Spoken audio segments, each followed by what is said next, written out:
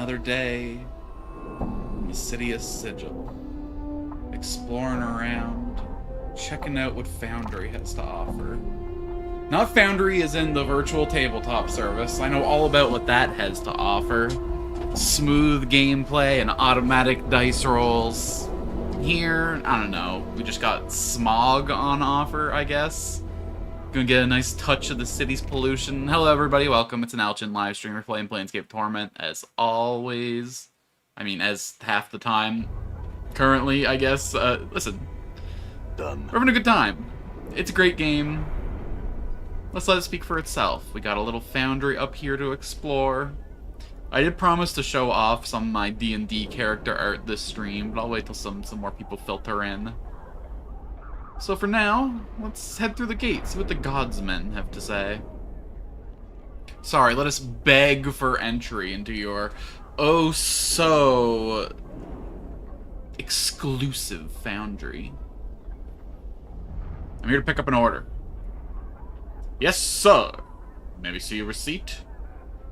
Yeah, here you go. Thank you, sir. The clerk you seek holds office in the southern wall of the Foundry.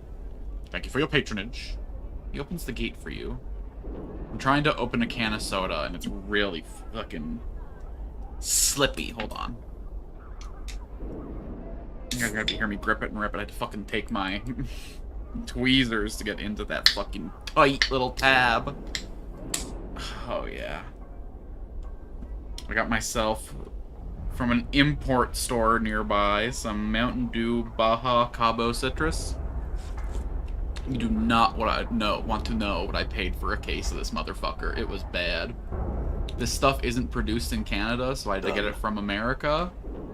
Got a bit of a tariff situation over here. This was like a $20 case of soda. But listen, it was my little treat for working out so dedicated the last little bit, okay?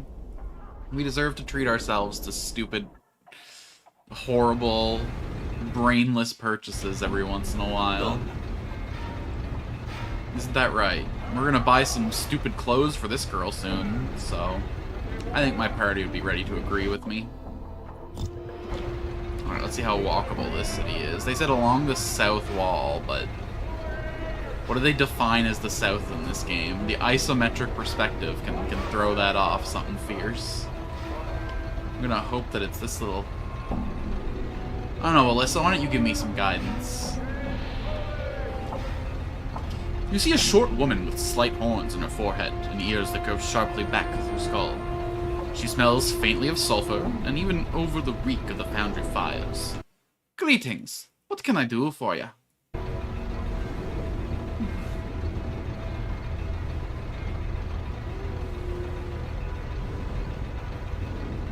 I'm looking for the pickup office. I have an item waiting for me.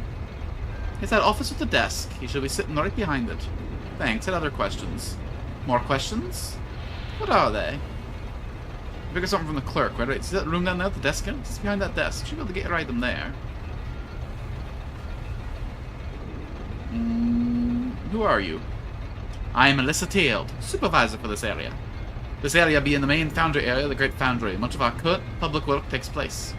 The Foundry is larger than this, of course, but we have a large contract we're working on, and we've been sworn to secrecy. So much of the work area is off limits. My apologies. I understand. I had some other questions. What exactly do the Godsmen stand for? This is both a communal and individual faction. There are variations in the theme depending on who you speak with, but the basics, yes, is all life. Nay, all existence itself is a test of sorts. All things that arise test us, and how we react determines how we move closer to the true understanding of everything. We seek the truth behind the multiverse, and it's apparent to us that ours is the right way. How would I join? Speak to Keldor of Durian in the meeting hall through the door on the right wall. Man, there's so many factions to join, I don't know which one to involve myself with. The Sensates fit my vibe the best.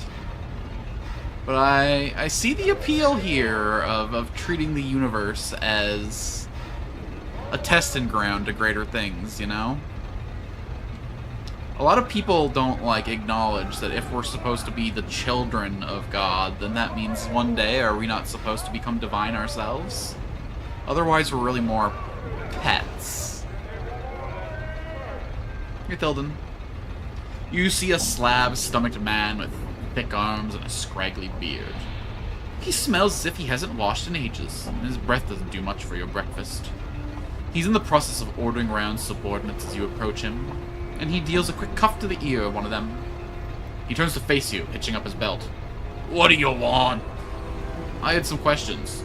You want answers? Like what? Who are you? Tilden the Grey, supervisor for this yard. My job is to make sure my laborers get their jobs done, and to make sure people like you don't distract them. They work little enough as is, the little sods, and they manage to lose the rest of the day in idleness if I weren't here. I'm tough, but I'm fair. Ask anyone. I think they'd give a very different answer if you were in earshot than if you were out. Why they call you the Grey? Because I'm covered in soot most of the time from these blasted furnaces. It's a nickname my laborers have given me. Out of affection, no doubt. No doubt. They really seem to respect your gentle soul.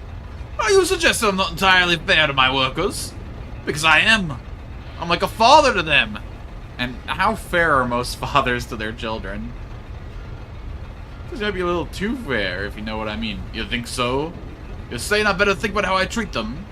Well, I will. Chances are good that I'll keep doing it the way I have been, too. Now get out of here. Guards, get this sorry carcass out of my sight and make him stay gone. You'll be sullying me with your talk? Aww. I had other questions I wanted to ask him. What the hell? That's so rude. I can't believe this rude dude over here wants to have a fine chat of philosophy with me. Madeline. So you're the one they're making a fuss about, eh? Can't say I blame him. You look like a dangerous sort. Go on, get out of here. I mean, he's not wrong about me if my only option is to fucking murder him in cold blood, but hey.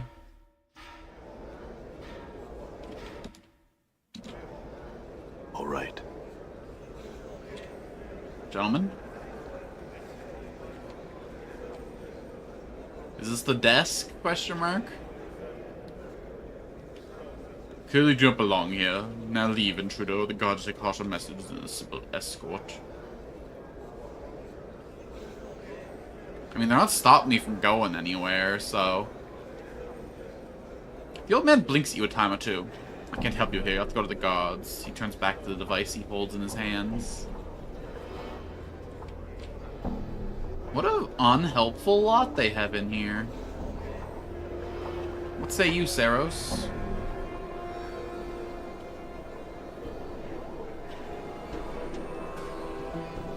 They caught you, huh? Too bad. Nobody fucking caught me! What the...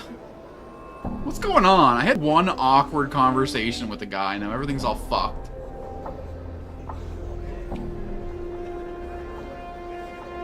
Badilin. She looks at you blankly without saying anything, waiting for the guards to arrive. I had some questions for you. She continues to gaze at you. I have no answers for you right now. Perhaps when you return. I was like a little bit rude to one fucking mid-level employee, and now the whole fucking place is icing me out? Yes? I mean, I guess Mr. the Grey might have been a little higher ranking than I gave him credit for, maybe. But goddamn. I didn't go through all these doors. I'm gone. Come on. One cute little spell book, it's all I ask. Done. Oh, well, let's figure this out first before I... All right. I looked up, because I wanted to know what the Constitution thresholds were to learn Ignis's skills. And apparently there is no Constitution threshold. Apparently you just exchange for him, like, a little bit of your max health and some of your organs every once in a while. So I don't know why I wasn't able to learn more of his magic before. Done. By all means, I should have had all the stuff I needed. That said, I do need my natural eye for one of them. Okay, Mort still got it. Good, good, good. I was worried I threw that away. That would have been bad. Excuse me? Can anyone show you where I can pick up my order? Maybe if I talk to a guard, I can get kicked out and then get let back in. So, you've been asked to leave. Please do so now. Motherfucker.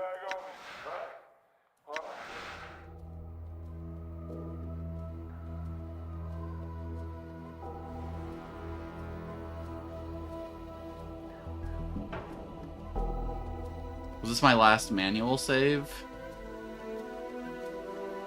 I wish they sorted my saves better. Okay, autosave.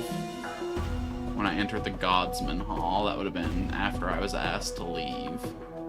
So this should be my last manual save. Jesus Christ. All right.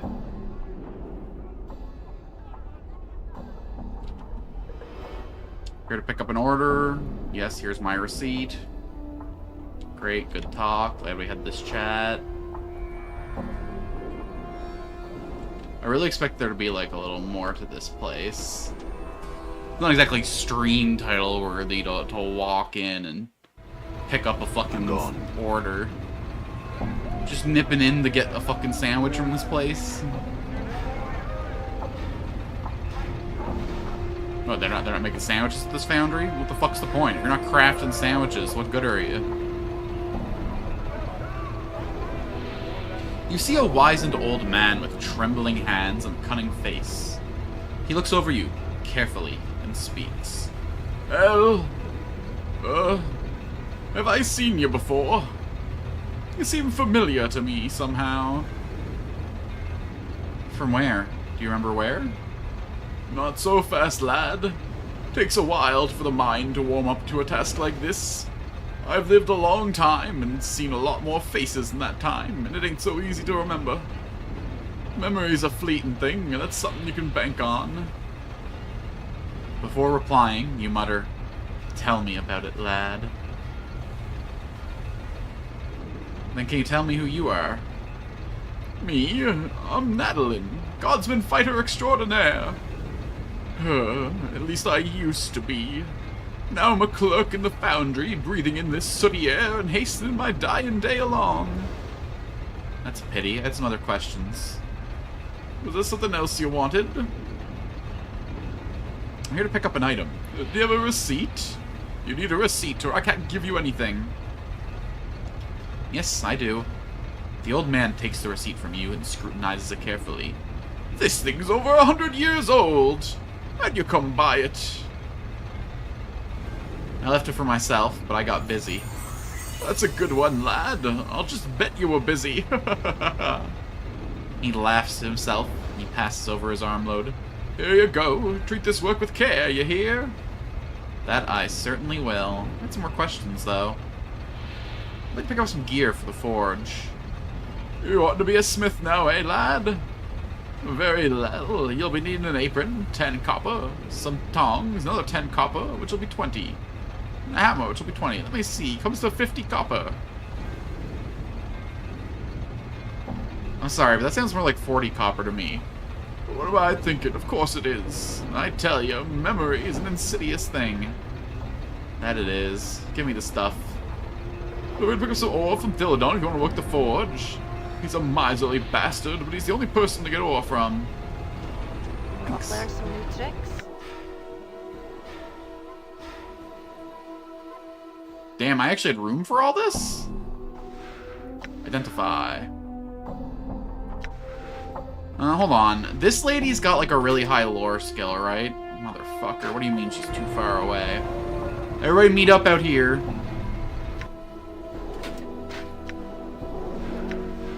Motherfucking fine.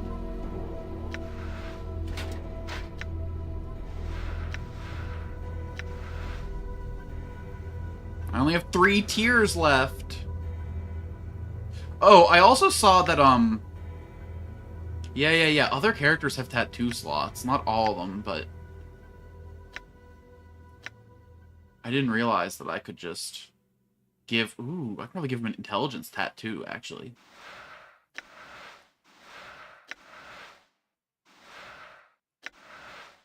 Okay, tattoo of greater health to this lad. And then you're carrying my other tattoos.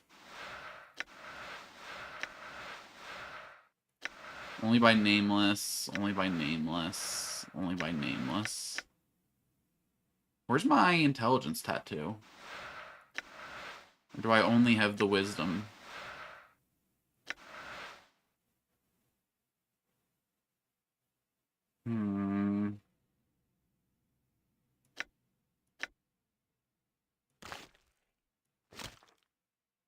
There we go.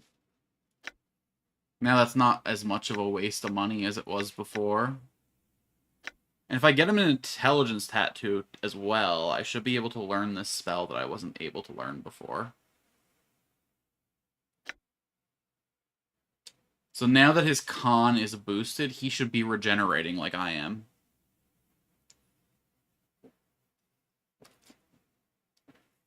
I looked up a couple things just to see if I get any value out of the tattoos. I can't believe I didn't notice that these characters had their own tattoo slots. In my defense, it only seems to be Ana and Dakan that do. Okay. All right. Alright, let's try this conversation again, shall we? Hey, Theli. Had some questions.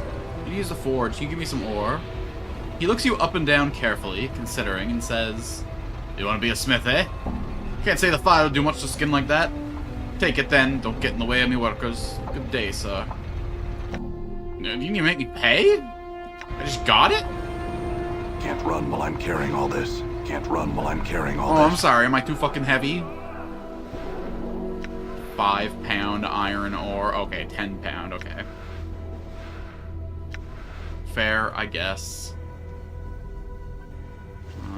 Can I wear this? What do you mean I can't wear it? It's a fucking apron. Okay, I have to be a good creature to wear this, so I'll leave it with Mort for now. Oh my god, Mort, I'm trying to lose some weight, bro. You're supposed to be my spotter. You're supposed to help me with my gains.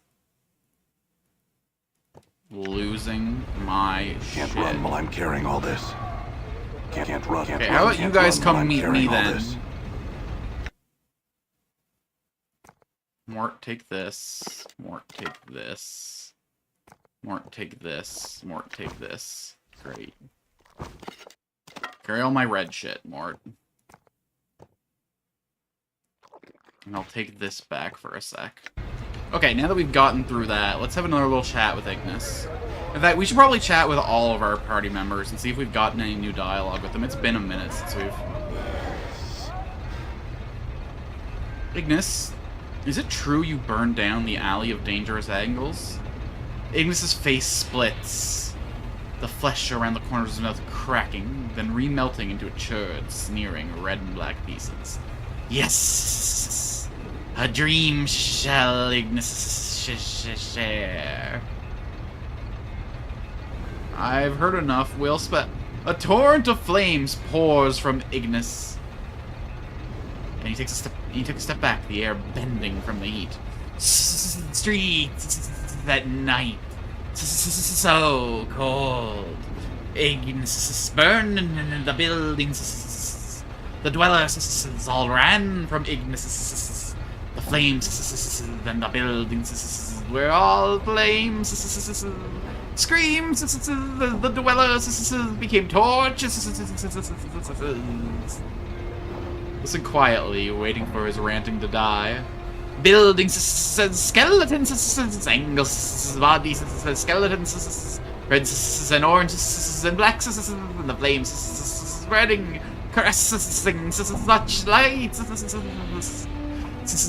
Ignis's fury dies, the wreath of flames surrounding him ebbing somewhat. He seems to be lost in thought, perhaps lost in memory. And Ignis was pleased. I wish to speak more of burning in flames. I am willing to suffer to learn. Teach me more of the art. Before you can react, his claw lashes out and clutches your left hand. With a mad cackle and with a greedy hiss, he burns it! And through the searing pain, you close your eyes and scream. You force your eyes open and see the burning mass of your hand where Ignis touched it. Only a blackened stump remains, twitching, blood streaming from it. Ignis is oblivious to your pain. His attention is devoted to your severed hand, which he is holding, admiring it like a trophy. Ignis, give me back my hand. Ignis ignores you. You watch as flames from his hand encircle your severed hand like a wreath, slowly burning the last remains of flesh from it, like a sculptor, until only one fused bone remains. He gives you a long, low hiss, and then flings his creation back to you. You manage to catch it in your remaining hand. You notice the flesh of your severed hand is reknitting itself, slowly, painfully. It looks like it's regrowing. What did you do? Updated my journal. Teachings! Cackles, the sound now strangely painful to your ears. To learn, one must suffer. I wish to learn more. Ignis hurls himself into the air, leaving a hissing flame trail as he rises. No more! Pieces of self are burned away. Ignis, yet no more of sharing will Ignis teach. You need pieces of me in order to teach me? What about my eyeball?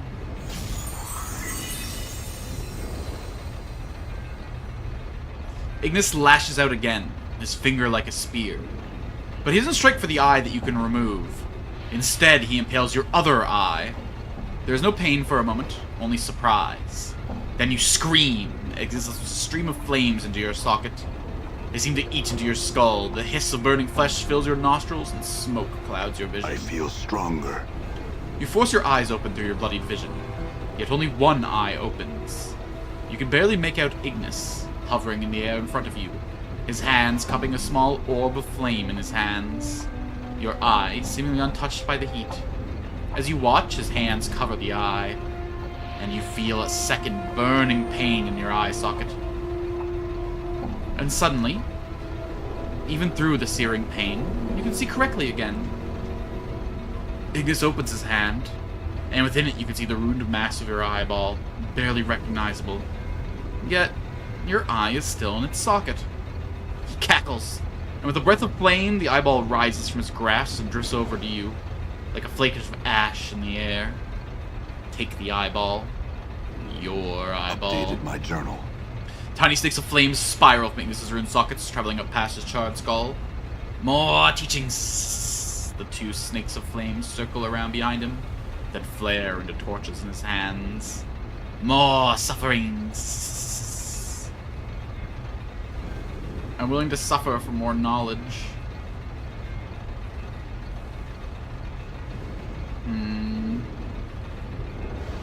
I feel stronger. Okay, so I lost 5 health in that whole process, and I gained 2 back.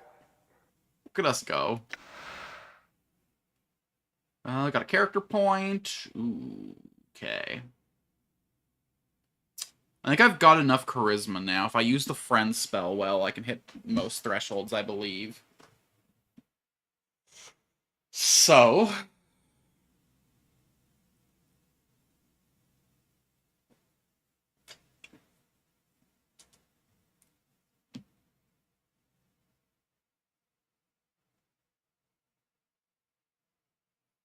I think I need 1 more intelligence to get everything from Dakon's little... No, I maxed Dakon out already. I got all 8 teachings, I think. Because he got a big stat bonus. So maybe it's time to boost another stat?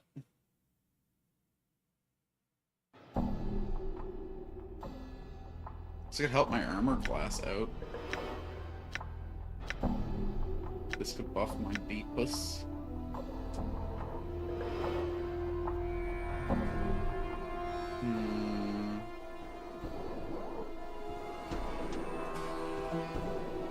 Let's take Wisdom just because it gives me more experience, I guess.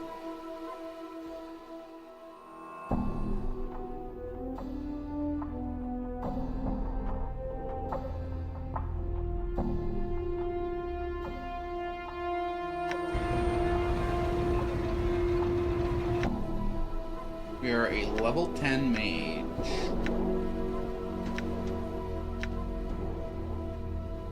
Considering how many different classes we leveled up in, it's kind of crazy how far we got of the party. I guess I like get a bunch of. I still have 4 unused weapon proficiencies I could train. Okay, good. When I switched to fighter and I got a weapon proficiency up, it's still stuck over here. Ignis training method's a bit harsh, but effective. Wisdom is the best to advance faster. Okay, yeah. Excellent. I see how I was thinking correct. Although, it would be nice. I think I needed 18 intelligence to have infinite spells. Welcome, Cryptic. Welcome, Jodo. Okay, I think I can learn one more lesson from Ignis, but I need to find another organ of mine, I believe. I didn't look that closely. I just wanted to see if there was constitution thresholds, and there weren't. It was a health trading thing, which is very funny. Dex, Con, and Strength give no real benefit until they hit at least 15. That is gnarly. That is 5 levels of investment just to get some benefit from a... Crazy. Yeah, I think we're going to be Wisdom and Intelligence boys for the rest of our level ups then. Because with the Friend spell, we should be able to hit whatever thresholds we need for Charisma. So these are the only things we need to worry about, like hard leveling. I think next level, I'll hit the Wiz, and then the next 3 levels after that, I'll go to Int. But we'll see. I don't even know how many more levels I'm going to get. I don't know what the level cap in this game is. Done. Even if there's no, like, hard level cap, I'm sure there's, like, a practical, like, this is how much experience you can get. Okay, so I got the forge equipment. How do I go about using the forge?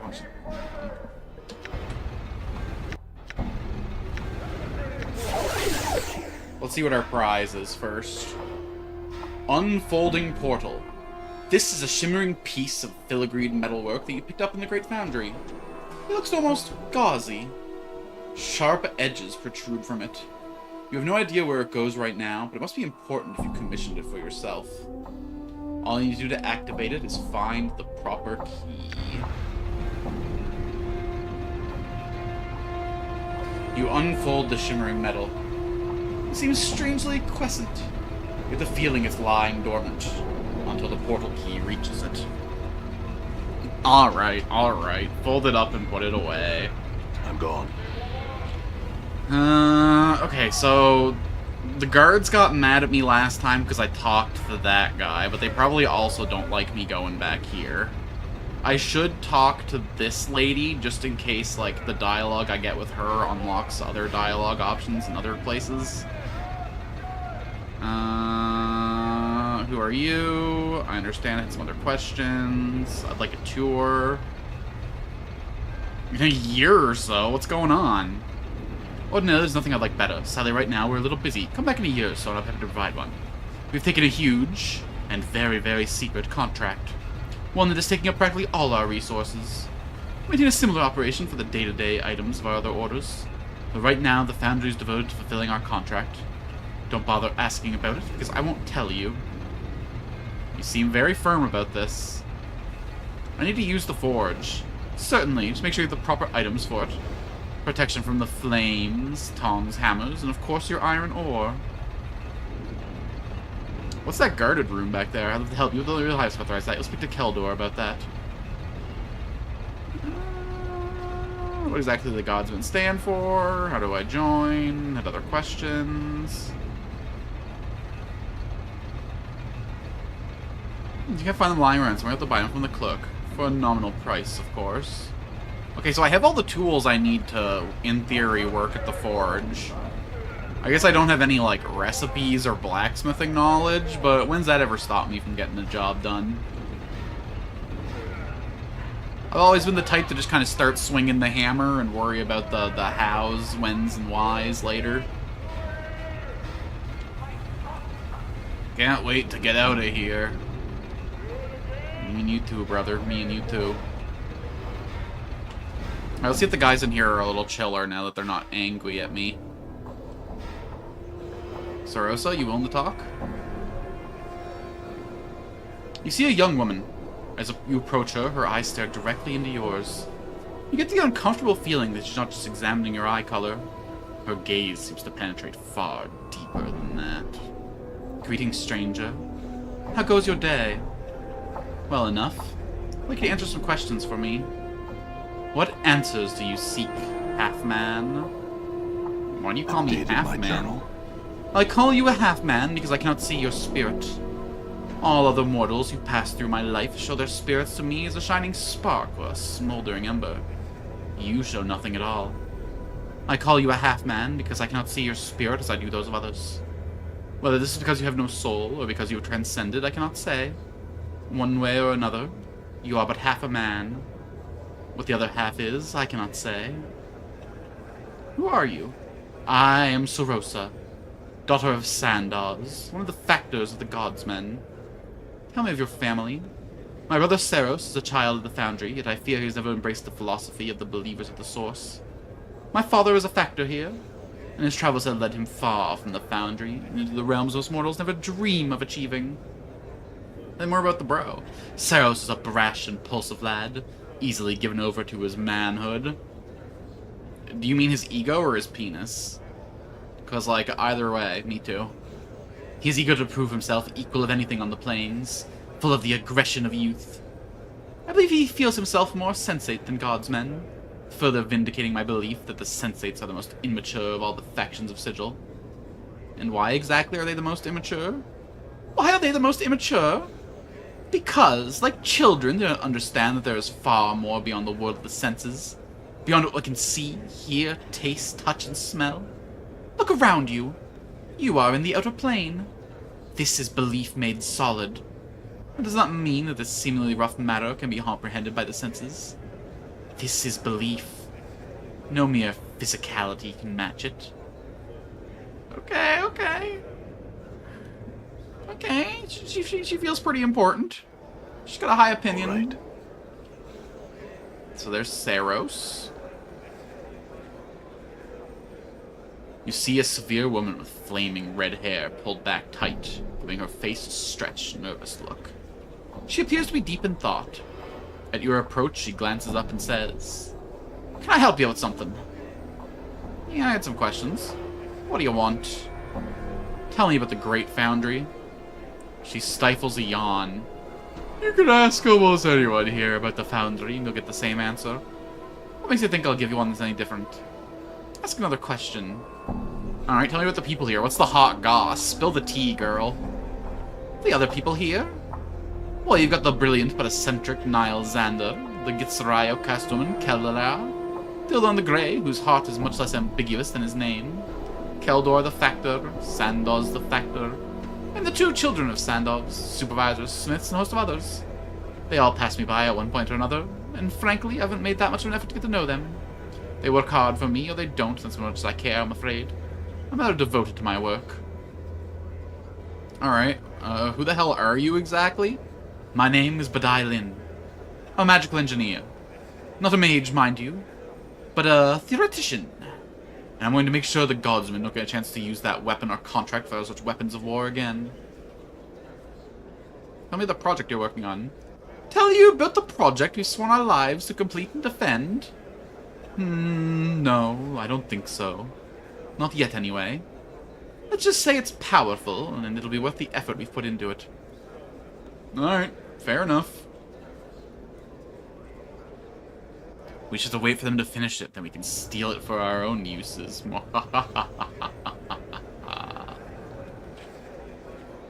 Okay, so Keldor is the leader of this little operation. You see a sandy-haired youth. He's on the cusp between adolescence and adulthood, and from his eyes, looks like he's trying to be as adult as possible without having the slightest idea how. In other words, he seems innocent. Well, hey, stranger, what can I do for you? Answer a few questions for me. Ask whatever you want. Tell me about yourself. Me? I'm Saros. I grew up around here. Got to run through the Foundry playing with stuff. I like pretty much everyone here, except for Thilden. He keeps saying I'm not raised right, and that my father's a poor parent. All I know is that Thilden's the biggest sod I ever met. then you're pretty lucky if Mr. the Gray is the worst guy you ever met. Tell you about the Foundry. I grew up here. I played in the main Foundry area and ran through the barracks. It stinks and it's loud and people can be, like, filled on. But it's still home for me. What about the people here? They're smiths and workers. I think they mean well, but they're also earnest and boring. They delight themselves up a bit. Like, say, the Sensates. You like the Sensates, huh? They know how to live life. They know what it's all about. Not like these people. They keep pretending there's some big, noble purpose to it all, but I don't see it. My sister says that life is more than our senses show, but I don't see how she knows that, since all she knows is through her senses. I just don't get why people make this stuff up. It's so they feel important, so they feel like life is more than just the mundane experiences you trudge through every day. Although I would argue in a world of magic and wonder. Who's your sister? Sarosa? She can just look at someone and sees what needs adding and what needs taken away. I don't know how she does it. My father always said it was something about her ascending to another level. He said she was a born godsman. Okay, Daddy has a favorite child, clearly.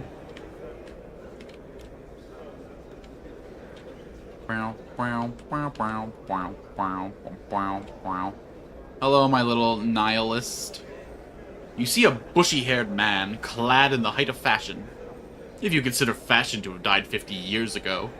His clothing seems to consist of tattered street urchin rags, and he seems to affect a disdainful manner towards those around him. Or that might be his actual manner. He doesn't even glance at you until you speak to him, and then his eyes begin searching your face carefully. Do you want something? Who are you? I am Nil Xander, great-grandson of the artificer Zero Xander, engineer, dreamer, creator, and I have finished his work. The work that you commissioned! The Dream Builder! Are you ready to claim the use of it now? A Dream Builder? What's that? It is both machine and ritual. It is a state of mind and a construct of steam and blood. It grants dreams to those who enter its confines. It was built for you, and it's waiting for you. Are you ready to finish it off? It has been waiting for you for decades. How do you know it was built for me? Because my great-grandfather, Zeno Xander, set your face in stone, so we would know when you returned for the work you commissioned. He always thought you'd return, but no one else truly believed you would. Our family completed it because we said we would. And now, here you are. Do you still have this stone? No, it was stolen from me a year ago. I only saw a shadow flitting away. I thought the Keldor guy was going to be the most important conversation here, so I skipped him. But it turns out this guy is actually the most important person I've talked to in here today. I only saw the shadow flitting it away. It was the only item taken from my home. I have no idea who'd take it, but I'd memorized its features. Alright, let's finish the Dream Builder. I need to begin the final stage of the Dream Builder as a piece of your skin immersed in your blood, so the machine can familiarize itself with your physical essence. It must be in a blue-green bottle to symbolize the dream sea on which you will float.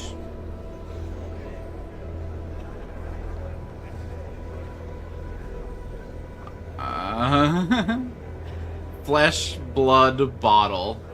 Right. I'll be back. What a crazy collection of things. Okay. So maybe I can buy the bottle from the lady in the southwest sector of the Hive who's running that little, like, cup shop. That shouldn't be a problem. But how do I extract my... Ooh.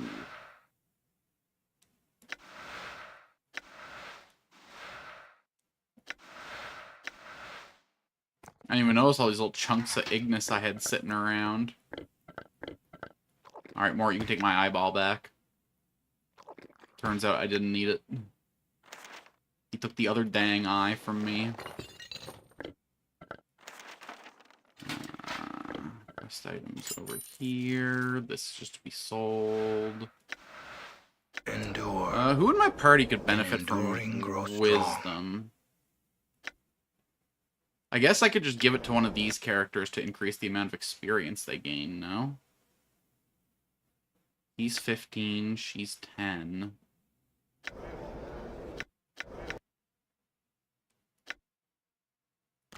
I mean, why the heck not?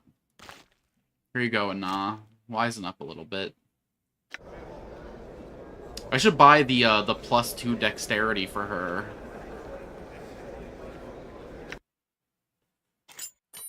Did I maybe reload after I bought the +2 intelligence one? All right. Alright, Keldor.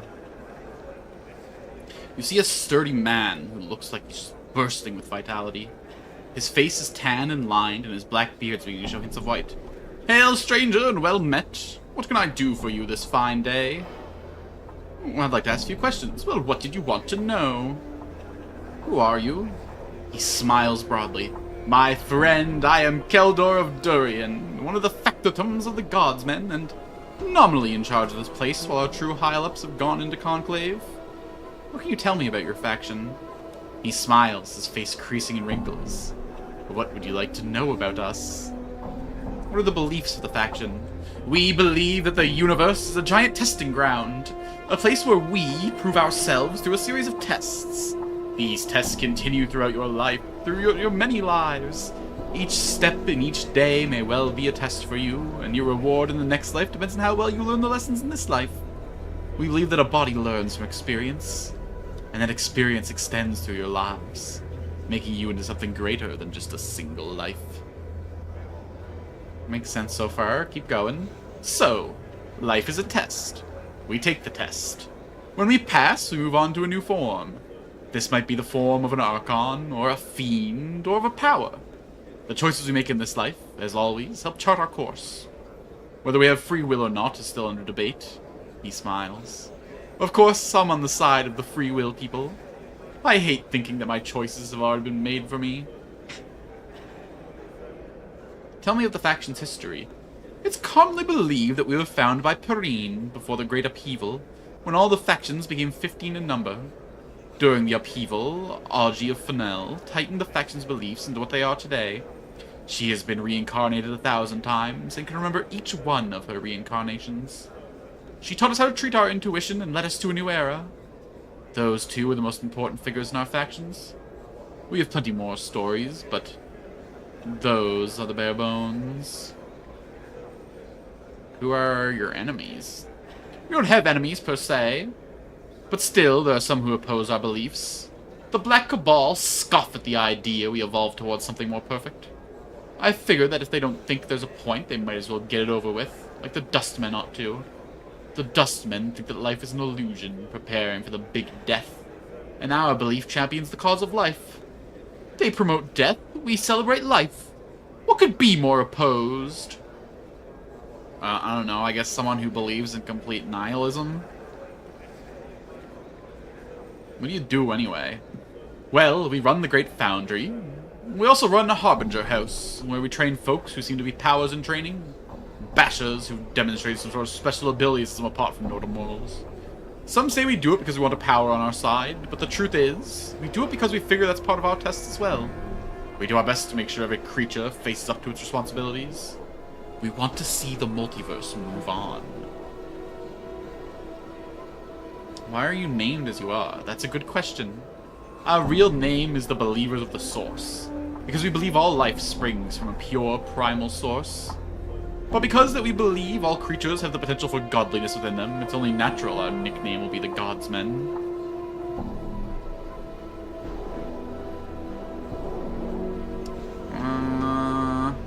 What can you tell me about this place? This is the Great Foundry, home of the Believers of the Source, also known as the Godsmen. Here we make items that ship all over the plains. We're renowned in many worlds. Only the best work here. It's said that we've got a staff of smiths that rival those in Mount Clangdon itself. Personally, I don't think we're that good, but we are close. Can you take on additional work? Sadly, friend, we cannot. We're engaged in a long-term contract right now that's taking up most of our resources. Perhaps when we've finished in a matter of years. He shrugs. My apologies. I'd like to see the secret project, if I would. Friend, I can't give that to you until you prove yourself a friend to the Godsmen. I don't know if I want to join these guys just to see their super secret, silly little project. I am between these guys and the Sensates, though. I'm definitely not joining the Zausatex or whatever.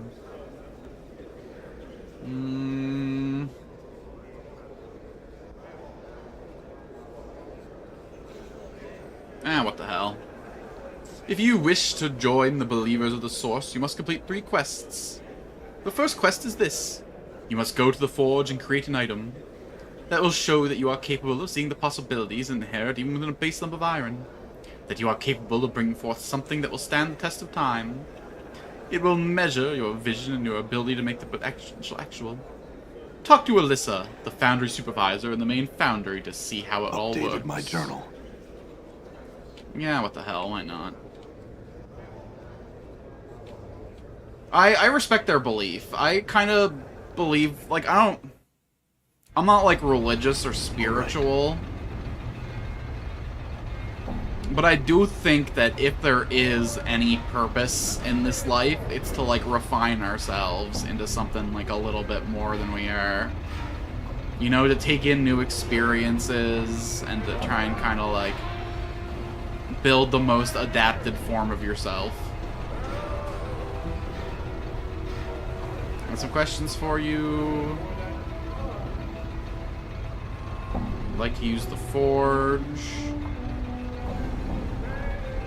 Will they let me in here now?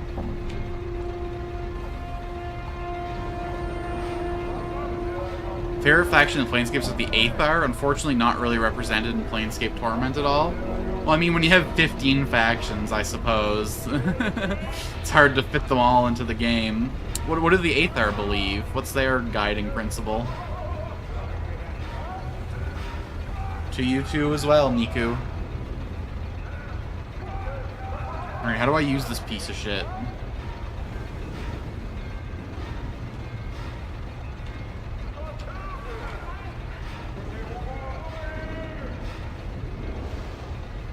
How do I get through those doors? Do you speak to higher ups or you try to go through us? Wouldn't recommend the last option, though.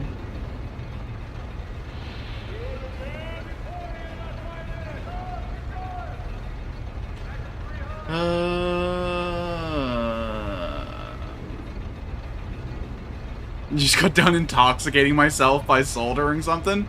Oh, nothing quite like fumes to get you in the right headspace. What were you soldering? Getting some motherboards together, fixed up some cables. Game's going fine. I believe the gods are powerful beings, not actual gods deserve worship, and the gods are basically frauds or slave masters. Oh, so they're Gnostics then. That's just Gnosticism.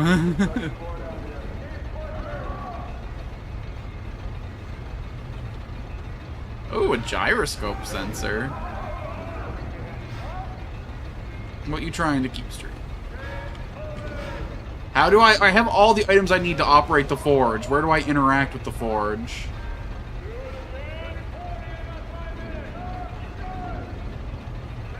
My man gave me a quest. You should let me in all the doors. Well, maybe this door back here. I never tried this door back here after I got the...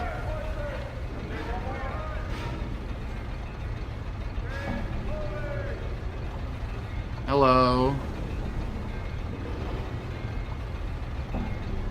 What's behind these doors? Okay. I'm not gonna try to beat it out of you.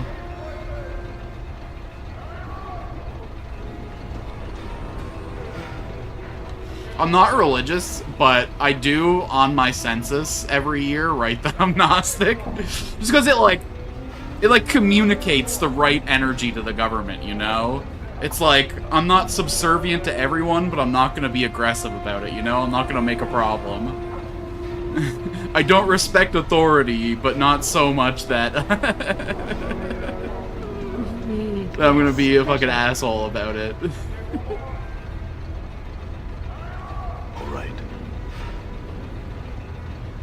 I wish at some point just reset it. Like, well done, 100 days now, stop, please.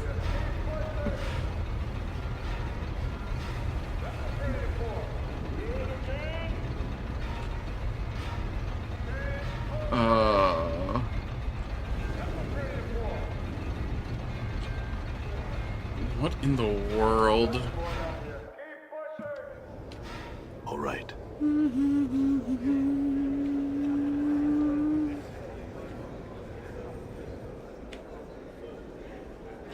Do I talk to again?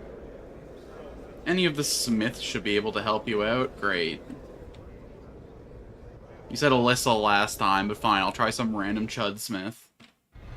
I'm gone. You there. Just a couple answers. What are you doing? Making my daily wage. What could to improve myself? Keeping this place clean.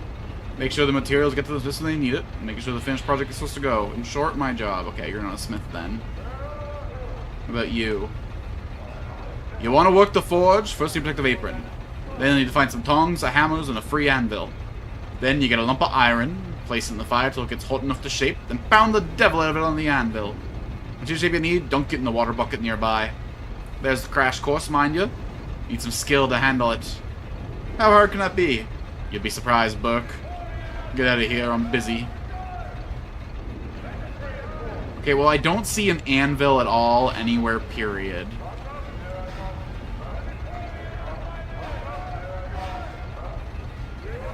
My aching back.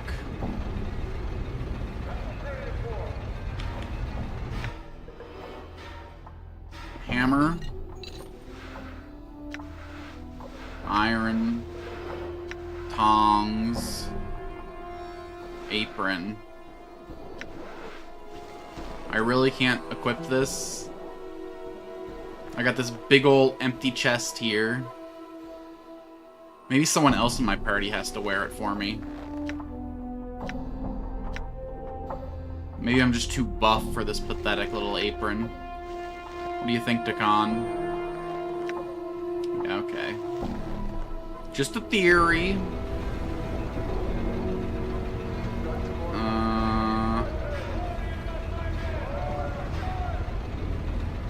Maybe I can just, like, dump the iron into the...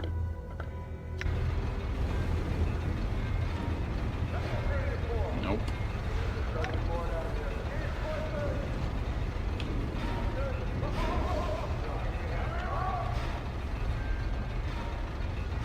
Is there an anvil somewhere over here that I'm missing? Wait, what's this on the ground?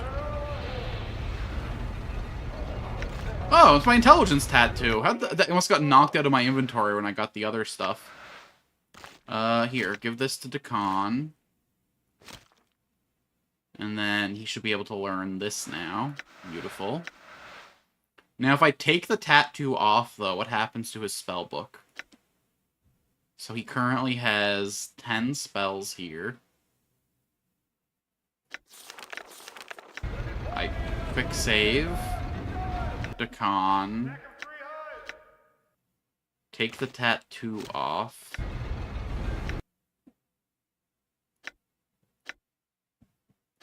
Okay, he didn't lose any spells. Good, good, good. Good, good, good, good, good, good. I guess I'll let him still wear it for now until I need to hit some thresholds, but... That's some good-ass stuff right there.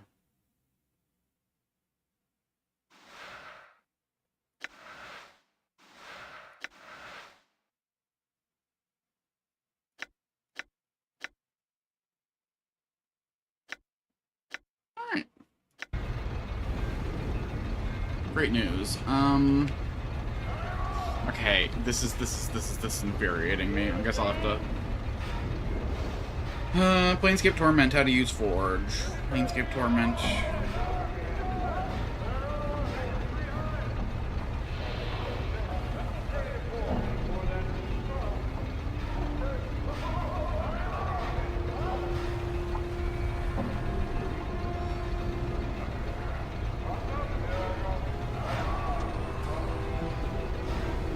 Come on, you can do it. You can do it, phone. I believe in you.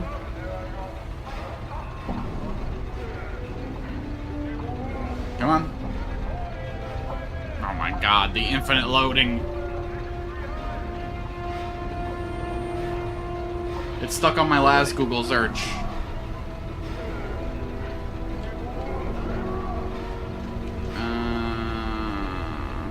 We're sure I can't go through this door. I don't see a single anvil. I don't see, like, a furnace. Is there anything outside I can interact with, maybe?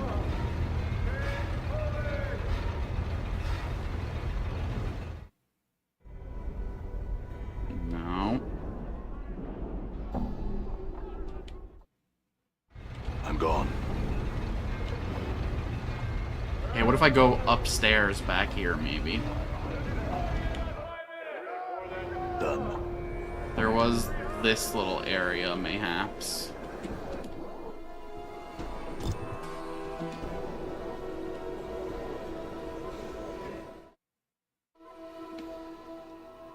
I'm gone. Okay, this is like bedrooms and shit. Hey, we're totes allowed up here, right? Door is locked, whatever. I didn't want to go poke through your rooms anyway. Probably got boring shit in there. Done. The sensates have cool stuff in their rooms. They got, like, drink and drugs and all kinds of toys. You guys just got tools, because you're a bunch of tools.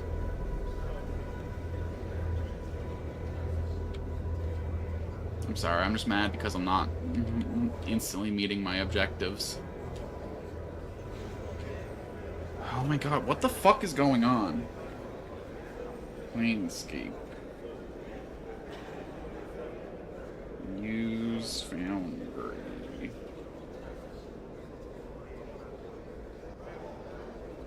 I am crashing out.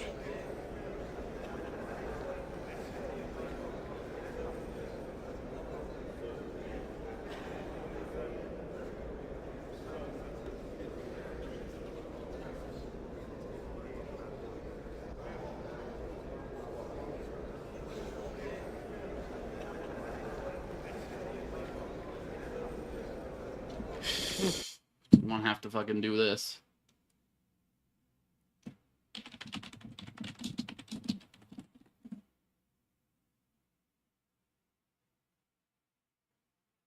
No, I'm not fucking Foundry, fucking virtual tabletop, you fucking idiot, stupid Google.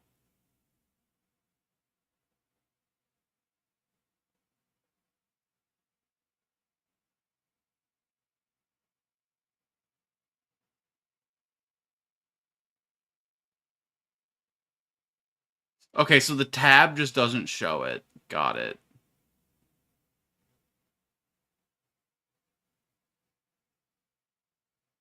It's when you can interact with larger bit trial and you click on it, you go, okay, but like, can you describe it, please?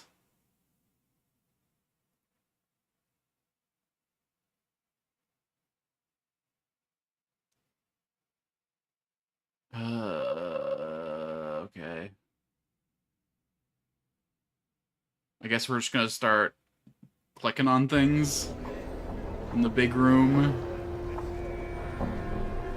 It's really frustrating that everything else in the game you can just hold tab to fucking see, and then this one random thing is just...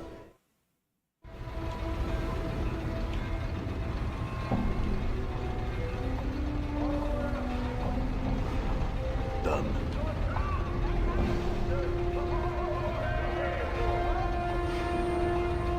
There we go, it's this one. I guess the one that's empty makes sense. Similar to the forge, the heat is incredible. What do you do? The fire is throwing off an incredible amount of heat, but thanks to your protection you're able to stand without any damage. Would you like to work the forge? Okay, ready the tongs. You hold the tongs in a firm grasp as the sweat pours from you. What would you like to do now?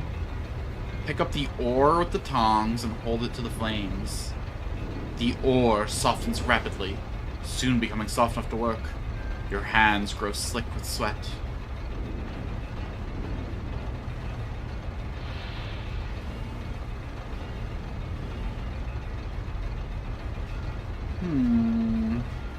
Something small and dangerous. A stiletto. A stiletto. A quick, easy weapon, and one that will get you away from this inferno much sooner. Are you sure you want the stiletto? I mean, I'm a mage, so I can't wield anything else, so yeah.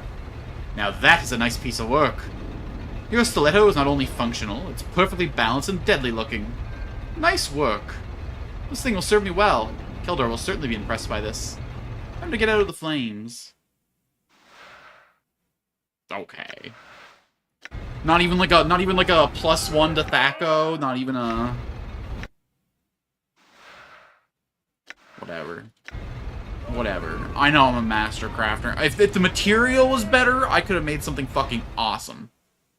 I could have made something incredible. They gave me mere iron. Even though I'm a mithril man right here. Alright, Keldor. Show him the enemy forged. I have finished forging my creation.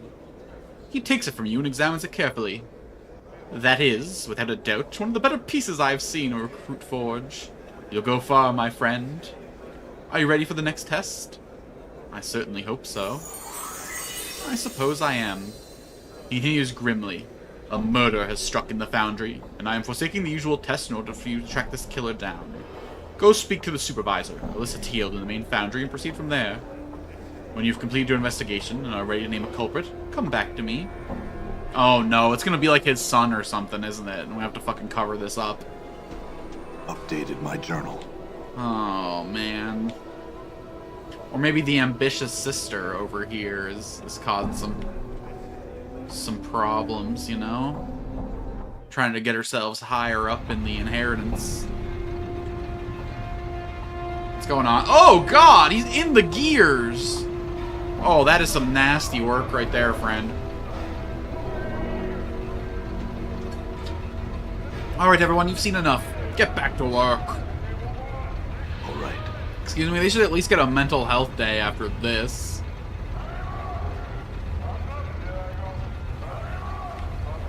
You again.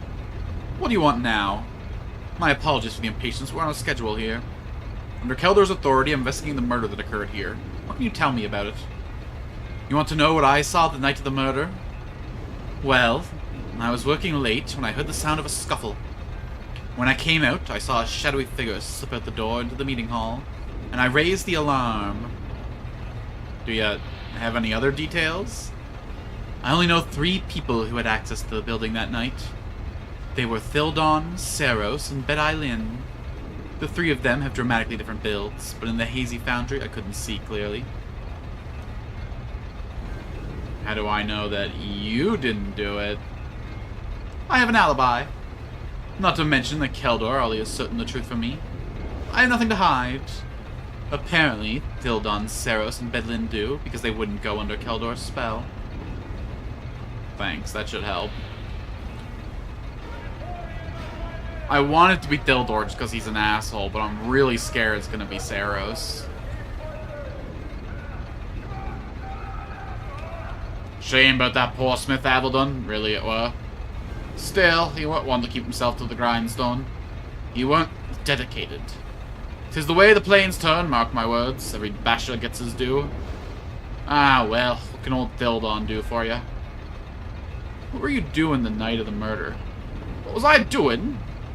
Why, I was sitting in my room with a nice loaf of bread and a jug of wine, staying in. Didn't go out that night. Didn't see no need. Do you know anyone who can swear otherwise? No. Never really saw the need to make sure of it. One place you might ask, if you're really looking for leads, is Saros. That little thieving knight goes everywhere, what with his father being such a high up here. He always was into new experiences. Was practically a sensate, if you ask me. Probably want to kill someone to see if he can get away with it. Saros, huh?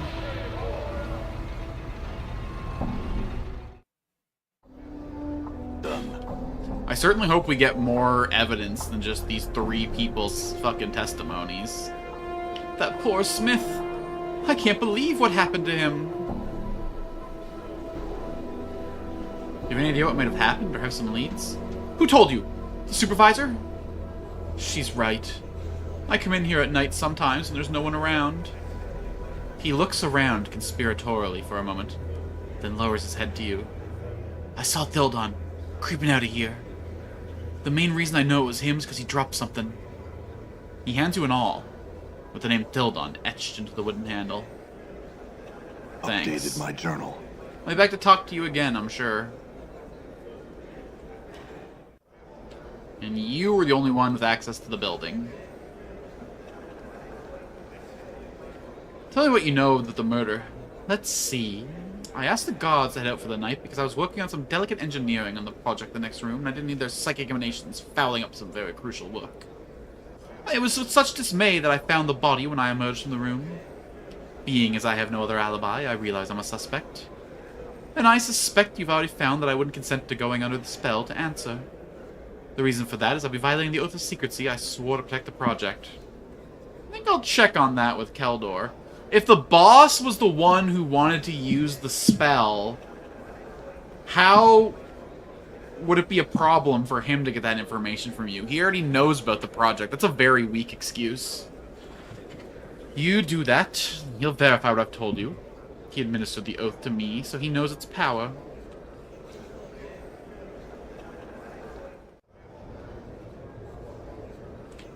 Okay. Well, let's go ask Dildon about the All first, I guess. Done.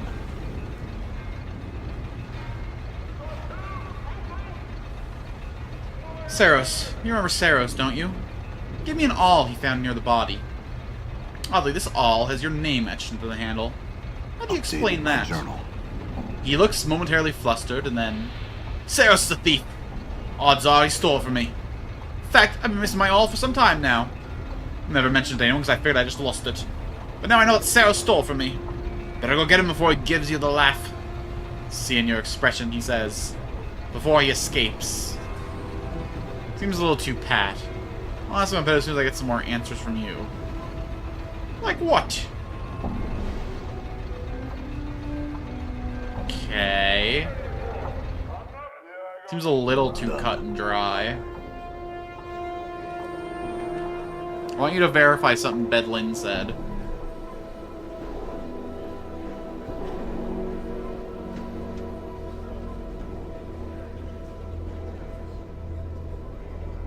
Do you have evidence? Not enough. I'd like to ask you a few more questions first. I'd like to talk about the murder investigation.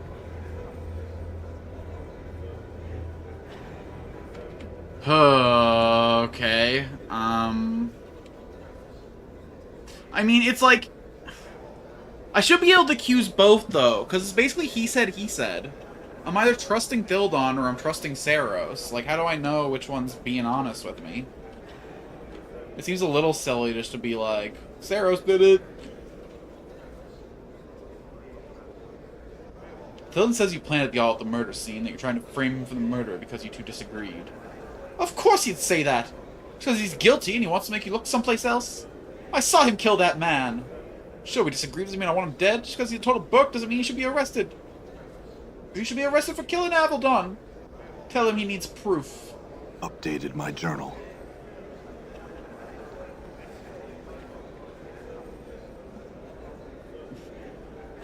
Okay, now can I?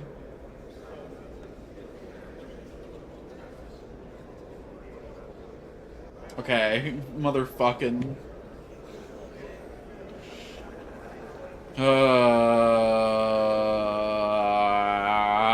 now I can't even turn Saros in. Alright. I went too far. You had to make someone mad enough to crash out. He tells me that's not a frame. In fact, says you personally witnessed you killing the poor sod. You what?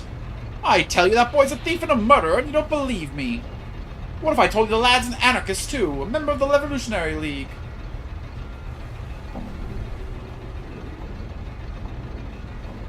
Why should I believe that? Journal. A pious look creeps in his face. Because I says it's so. Because I'm about to say something that'll make a criminal of me, but I'll see till justice is done. He pauses. I know he's an anarchist because he tried to recruit me. Him and that engineer, Badai. I told him I'd do it so I could trap him, but then I realized I had the stomach to harm poor Saros. I turned him down and they're trying to cover the tracks. That's why they want me gone. They're the killers, not me. Assuming I believe this, why shouldn't I have you in prison too? What? You're accusing me, but I didn't do anything, Burke! You're the wrong man! Please, I didn't do it.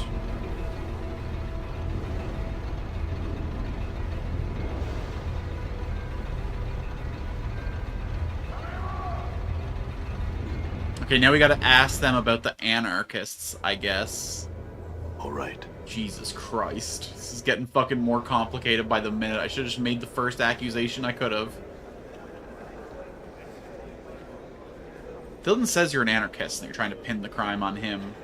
Anger strikes sparks in her eyes. But a look of scorn replaces it quickly, and I'm sure you read it right. An anarchist? Right. Here's my other leg. Pull that one too. Do you have some real questions, or can I get back to my work? What was that flash of anger? She smiles slightly. You don't miss much, do you? Allow me to put it this way. How would you feel if you were falsely accused? My anger stems for that, nothing more. She seems honest about this. I don't buy it. You'll have to, because no answer from me. She turns stiffly to you. Farewell. Okay, Saros is probably going to be easier to get information from, because he's a little more childish, he's a little more quick, he's a little more impulsive.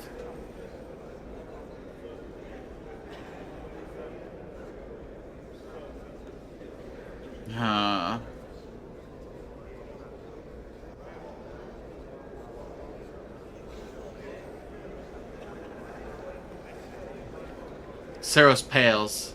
She has nothing to do with this. I did it on my own. But the truth is, Sildan shoved Avildon into the gears. I put the all there to make sure everyone would know he was there, because I'm just a kid, no one would believe what I say. Alright? I admit that I planted the all. I only did it to make sure he got punished for its crime. Why? Why? Why should I not think you're doing this to get back at him for some other crime? Updated my journal. Because... I don't know why you'd think that. But I promise. Go talk to him and tell him what I said. And then you can decide for yourself. I'll do just that. This is getting so fucking complicated. Done. Says he planted the all on the body, but only because he wanted to make sure you'd implicate in the death. He says you're a murderer and wants to make sure you get caught. The supervisor's face drains a color.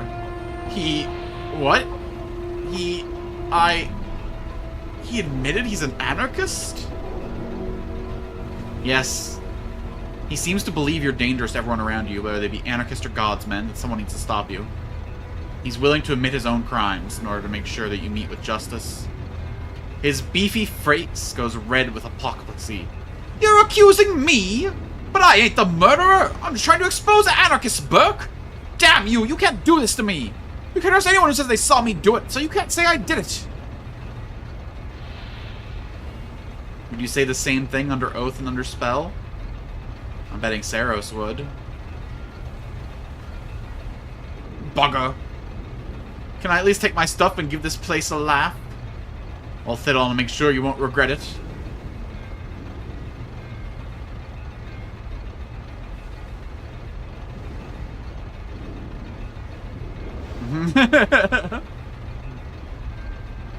Damn, okay, this is chaotic for sure. Let's try and edge ourselves a little more lawful here. No, remain here or suffer even worse consequences. You can rest assured that I can make certain of that. Good day, Thildon. I'm gone. Hold on, let's see what this girl up here has to say first before we turn everything in. We got a lot of evidence. Maybe we can implicate her in all this, too.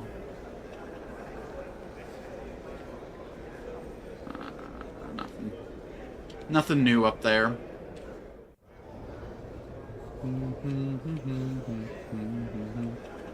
Okay, this got a little fucky for a sec there, but we got the truth of it all.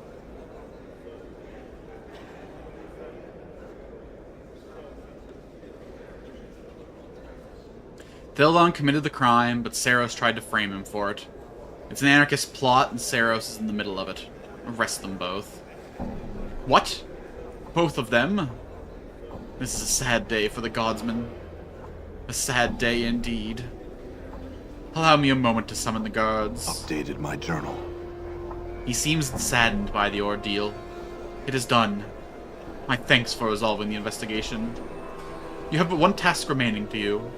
Sandaz, father of Sarosa and Saros, one of our more vital members, has returned from a harrowing journey. He has locked himself in his tower room and is threatening to kill himself. Speak to him. Stop him. I'm on it. Dated my journal.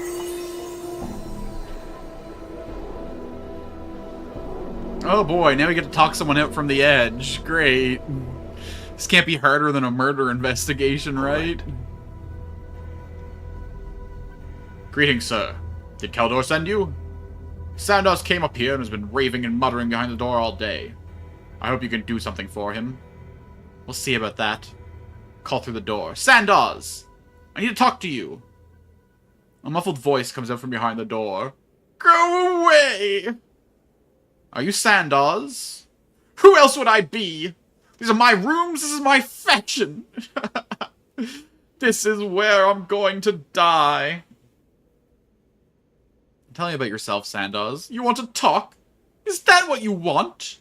How about you listen? The voice pauses, then gathers steam. What's the point of it? That's what I keep wanting to know. Why do we do the things we do? What's the thing that keeps us driving, Let's let him continue for a second. Pride! Pride and ego! We keep telling ourselves that we can be something, that we mean something, that there's a reason we're here, but in the end, it's all just blackness. I've seen that final blackness, and there's no reason to deny it. Yet we keep pushing it on under that foolish pride. There's no reason to it. You ever consider that you became a godsman for a reason? What do you mean? You found a reason once. You believe that all we face is a test. You believe that we're here to push past that final blackness to overcoming it. Don't tell me you've gotten weak now. They taught you well, at least. Let me think about this. I hope you've got some time. All the time in the world, Sandos. Think it over. When it speaks again, the voice sounds a little more balanced. Go down and tell Keldor that you've talked some sense into me. I'll want to see him eventually. You've done your job. Go on now.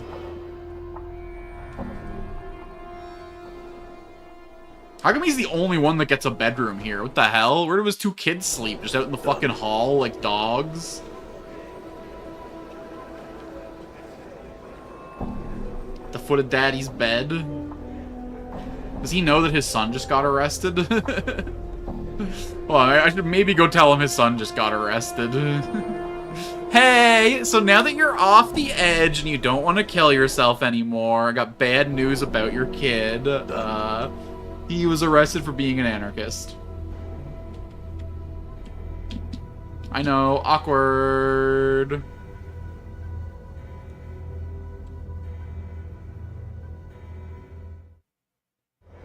Done.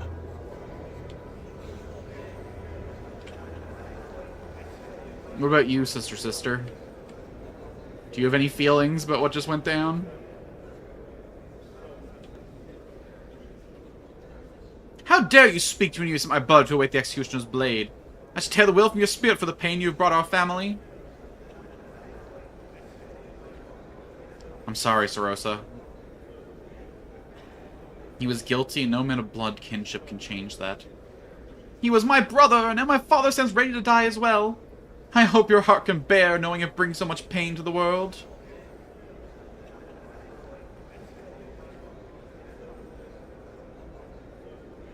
My heart is not warmed by the thought, but I believe that such pain is often the way to better things.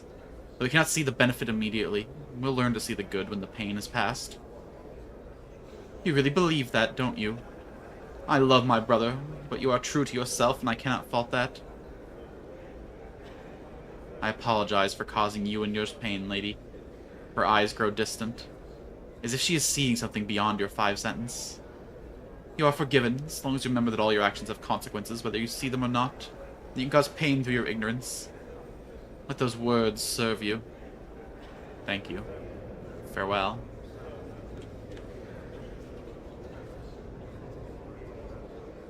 Have you succeeded in convincing him that life is wonderful? I have succeeded. He has regained his zest for life. You have succeeded? Glorious news! Congratulations, my friend! You have proven yourself worthy of joining the Godsmen. Would you like to take the oath now?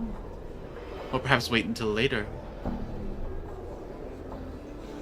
I mean, what's this oath, though? The oath. Life's tribulations are tests. There is nothing I counter that is not a lesson. Pain is the multiverse's way of reinforcing a lesson. What I hate in most others is a reflection of what I hate most in myself. I will act to activate my potential and to aid others in achieving their goals. I will remember the divinity spark is present in everything. I swear fealty to the believers of the Source and their goals, never to forsake them. You swear the oath, and Keldor smiles. Welcome to the Godsmen's, lad. Do you need anything from me now? Updated my journal. I had some questions. I get some healing items if I could.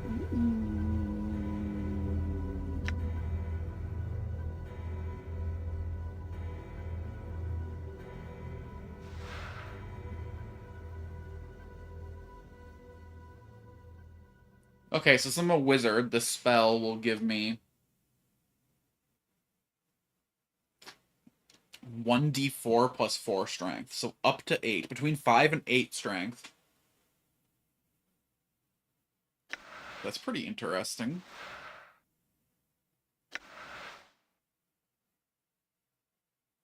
Ascension? Charisma? Ascension is one of the finest weapons created at the Great Foundry, the home to the believers of the Source. It's one of the 3 weapons called the Triad of Tests, including the Hammer Reason and the Dagger Enlightenment. The symbol of the faction is engraved on the axe head, and the edges of the blade are so sharp they can split hairs lengthwise. You are the first to bear this weapon. This enormous hammer is the 3rd weapon in the Godsman Triad of Tests. The other 2 are the Axe Ascension and the Dagger Enlightenment. Its head is covered with mystic runes and engraved with the symbols of the Godsmen. Drums in your hands, you're the first to bear this weapon. +2 to that. Okay. I need this. The 2nd weapon of the Godsman's Triad. Ascension and Reason, the other 2 weapons of the Triad. The dagger is a slim, perfectly balanced, light as a feather, and the symbol of the Godsmen is engraved along the blade. Our weapon seems to shiver as if anticipation. You are the first to bear this weapon.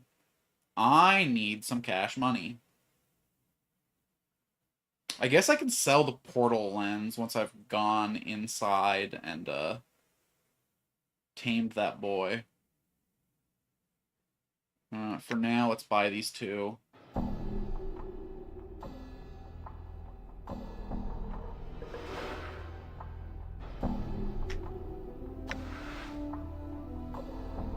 Just to add to the old spell list.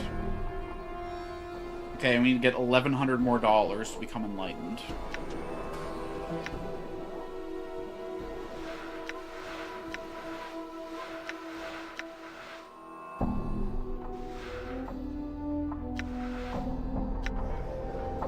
Let's go sell some stuff, I guess.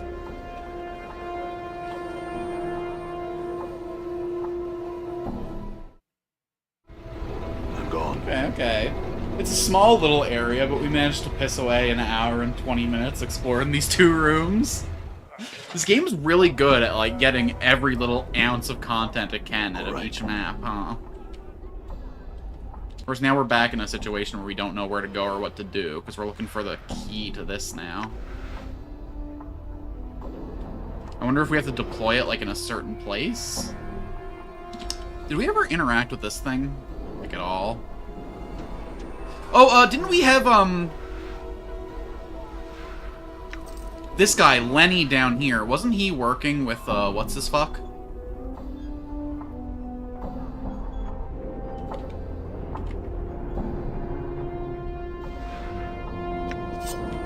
We had a reason to talk to Leonard.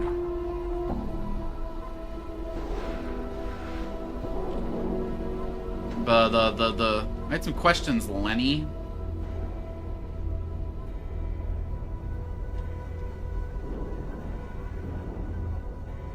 Because he was working with what's-his-fuck.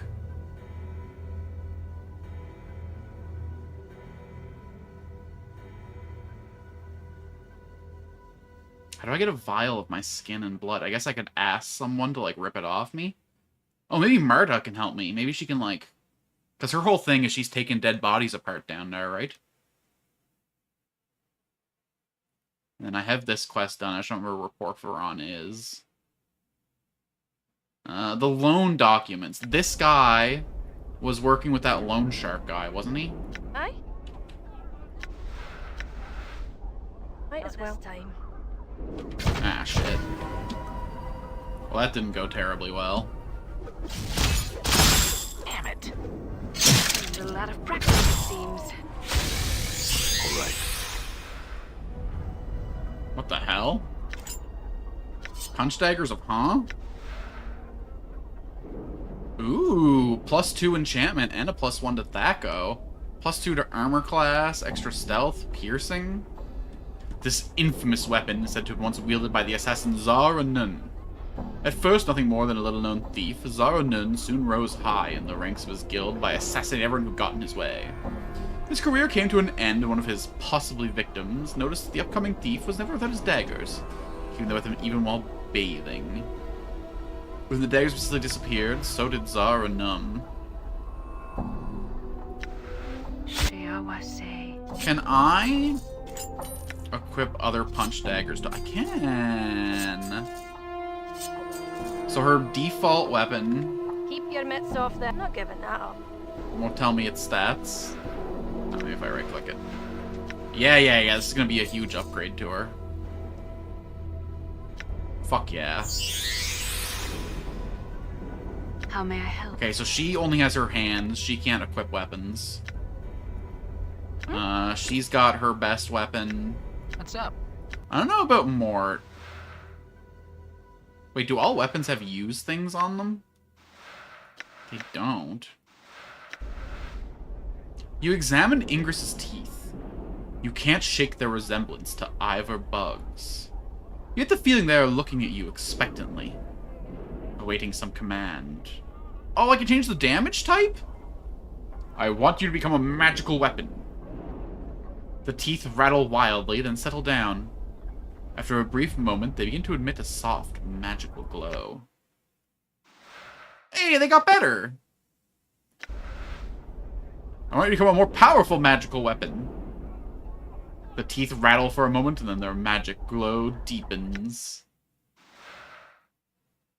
Holy shit! Wait, again? Ah. I wonder if there was like a health threshold for those to upgrade? Damn! So they can do crushing or piercing. I hear your Hold on, does words. everyone in this weapon have a... No, you just doesn't have a... I think yours just upgraded as you leveled up, though. It's like, damn. Okay.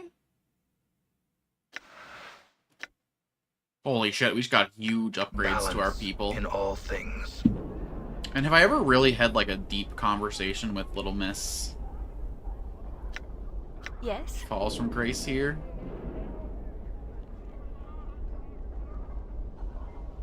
You ever use weapons?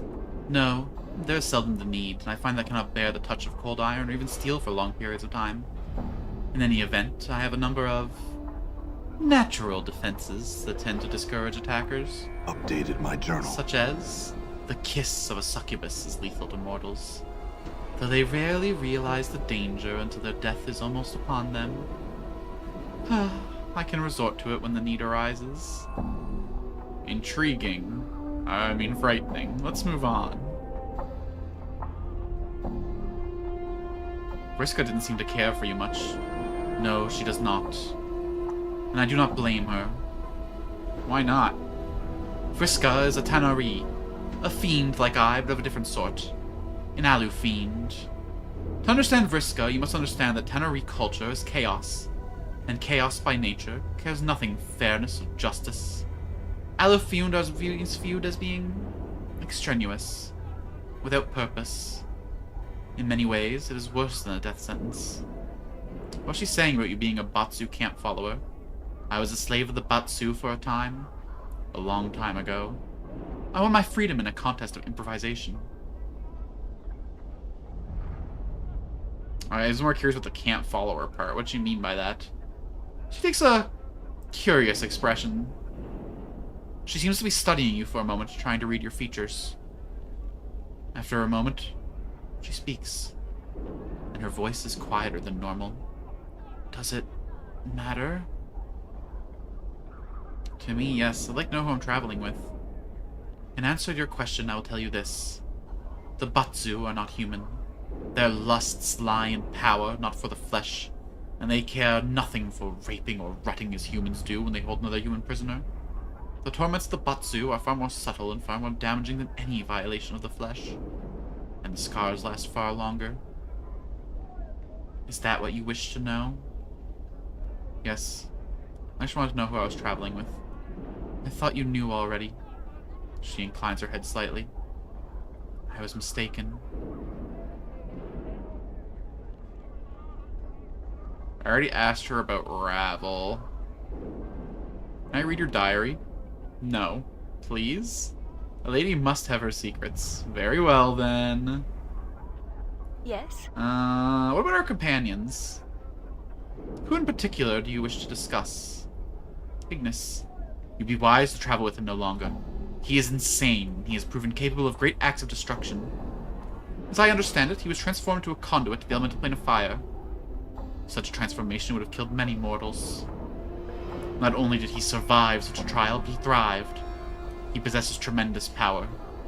Should he be forced into a confrontation, I would fear for the chance of anyone who stood against him. I pray it does not come to that. If Ignis is so powerful, why doesn't he just attack everything he sees? Why does he even travel with us? I do not know. But I do not think it's because he likes our company. In fact, I think he considers all of us irrelevant. Except for you. Me? Why me? Again, I do not know. Still.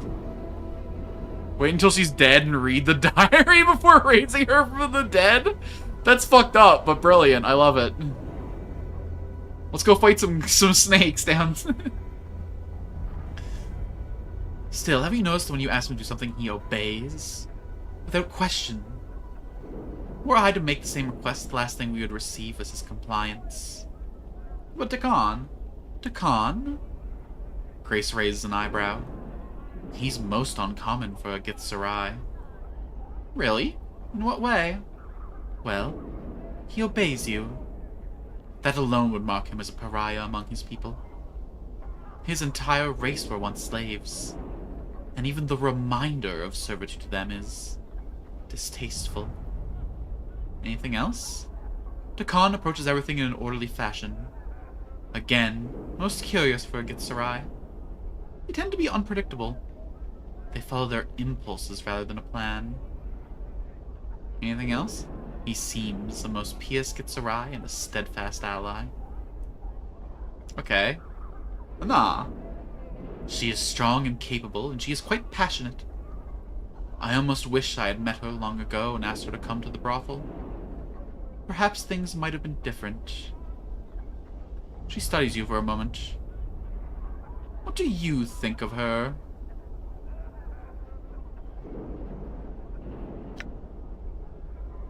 Well, I think I could fall in love with her. You might wish to tell her so. I don't know. I seem to leave this wreckage everywhere I go. With Dayanara especially, and the lives of others I've touched. It might be best to leave well enough alone. Dayanara was the woman in the sensory stone of longing, was she not? The one who loved your previous incarnation? Yes, she was. I did something terrible to her, but I know not what. To that I would say this. Love may move the planes themselves when it is strong and true. And there is nothing truer in all my experiences than the truth but how one feels for another. Perhaps, let's talk about someone else, though. Mort. Mort is most peculiar.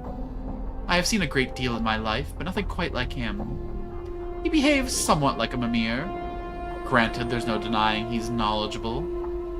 But he has a certain... She sniffs the air and wrinkles her nose. Batorian smell about him. Batorian smell? Yes, but he's not a Batazu. At least, not of any variety I've encountered.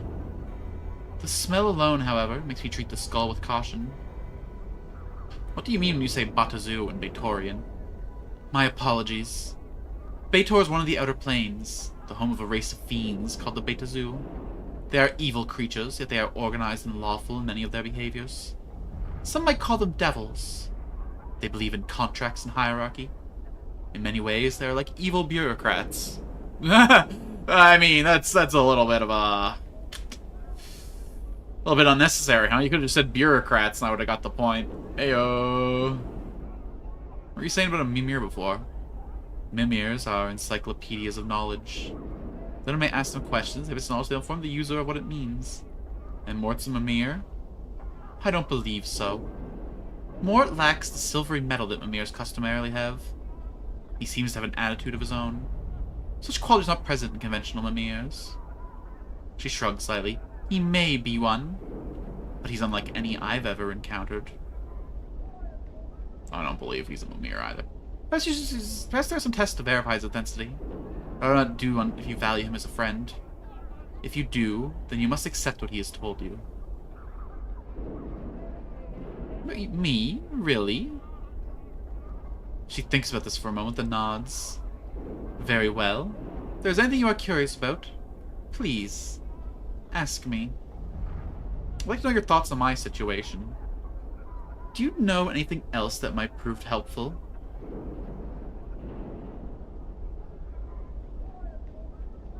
Mort isn't a mirror, but he said he was one. Interesting you've trusted him implicitly so far. But if he's from Bader, what the hell does that mean? He's not a demon or a devil, because devils have flesh generally.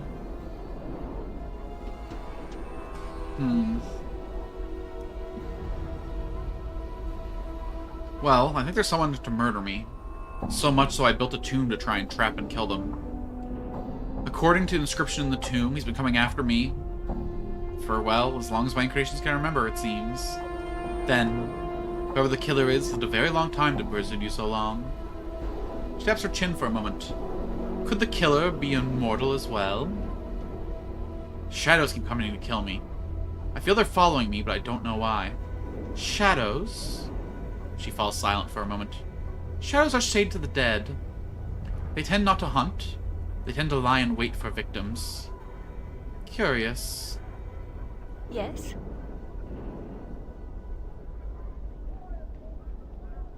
About our companions, about you. Your idea of who or what I might be? Yes, I freely admit that you are something of an enigma. But I find such mysteries intriguing. Shall we attempt to puzzle out your situation? First, while it is possible you are a tiefling or some rare crossbreed, my guess is that you are human. Or were at some time. Your appearance is approximately a male in his early 30s. The stitching and scar tissue make an exact determination difficult. The key to your past is your memory. It seems that certain locations, events, and people trigger seemingly forgotten memories. It seems your best interest to visit as many locations as possible and speak to as many others as possible. In short, experience your universe as much as possible. A sensate's advice, eh? I would not advise it if I did not practice it. And if you don't already know it to be true. There may be something else that might shed light on my situation. Yes? Something that's important. Let's talk about our companions. Me. I'm curious what your feelings are about me. A lady must have her secrets.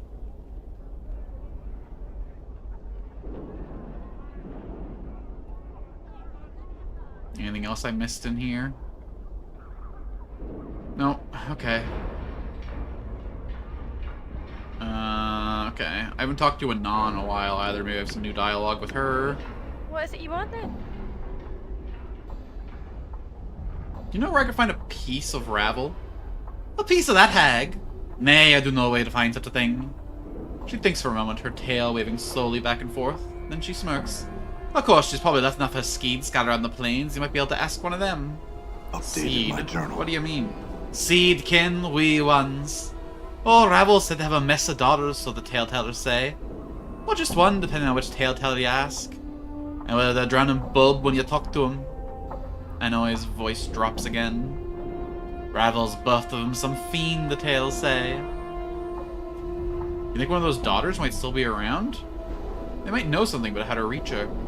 How do they know? I sure this couple wouldn't want to find one of them, if they're half as mean as she is.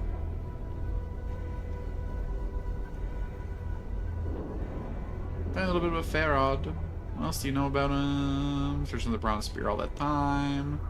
He searched for it because he thought he saved his life. Oh shit. I suppose so. I don't know why he was out the fire to get it.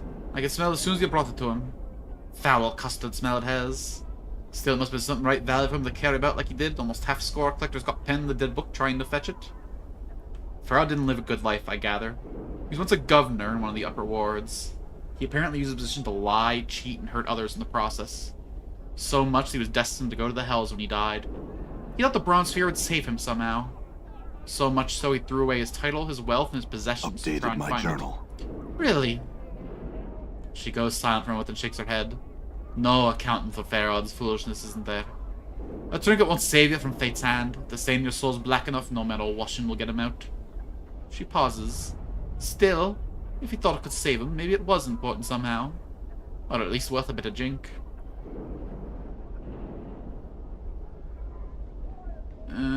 Okay, interesting. I think I've already had, like, every conversation I can possibly have with Dakan, but... What is your will? there are things I would know, Dakan. I want to ask you about our travels. What can you tell me of the city of Sigil? It is known by the name Sigil. Among the people, it is known as a city doesn't know it's... okay, we had this conversation already. Alright, Mort. Hey, what's eating you, Chief?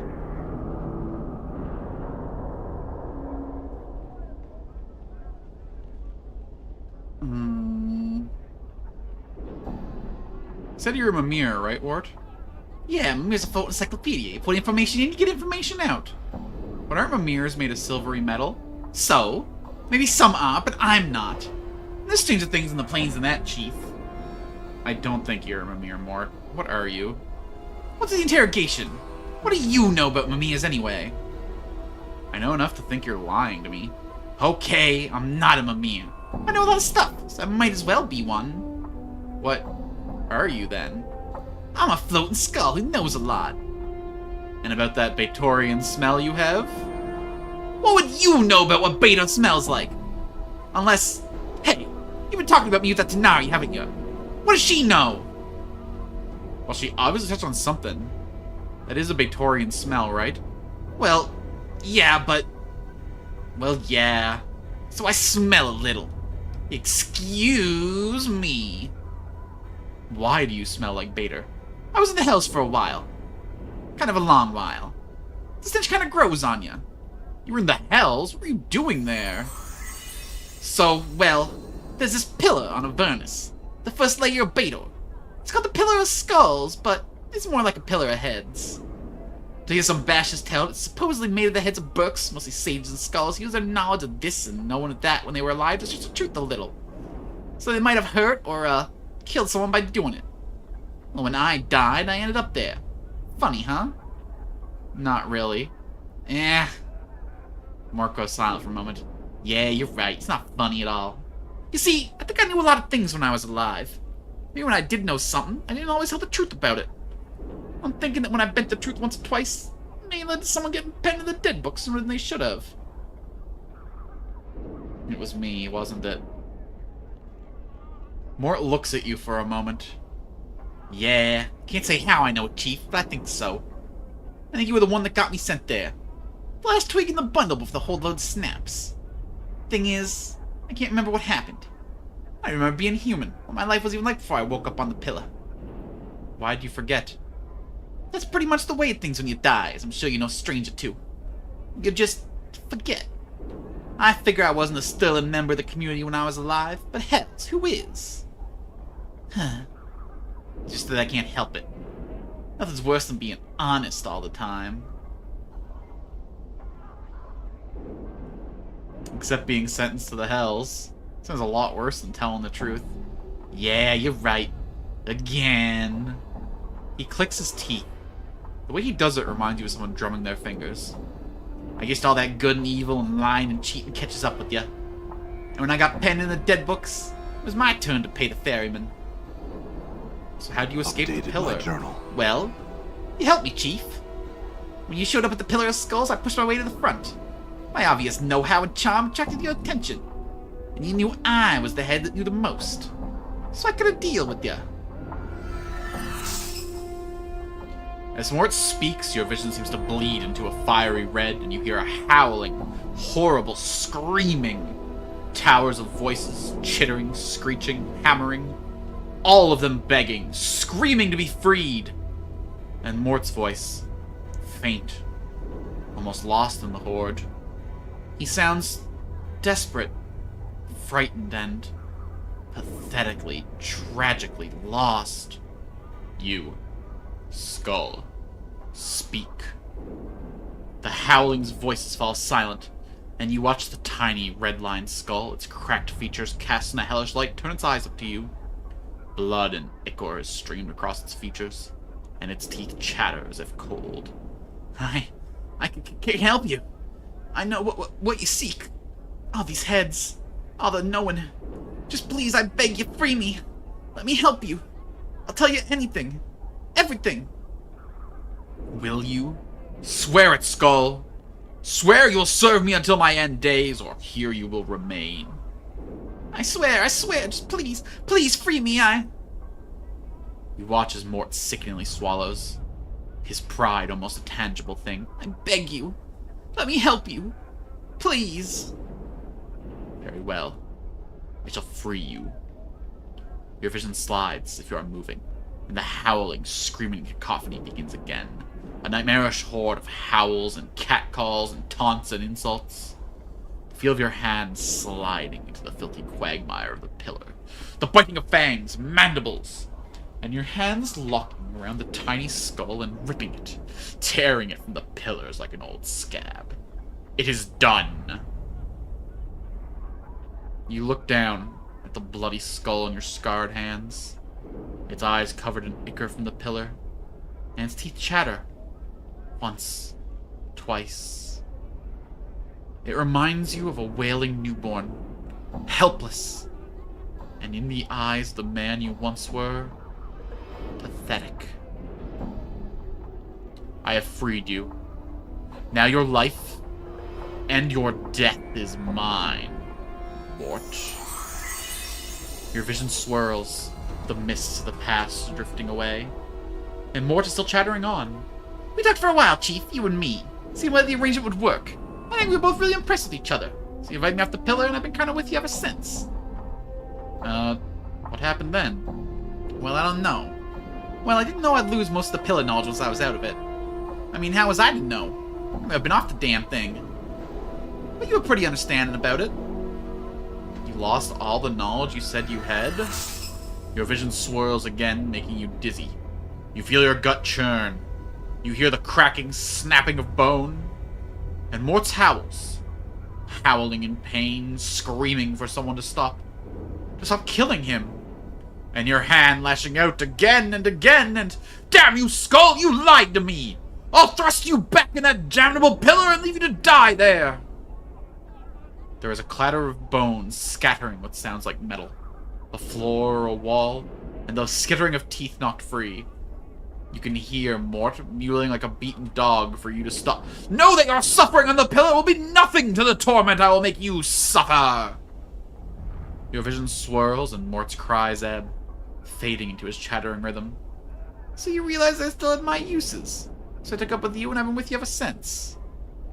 Mort, what did I want from the pillar? And how long ago was it that I freed you? Mort thinks for a moment. Well, as far as for how long, I don't know the exact count, Chief. Ages, I suppose. Done all I could to help you each time, but it's not easy. And for what you wanted the pillar, I don't know. Once you pried me off, I couldn't remember. Mort, why didn't you say something? We were at the mortuary. Mort suddenly becomes defensive. Because I never know who you're gonna be! Some of you incarnations have been stark raving mad! One time, you woke up and the idea that I was your skull, and chased me around the spire trying to shatter and devour me. Luckily, you were crushed by a passing cart in the street. Another, good and lawful, you tried to thrust me back into the pillar because it's where I belonged. Mort smirks. That's why. Besides, no harm's ever come from you not knowing. So you stayed with me all this time? Well, yeah, Chief. I said I would. Mort always keeps his promises. He pauses. Well, most of them. There was one chit on Arborea who... You suddenly realize that Mort's tone has changed. Past the joke, you realize he's trying to hide something. Something about why he's with you. Mort, seriously. Why are you still traveling with me? Chief, I said it's because I promised, alright? He looks irritated. What else could it be? I don't know. You didn't need to stick around after I freed you. Well, of course not, Chief, but I... And suddenly, his tone of voice strikes a chord in you. You know why he's remained with you all this time. You feel guilty. Because you led me to my death so long ago, isn't it? And you've been suffering ever since. Oh, come on, Chief. Me? You feel guilty? I'm Mort. No, I think that's it. When I came to free you from the fate you deserved, you couldn't help but try and help me. And when you could have left after I freed you, you remained. Because you feel indebted. Mort is silent for a moment, looking at you. Maybe. You know, it's funny. At first, I don't know what this feeling was. It kind of slowly eats at you, you know? I mean, at first, that was a side effect of some enchantment that bound me to you. But after a couple hundred years, I realized it was more than that. Something deeper. I just felt drawn, connected to you somehow. Maybe it's all your suffering, Chief. Your torment. I don't know. Maybe I felt... I don't know, responsible for whatever it is I did? Or something I did brought you to this state. Thing is, I don't think me, wherever I was, really ever had a chance to see all the consequences of all the lying and cheating I'd done. And when I saw you for the first time when I was trapped on the pillar, somehow I knew that you were the one I betrayed. Once, long ago. And that's all I know. I see. Updated my journal. Thanks for coming clean, Mort. Oh, whoa, stat bonuses! Whoa, whoa, whoa, whoa, whoa, whoa, whoa. Nah, don't thank me. Mort sighs, and to your surprise, his voice seems stronger somehow. More confident. Some of the cracks and fractures in his skull have vanished as if healed. Nah, the thanks is all to you. I feel like I just had a plane moved off my shoulders. So to speak. Okay, that's cute. So, Falls from Grace told me that if I valued our friendship, I shouldn't dig into his lies. But actually, digging into his lies is exactly what Mort needed. Because I've dug into the truth and ascertained, like, the reality of the matter, we've become just a little bit closer. That's really cute.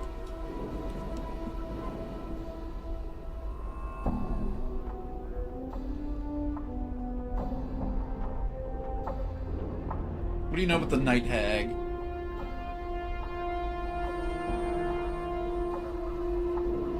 You know, I've learned some new tricks.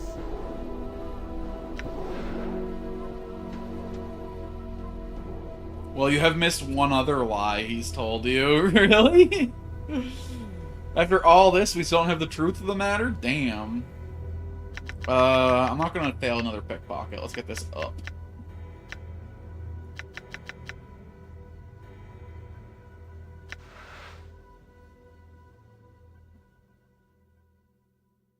Nah, it's fucking rocking it.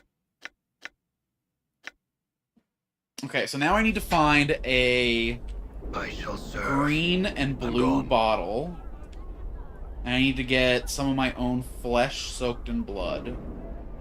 So I need a cutlery salesman, and I need a fucking surgeon.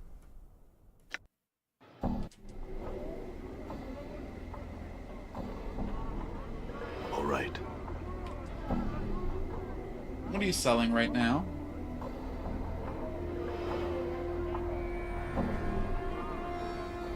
Okay, she doesn't have it.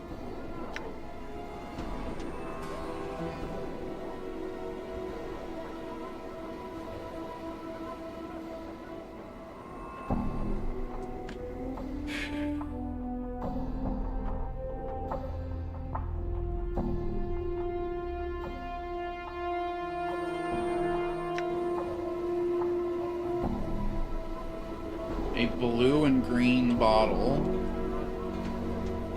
And my flesh and my blood.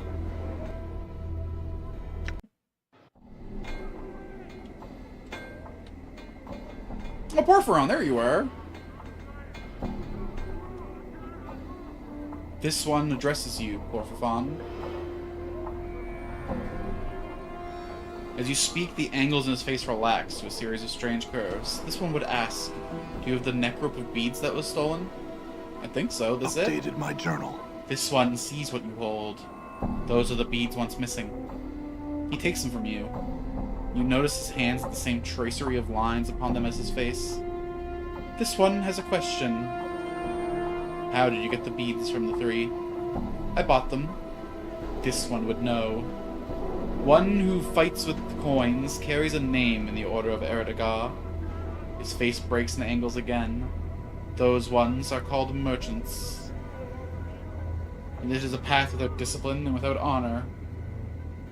If you were a true warrior, you'd learn to use every weapon at your disposal. This one bestows apologies. This one means no offense. This one bestows several welcome thanks for your services. What about the weapon training? This one could instruct you, yes, but this one warns you. With knowledge of violence comes temptation to use it. I sure hope so. Not at this time. I'm gone. Hey, Cutter! I got a good place for you to stay. Okay, if I haven't seen Porphyron in a while... Oh, shit. We got warm beds in here, Cutter. Come on in. You know what? I bet we're strong enough to take this guy on at this point. Fuck it. It is I. Yeah? Ignis hears you. Fuck it, I say.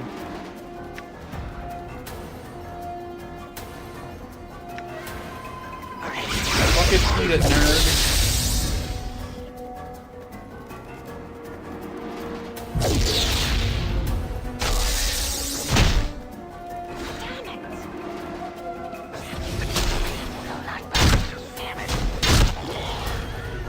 That's right, that's right, that's right! Motherfucker thinks he can step to me, causing me problems? Nuh-uh, not today.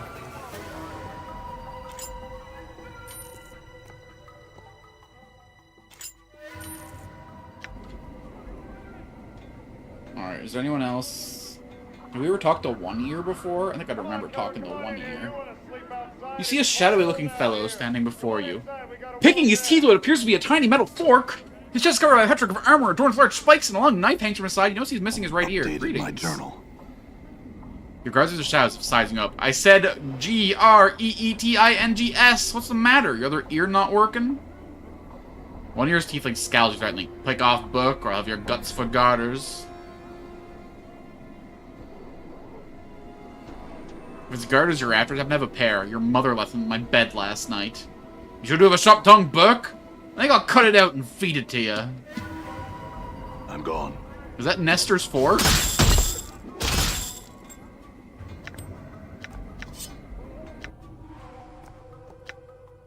Oh my god, we're just popping out all our quests just walking onto this map. Done.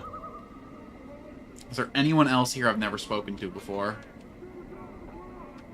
Not just a bunch of harlots. Don't get me wrong, I love talking to the harlots, but...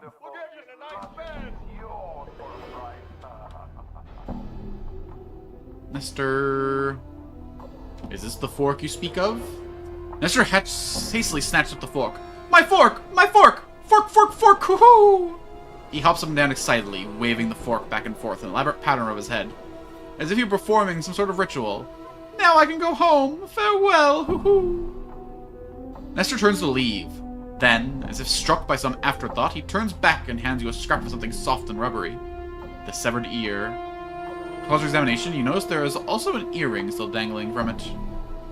Pocket the earring and discard the chunk of flesh.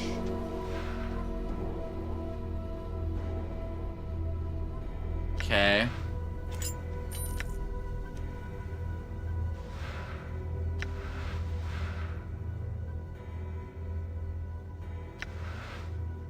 This 10% to stealth, this is 5% to lockpicks.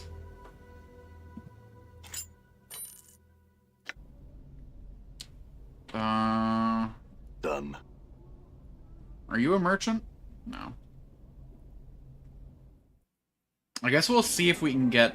All right. The two thoughts for getting some of my flesh soaked in blood would be either Marta or the mortuary people. So I guess while we're in the neighborhood, we can go down and see old Marta.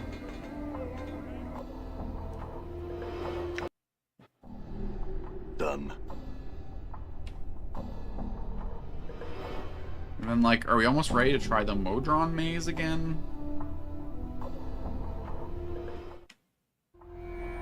What do you think, old Marta? Can you do some elective surgery on me? I had some questions for you. Can you dig in my body to find anything? Marta can do that, can't you, Marta? Yes, you can. I am not gonna watch this. Where? Marta is studying you as if looking for the best place to crack you open. Let's try the stomach, shall we? You lie on the table and Marta stands over you, a rusty knife at the ready. There's a stabbing pain she slices into your abdomen, then cuts brutally down in a saw-like motion, exposing your inserts. Despite the pain, you watch in morbid fascination as she lifts up your stomach. Your vision slowly returns. Marta's shaking her head. No, nothing found, eh, Marta? No luck. So we try again. How about my rib cage?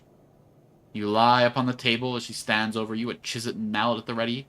There's a sharp crack as she splits your rib cage open. You try and choke back your screams as begins to fish in your lungs. As you try to gasp for air, you go numb, then black out from the pain. She doesn't give a fuck, because she's just like, oh yeah, I'll do it. Been wanting to get into a living Burke for a long time. Check my intestines. Could anything be lodged in there? You lie on the table and she stands over you, rusty knife at the ready. Ah! There's a wrenching pain as Marta lifts with a ropey mass of your intestines, blood and other fluids streaming from it. Look at this, Marta, look at this! I see, cut there and cut there. She has a small deft incision to one side of your intestines. You hear ting!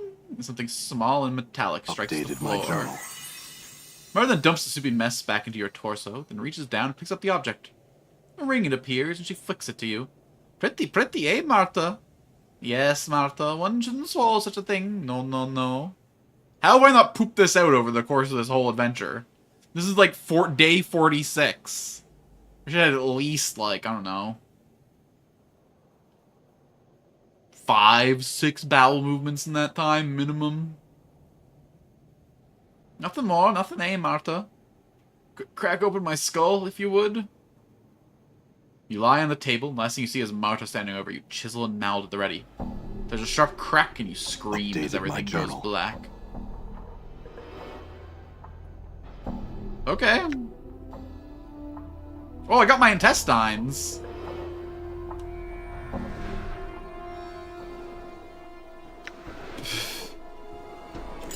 Okay. All right.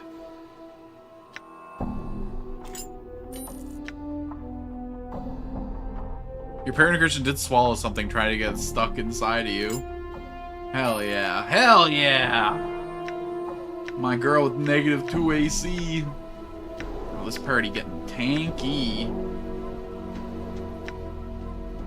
Alright, now we'll go outside and sell some stuff to Quint. Okay, so I didn't get the skin I was looking for here, but that was still a productive little trip. Who else could rip a strip of my skin off for me? I guess I could probably do it if I had the bottle, huh?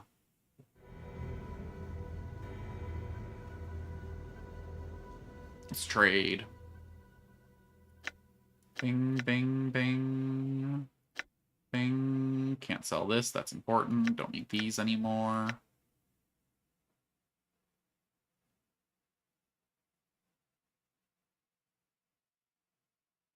Ching. You have no idea how tempted I am, but no. Hold on to the obsidian earring for now. You might end up taking her earring off and giving it to someone else.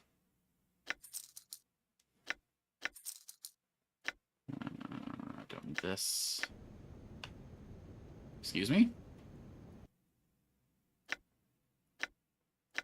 I pressed the wrong button.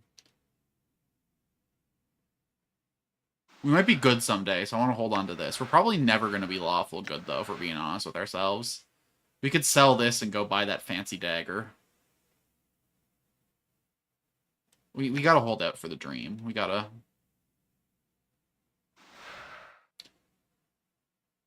+5 Thaco to missile weapons, +8 damage, but -2 Thaco. Armor class, as well as a +3. Okay, we're definitely not going to use this. Yeah, this one gives armor class as well as other effects, so I definitely won't use this. This is inferior to other stuff. This is inferior to other stuff. This is funny, but... oh my god, let's just sell the pipe. We never use these damn spells. In fact, you know what? Maybe I should treat all this shit as vendor junk. I definitely don't need magic missile. There's a world where the cloud kill saves my bacon someday. Probably never gonna use these. We should be like a little more honest with ourselves. This is healing, we're gonna hold on to that. This is armor class, could be useful. Don't need this. This could be useful. This could be useful.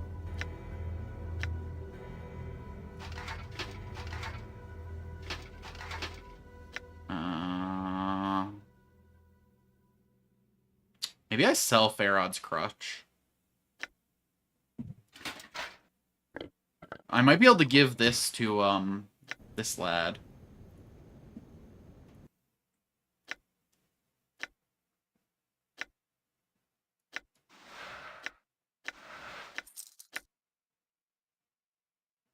Holy shit.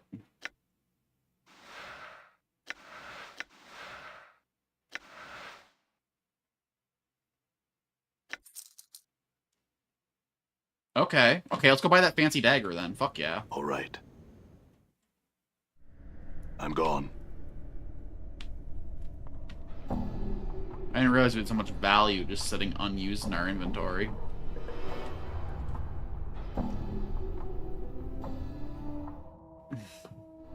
All right. Sell consumable items to buy permanent equipment? Yes, fucking please. Oh.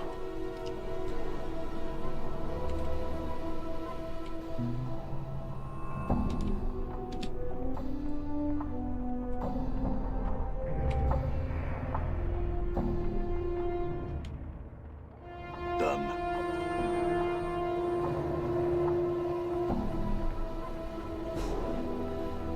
This was a can of Baja Cabo Citrus that I purchased for fucking $3 a can from an import store downtown.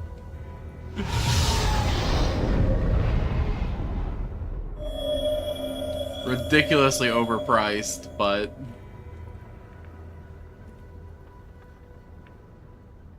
I don't know, I walked all the way down there. I was gonna...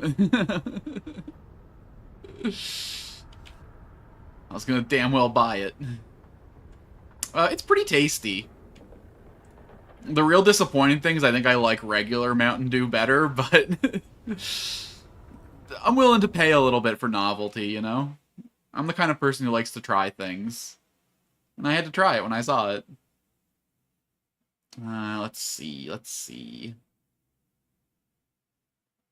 I need to go to the lower ward. That's where the Foundry is. I'm gone. Rest in peace, Lenny. Thank you for the fancy knife. It made a gnaw a lot more effective. In fact, not only the +2, or all of the +2 to damage and the higher, but like the +2 to Thaco is going to be crazy. We're going to be 10% more accurate in combat now than we were.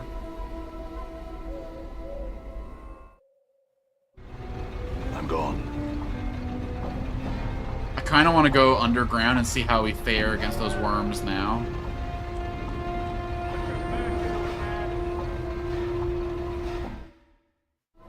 I'm gone.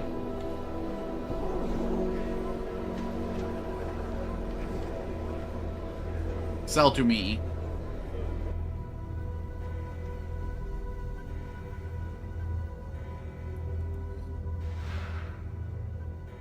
Do I have 6 level spell slots yet? Chain Lightning goes crazy. All hostile creatures on the screen for 70 to 70 points of damage. Holy. Minimum does half damage, too. Okay. I mean, like, yeah. Seems pretty fucking good. So this is piercing.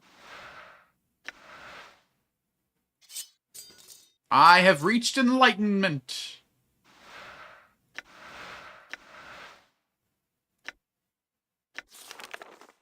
Ooh.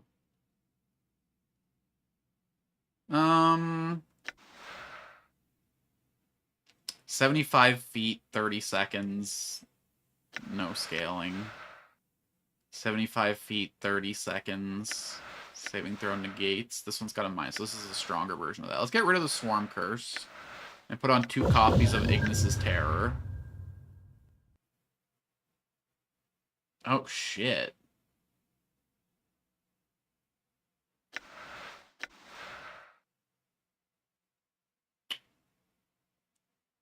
Huh. So this scales as I level up, whereas this doesn't. This is a higher to hit jam. Now we're going to keep the Adder's Kiss here, I think. I still haven't tried to cast this once yet. This scales with my level. I'm currently level 10, so what's it do right now? Violet. Petrification? No damage, though. Interesting. So it's not going to do damage anymore until I hit level 12.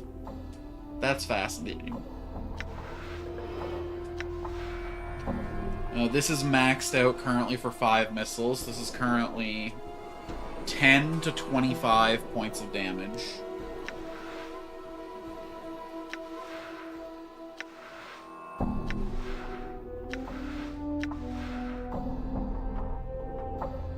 -4, +4, -4, +4. This is just a better version of blindness, so there's no reason not to equip it.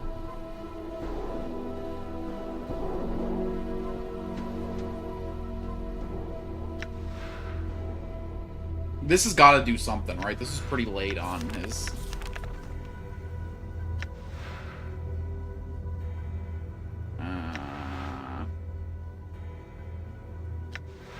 Gonna be honest to you, Chief. I'm not seeing a lot of great options in here.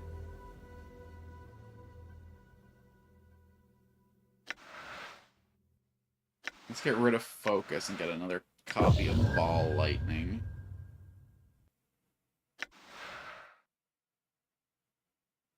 For every 2 wizard levels, and there's no cap. So this is currently 5 to 30 damage plus a heal. Yeah, that could be half my health. That seems pretty fucking good, actually. You know what? Another Vampiric Touch.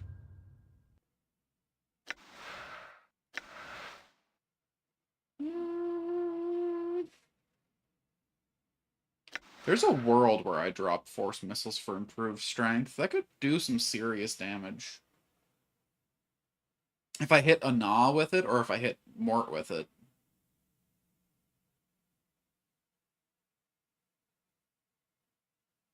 I can even do it on myself if I really want to fucking start smashing. No, let's add Cloud Kill to our rotation. Let's drop Force Missile and add Improved Strength. And then I probably need to level up one more time to get Chain Lightning on the table. God damn.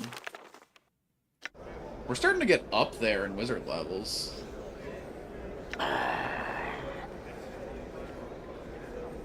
What's your situation like?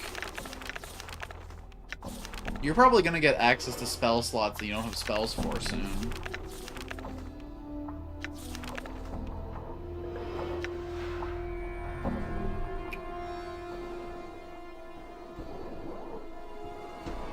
I don't think we really give a fuck about this.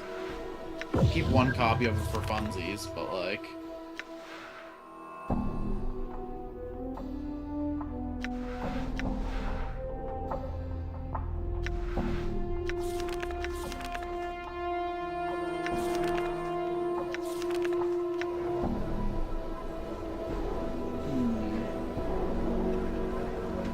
Alright, Ignis. Can I do something with these intestines with you?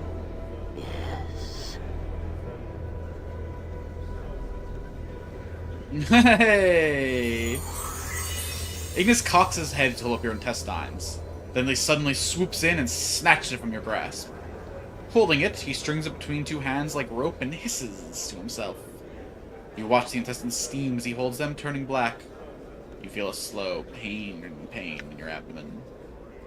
He strings out the intestines, handspan by handspan, lets each length fall from his grasp. It starts rotating around him like a spiral, snaking in a slow pattern, each portion being roasted by his flames. There seems to be some dancing pattern to the way the flames are touching the strip of the intestines, slowly blackening them until it looks like a long string of charred meat. The burning in your abdomen makes you wince, but it's nothing compared to the pain you felt when you charred other portions of your body. You watch the burning guts spiral in Ignis' flames, then suddenly, they gutter out and fall into Ignis' hands. He gives a hiss, then throws them to you. Much power in the immortal organs. Updated my journal.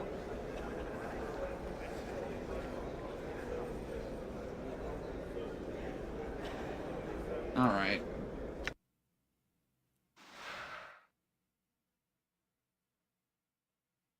Cool. Thanks for the spell, Ignis.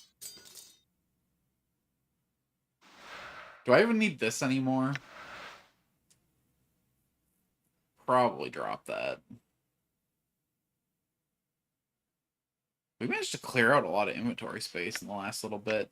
Look at us go.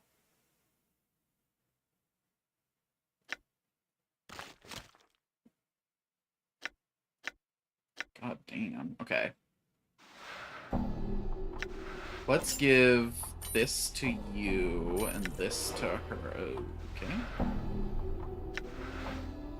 Yeah, that seems better than fire resistance. Endure. And nobody else has earring Enduring slots, grow huh? strong. His is taken by an eye. He has no equipment slots.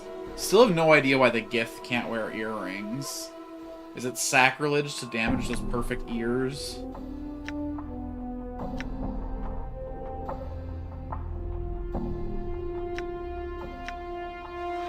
I guess this is just a tech piece to equip when we need it.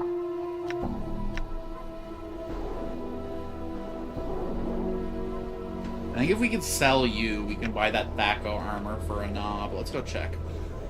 I'm What gone. that costs.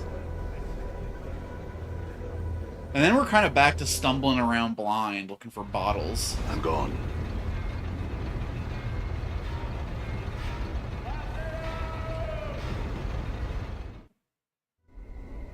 I'm gone.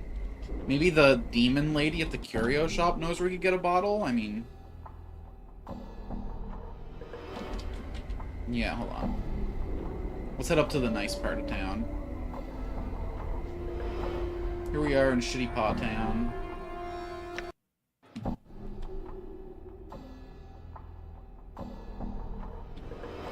Done.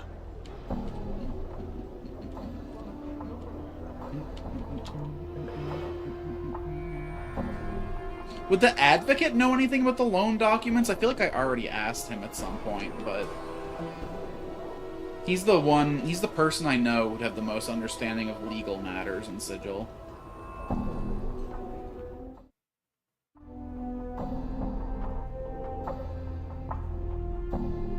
Greetings, Giannis. I had some questions. Could use some counsel. He's more of a will lawyer than a legal lawyer, All right. I suppose, an estate lawyer.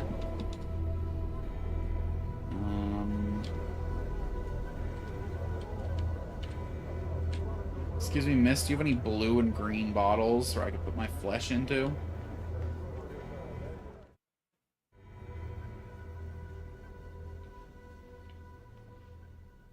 You mean she appears to be busy? Gonna buy you.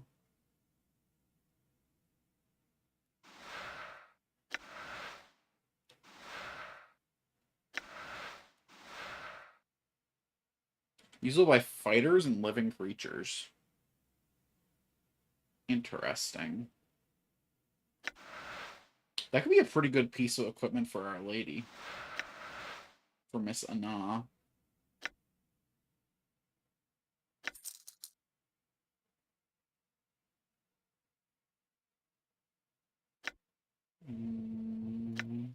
She's offering me worse deals than anyone else I've spoken to. Jeez. She must fucking hate me.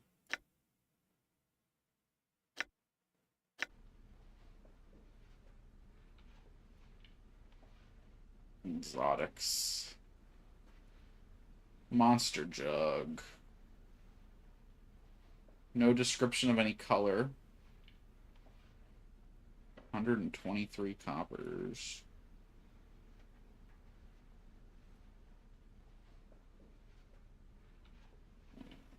1,000's crazy. I'm not allowed to buy the baby oil? It's fucked up. It's made from real pressed babies, man.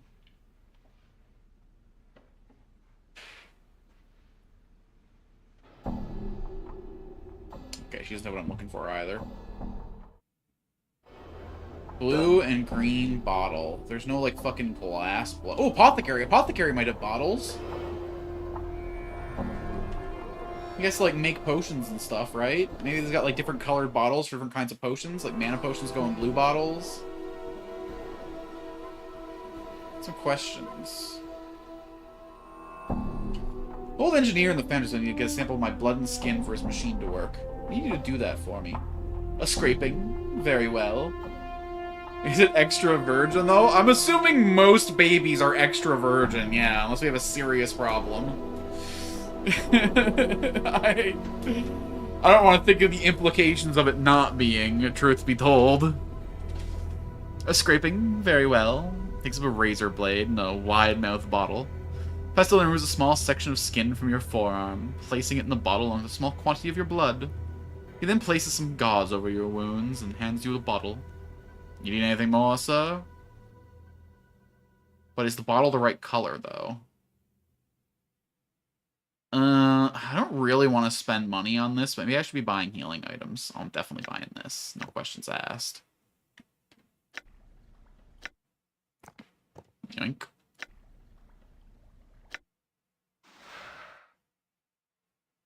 Alright, cool. Thank you, Mr. Alchemist. Done. It's good to have friends in the city. People that can help me out. My moment of great need. If only I could help the lady up here in her moment of great need now. I'm a little curious. I want to go down here and fight those worms to see how much stronger I am with my new equipment. If I can trash the worms without cheesing the shit out of them, then I'm ready for the Modron Cube. That's how I'm thinking of it. All right.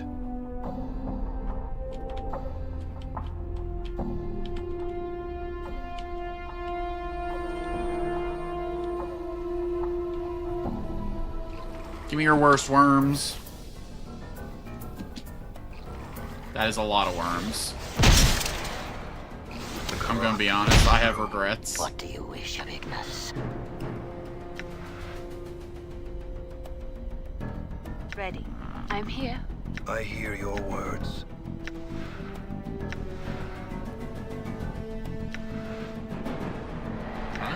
I will hear you.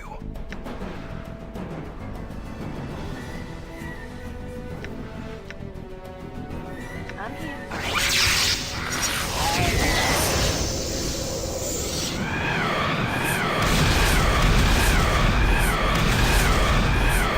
Probably should have saved before coming down here to pick a fight. Whatever, as long as Nameless is the only one that goes down, we're fine. I'm hurt. Tenor. God damn it. What is thy bid Ignis wishes to burn?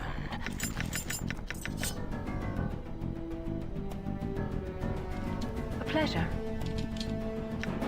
Yes. What did you wish? Balance flames await. I'm gone. Alright, well, it was an experiment.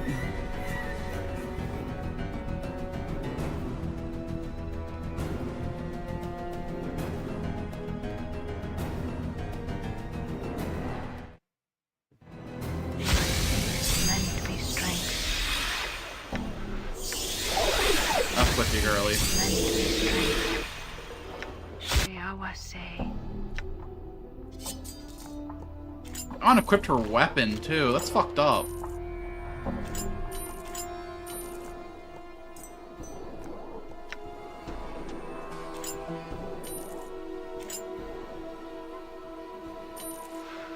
Wrong earring.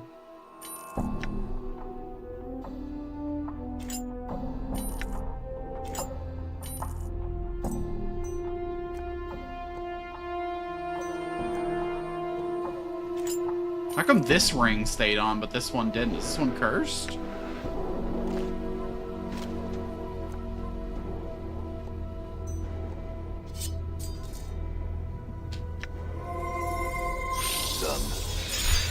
Alright, we picked the silly fight. How much do you cost?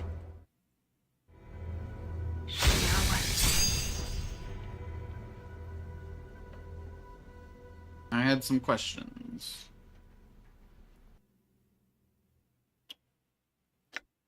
$800 more dollars. Oh, not wrong one. $1,203 to get an extra bit of Thaco on our girl. And then I would also love to get 5 extra spell slots for her. But that's expensive. That's fucking endgame goals.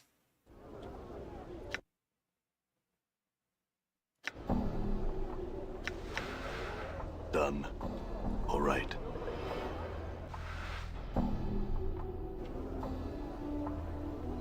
Okay, let's go take a couple rests. Right. We need to set up Kip now. Done. Perfect timing. People. Just as we got tired. Pop into the old tavern.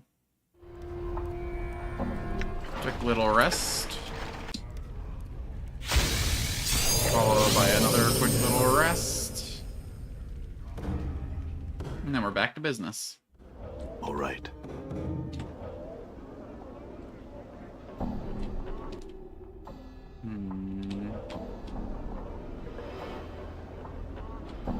Do I even need to, like... Okay, I do. I guess that makes sense.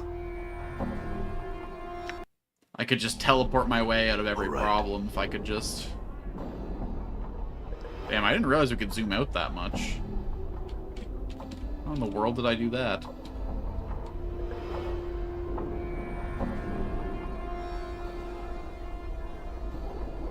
Do you have any idea where it is to even begin looking for your fucking documents?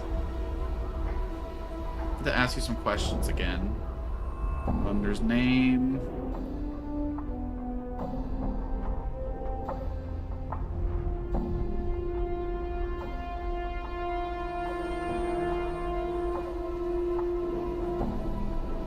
Shit. I think I fucked up by killing Lenny.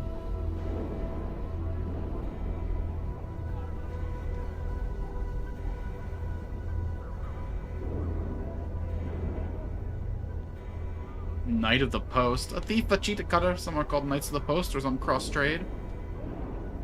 Could you have misplaced the loan document? Who do I talk to about your contract? They're in the auctioneer. Give me the redhead. I want to ask you about Trist. She doesn't belong on the block. What if I can prove she's innocent? Not this time. Updated my journal. Like the engineer about Trist. Only to find proof for innocence, he agreed to not auction her for now. I'll ask you a question. Can I buy her contract? What are the requirements? He begins to count fingers 1 in. First, you must be a citizen Sigil, second, proof of current residency. You can provide accommodation to support the stars. Lastly, you must not record yourself. What if I can prove she's innocent? Not this time. I don't know.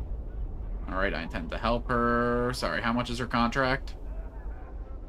Can I buy her contract? What are the requirements? See how much?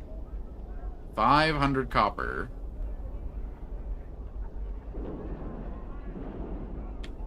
Okay. I'm at no closer to solving that than I was before, but I got a journal entry, I guess. We can call that progress. Done. More Zomboid for Miku. Okay. Done. I might have fucked up by killing Lenny. I mean, it's his fault for not letting me pickpocket him. Honestly, I don't know what he was expecting, attacking fucking 6 guys. Very cool. I've got it right here. Show me my dreams. Updated my journal. The machine requires a bird cage adorned with razors, fine rot to make the destructive power of dreams. Simply catch our heart's imagination. Search the siege tower for a cage I have commissioned. How do I get in there? You must prove yourself resourceful. Find a way. Tell me about your co-workers. Bah! They do not possess a true fire. They speak of creation and they boast of their potentials. They don't do anything beyond the mundane. Their imaginations are poor, limited, obsessed with the small details. A true dreamer, I say, creates a grand scheme and then concentrates on the details. Starting with details is for the ants of the imagination. The small insects who aspire only to be fed. Cool, great insight. This guy thinks way too much of himself. And he doesn't even know how to get into the goddamn siege tower. I was saying earlier this very stream that I didn't seem to do much interacting with that siege tower. Now look at us go, being sent up there to get the bird cage. How very metaphorical.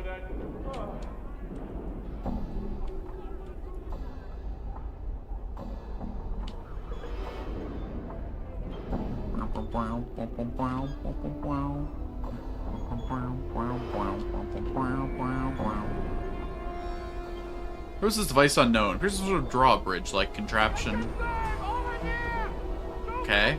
Can this drawbridge lift me up? Maybe if this bridge goes up and this bridge goes down, I can climb into the siege tower? In his lower positions, drawbridges give attackers access to the siege tower, to the walls, or a city keep.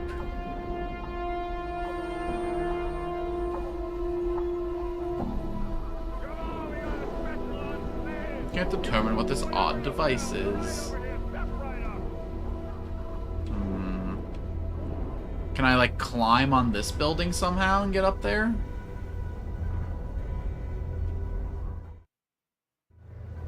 Oh, I never fucking interacted with this marketplace at all, have I? I talked to, like, one guy in here and fucking called it. I'm interested in some spells. Show me what you have for sale. Ooh, hello.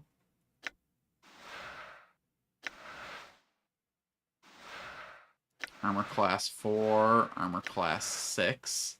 So this is just a flat-out upgrade to the bracelet I'm wearing. Ring for thieves. God damn. There's some good shit in here. When used, this item causes the attacker to feel the same pain and hurt as inflicted upon the user. I'm gone. Aye, Hey, what? nah. Why no?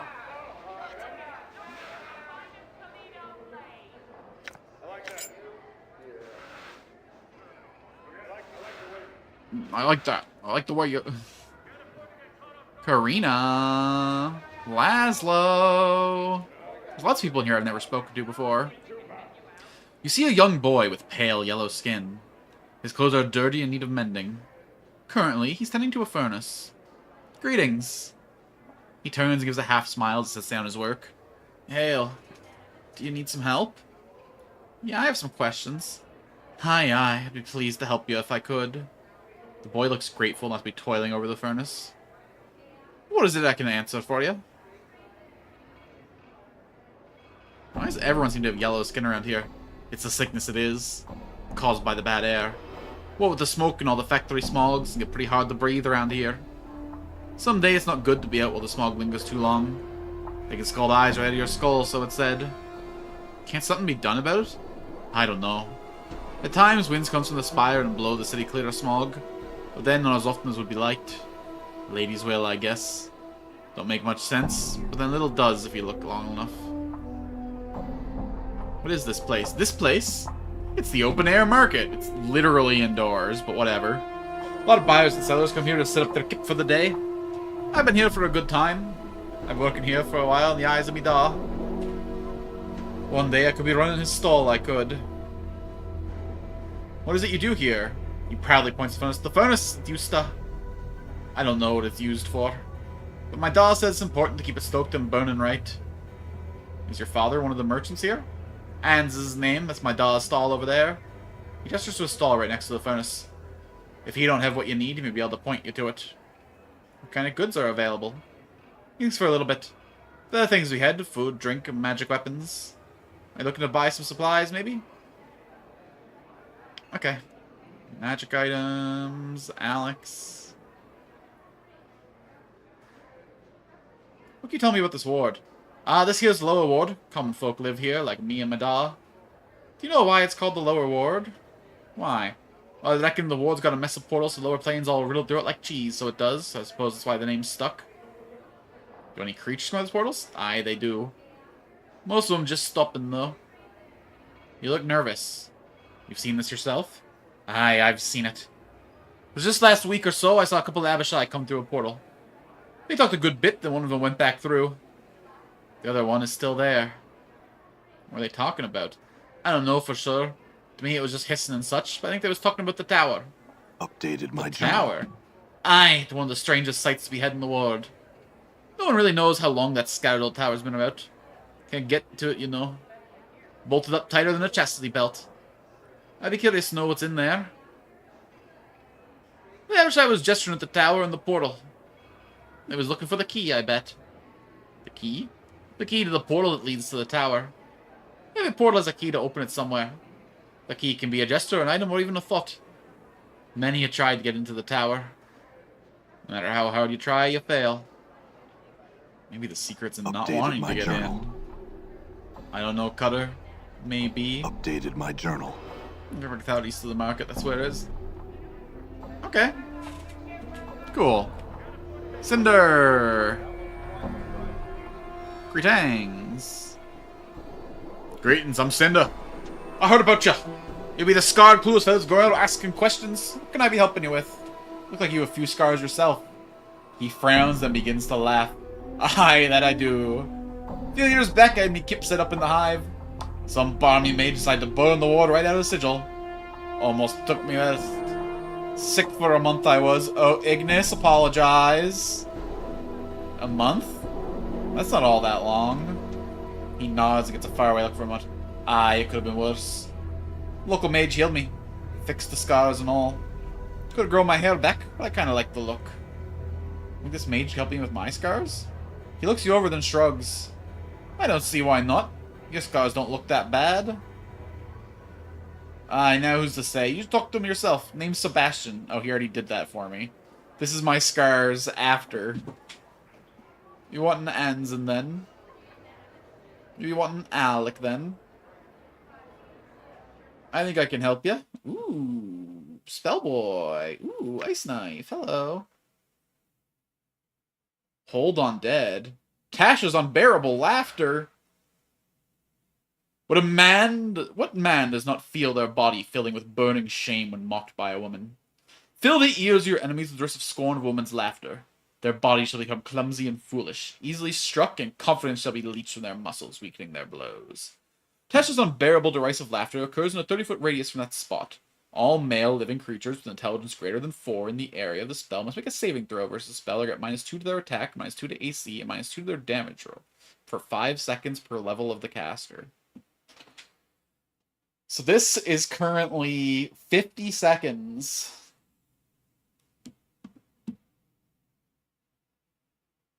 Okay. Hold undead, 5 to 20 seconds, plus 5 seconds per level. Interesting. I mean, I'm kind of invested in just buying every spell available, but...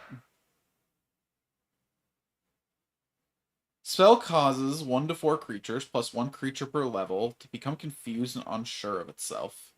They will either wander away, stand confused, attack the nearest creature, or act normal. Currently affects them for 20 seconds. Okay, so 11 to 14 creatures will be confused for 20 seconds. Spell brings shadows to your aid, enshrouding your body from detection and physical attacks.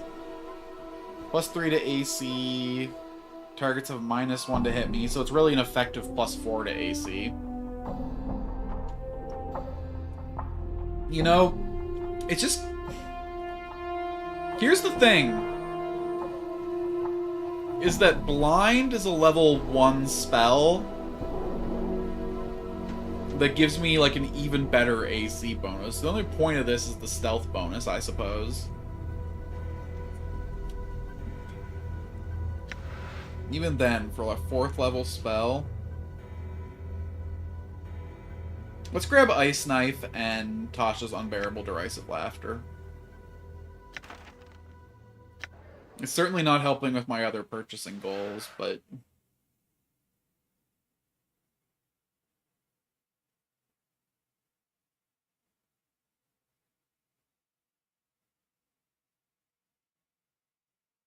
Up to a maximum of 5 daggers. Every 2 levels after the 3rd. So 5, 7, 9, 11.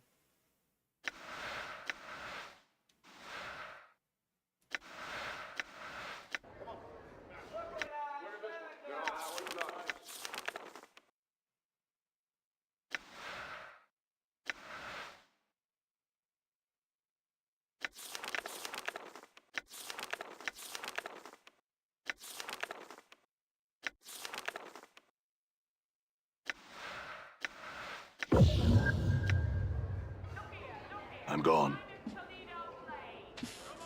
Alright, where's this Alec fella?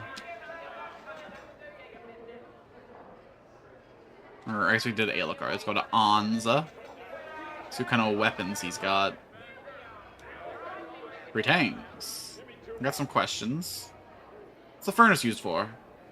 The furnace does nothing other than teach me lazy boys responsibility. Boy's always yapping, talking and such.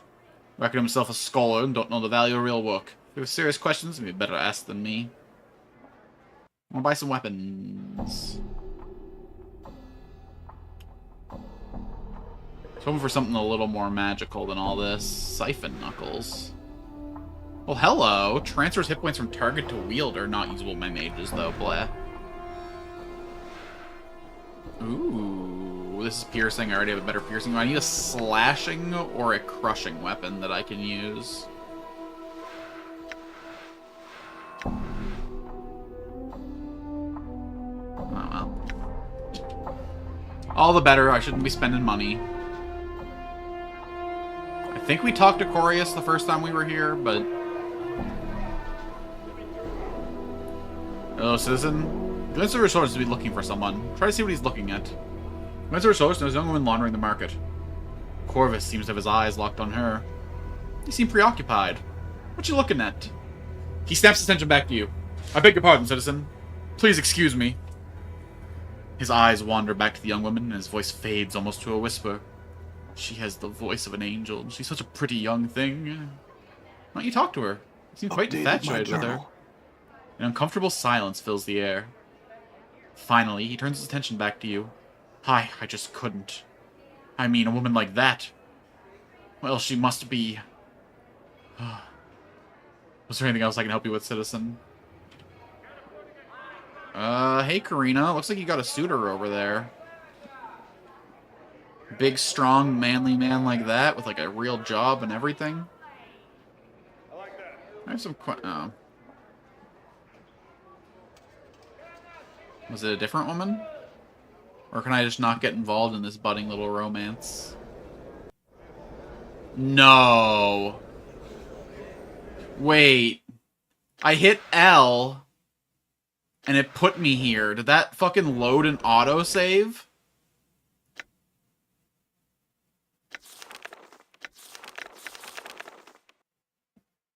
Motherfucker.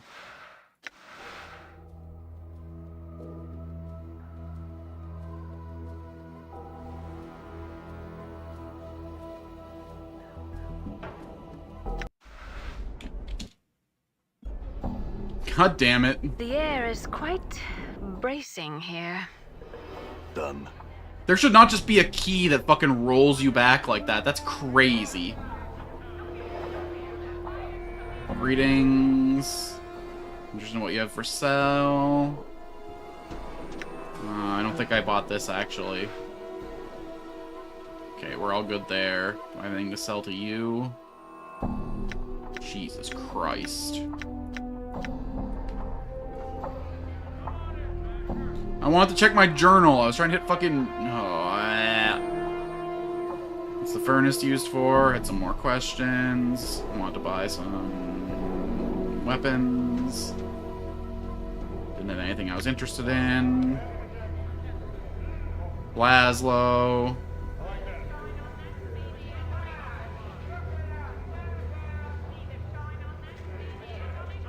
Greetings. Some questions. What is this place? What is it that you do here? Your father, one of the merchants here. What kind of goods are available? I have some other questions for you. Tell me about the ward. Why is it called the lower ward? Do creatures come out of these portals? What were they talking about? Updated the tower. my journal. What key? Updated my not journal. Want to get in. Where's the Updated my portal journal. located? Tell me about Sigil, Lady of Pain. Don't know much about her. She keeps power Sigil, keeps fiends out, talks to deals nobody except maybe the Davish. She'll peg into the daybook damn quick if you worship her or try to hurt her Sigil. She doesn't like being worshipped? That's kind of funny.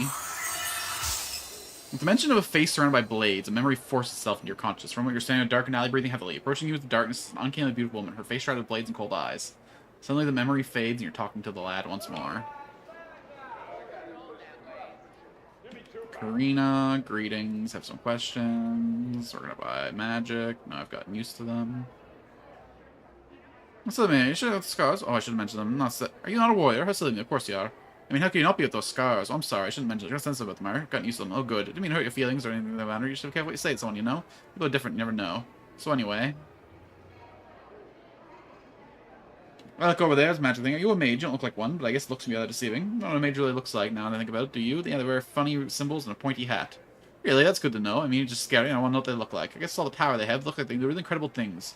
I just don't know what they look like. Warriors and priests and, you know, other powerful people just look powerful with all the stuff they carry around, so they're powerful, but not mages. You really like to talk, don't you? She shuffles her feet and looks embarrassing. Well, I've been told that I probably talk a bit too much, and well, people tend to avoid me. I don't really got any friends or male friends courting me. Sometimes I get lonely. I don't think you're a bad person. I happen to like you. Really? Thank you so much. I don't know your name. I'm Adon. Thank you, Adon. It's nice to have a friend. I noticed something on my save logo just there, though. Did I? No, I'm still true neutral. Interesting. I got, like, a new symbol on my,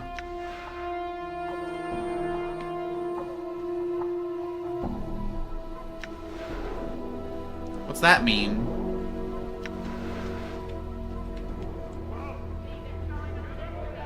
Cinder.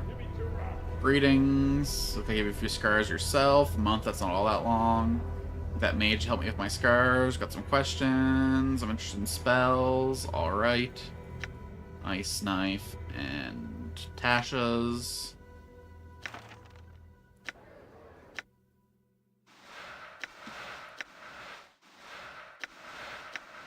I don't know if I'll ever use Ice Knife, but I just regretted learning it in Dakan and not in myself.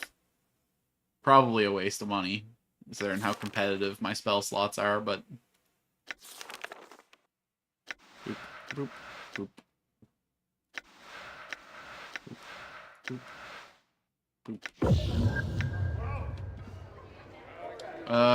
Hey, we learned a little bit about that girl, though. Try to see what he's looking at. Her name is Karina. Hmm? I beg your pardon, you know her, citizen? Voice of an angel, such a pretty young thing. Yeah, and she's also lonely. I'm certain she would welcome the company of a gentleman. Journal. He glances at you, then back at Karina. Excuse me for a moment, citizen. He steps around you and heads towards Karina. Curse returns to you and he's smiling brightly. Thank you, friend. A wonderful young lady. He looks a little glassy-eyed. You know someone named Lenny? Lenny. Yes, I know a thief who goes by that name. Usually found over by the siege tower. Updated my journal. What can you tell me about him? Officially, nothing. He paused for a moment before answering. Unofficially, he's a thief, and a good one. A master, I would say. But he's a thief that seems to have some ethics. He's never been suspected of assault or murder. He managed to avoid the law on numerous occasions. He pauses. Updated my Anything journal. else? Yes. I would not be afraid to turn my back on Lenny. There are a few people I could say that about, but Lenny is one of them. And that is all, friend. You know someone named Byron Prickett? He frowns and nods his head. Yes, I'm familiar with Byron. What can you tell me about him? Journal. Officially, nothing. He pauses for a moment before answering. Unofficially, he's expected of being behind most of the criminal activity here at the market. We believe him to be responsible for a murder of a merchant named Zach. His list of suspected crimes is quite long. Updated my journal. I would not turn my back at him, and I would think twice about being anywhere alone with him. That's all, friends.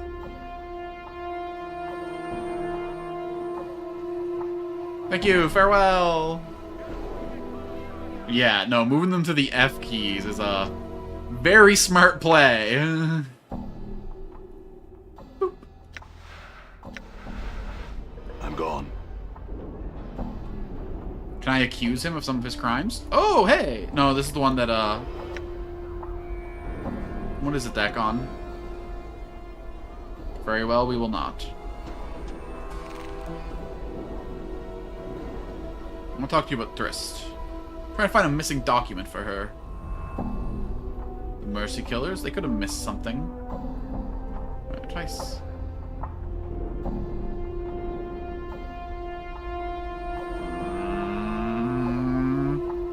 That guy trusted Lenny and I fucking murked him, man. That sucks. Okay, so this should be the gate.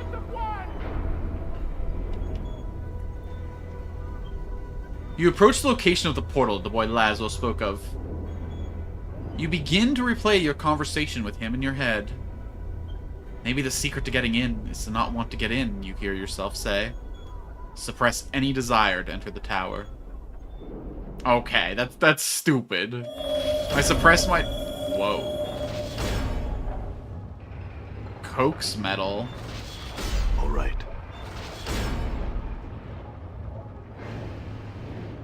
You see an iron creature. Its size is staggering.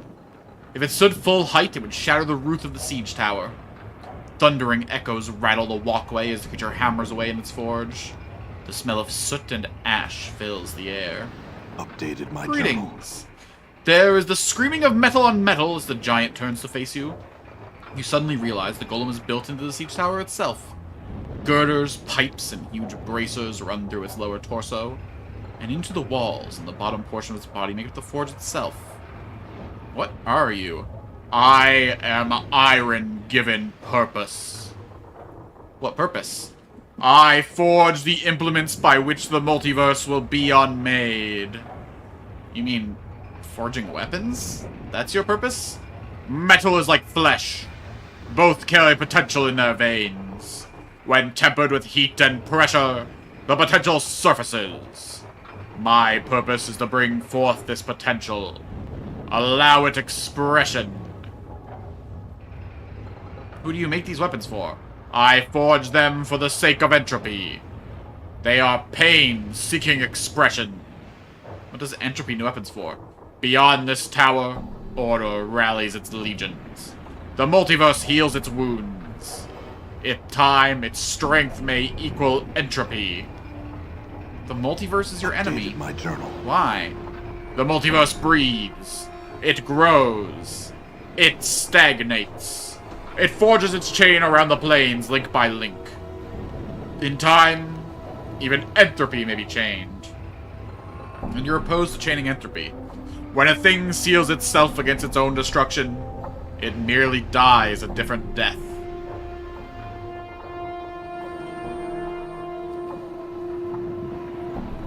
You're saying immortality is just a different kind of death? Immortality is only a word.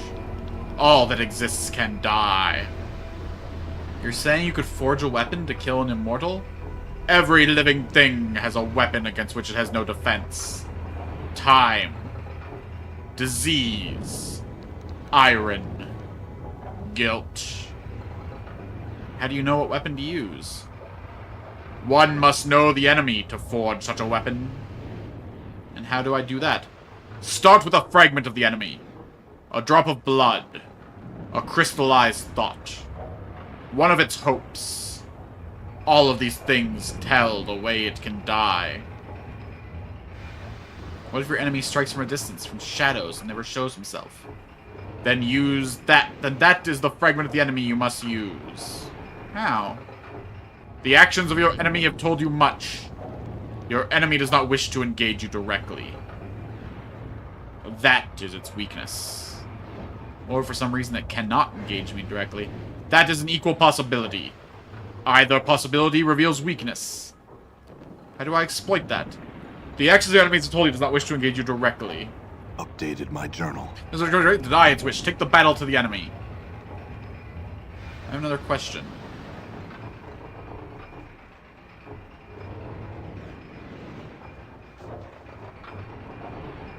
What are you? What was your purpose again? Forge weapons. What do you make these weapons for? What does entropy need weapons for? The multiverse is your enemy, and you're opposed to chaining entropy. Immortality is a different kind of death. You're saying you could forge a weapon to kill an immortal? How do you know what weapon to use? How do I do that? Could you forge a weapon that would kill me?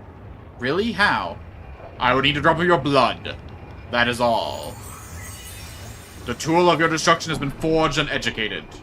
It is not enough. My journal. The magics that keep your heart beating and mend your flesh are strong. You must sink the blade into your body only within a shell where you are cut off from the planes. Why? The reason is not known to me. Yet both the weapon and the place are necessary for your destruction. Where would I find such a shell that separated me from the planes? That is not known to me. Alright, another question. What is this place? This tower is a siege engine. It exists to breach the wall between planes. Breach planes? How? Updated my journal. The tower anchors itself upon a plane. A wound is torn open in the multiverse when the bridge of the tower opens. Legions may pass from one plane to the other through the tower. When the plane has served entropy's purpose, the tower anchors itself again. What happened to the legions that have used the tower? Entropy has unmade them. What happened to the planes the siege tower invaded? Entropy has unmade them. You heard of a night hag named Rabble? The night hag sought to sunder the city. Her greatest works were those of unmaking. She walks the path of entropy. Updated my journal. You know what happened to her? Order set chains about her. She was cast within a cage. You know where this cage is? Her prison is unknown to me. I need a heavy, decorated, wrought iron bird cage. Do you have one? I have such an item. The Dream Builder came to me an age ago. He promised me that durance in the prison of the city would be near the end when the cage left my possession. I see. Updated my journal. Can I have it? Yes. Take this cage and lay waste to those who create such confines. What do you know of the Blood War? It is the war by which the planes will be unmade. How long has it gone on? The lifetimes of many metals. You ever serve in it? Yes. It was on this forge that the screaming projectiles that tore the smoky skies of Avernus were made. Weapons so sharp the wind itself knew agony. The flames grow within me. Blade of the Immortal. 2 to 3 piercing. +1/+1. This is a strange blade of the Iron Orange Forge using a drop of your blood. It's an ugly looking weapon, shaped so that it resembles their way across the surface of the metal. Shaped so it does resemble one of the symbols in your left arm. Oh, is this the mark of Torment? Black veins worm their way across the surface of the metal, and the edges look so dull that it couldn't even cut warm butter. It pulses slightly as you hold it like a heart. The golem claimed this blade could slay even you, provided it was used in a place that was cut off from the rest of the planes. It's also got a use on it. Does that mean I can use it to execute myself? Is this place separate from the planes? The strange blade's an ugly weapon. There's no source of there. No. Interesting. I guess that gets added to my roster. Alright. Back to Operation Dream Builder, I suppose. I don't suppose I can get any other weapons from you, though. I'm a little disappointed by what you made for me. The iron in my body once existed as minor expression of pain. Blades, spears, axes, arrowheads, rivers, and catapults. From these implements of war was I wrought.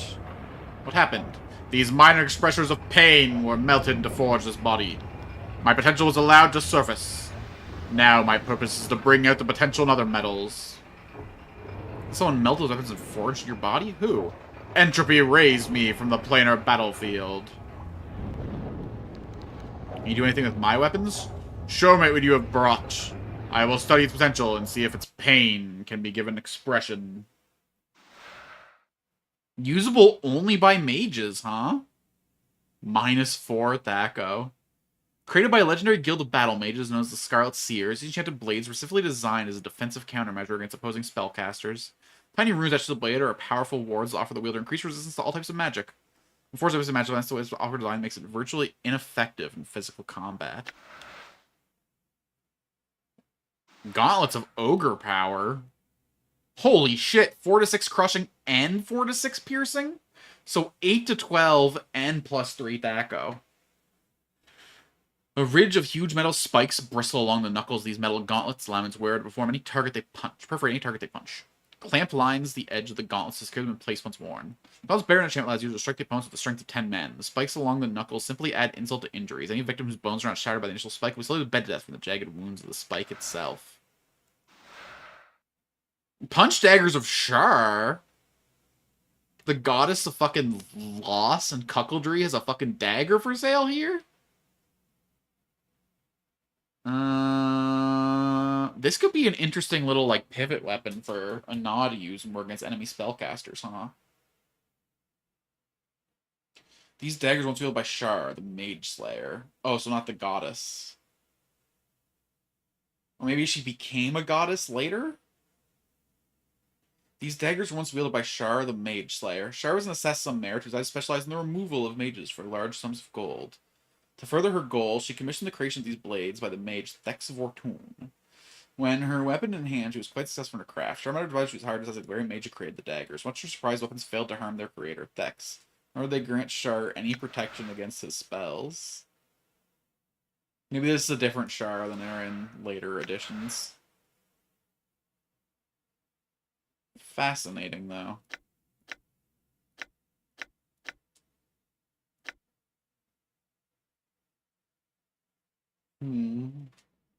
So these are the only two like really unique, interesting weapons he's got for sale in here.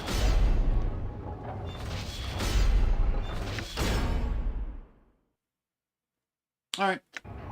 How the hell do I get out of here now? Do I gotta not want to leave?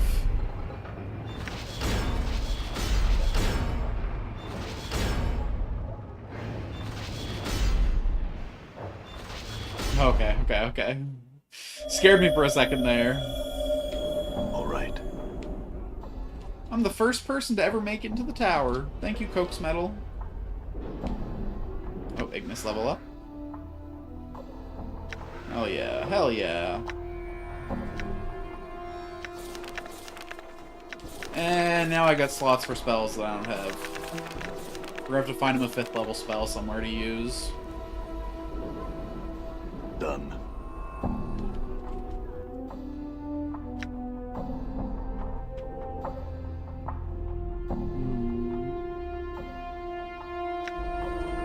through our quest journal at a pretty good rate.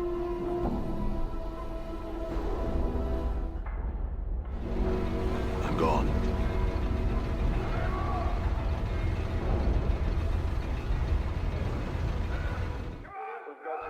I'm gone.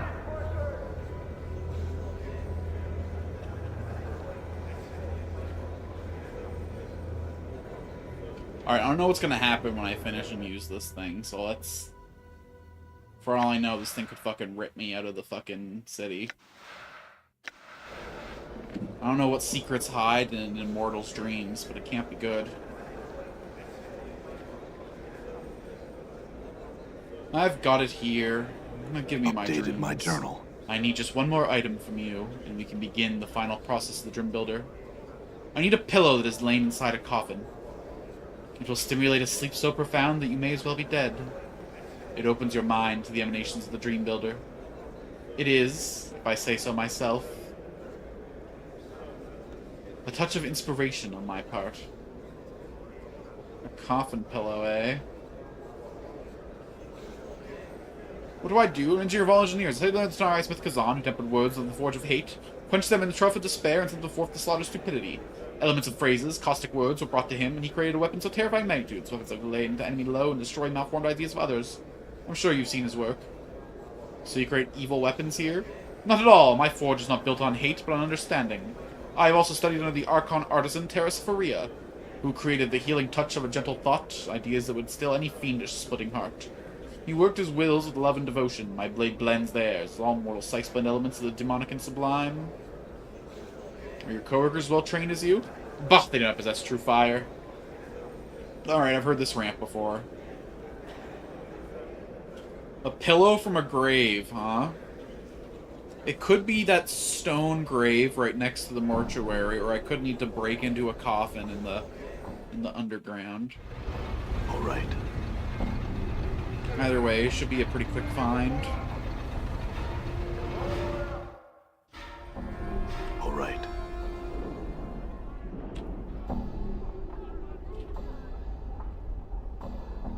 Really have no idea what to do about this whole situation. Maybe I should just fucking murder the guy and try and get the contract that way. Let's go here first, since it's the easier place to get out of.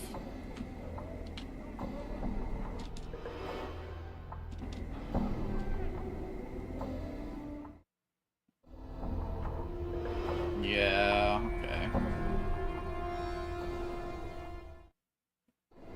Done.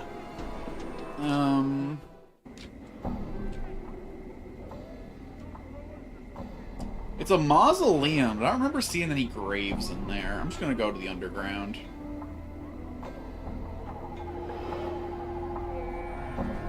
I know for sure there are tombs and coffins down there.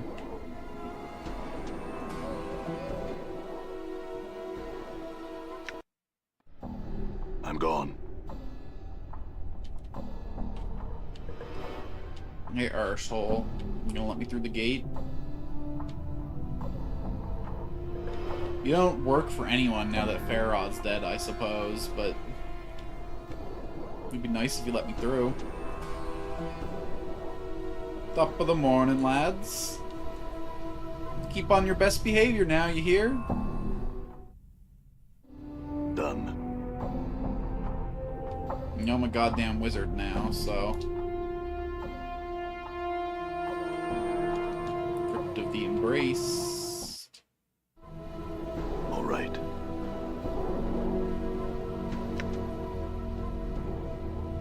Chris, you half-weaned vulture, makes some powers give you the dead. They're not gone. They'll power death pity on your fly-blown carcass. Great, good talk.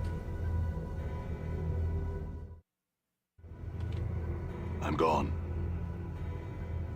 If it's down here, it's funny how, like, the areas are so reused, you know? I'm not seeing anything looks like a grave in it. But you know what? We should probably be able to handle these guys now, surely. Die. This was a struggle for us at one time. And now we should be able to eat our way through these boys. Playtime is over. There's a lot of practices. Busted.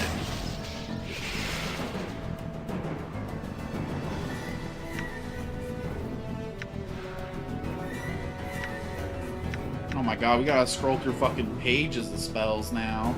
Ignis hears you.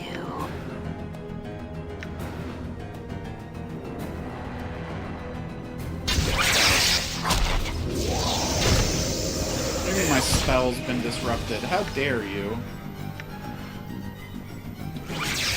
Do it again, but better.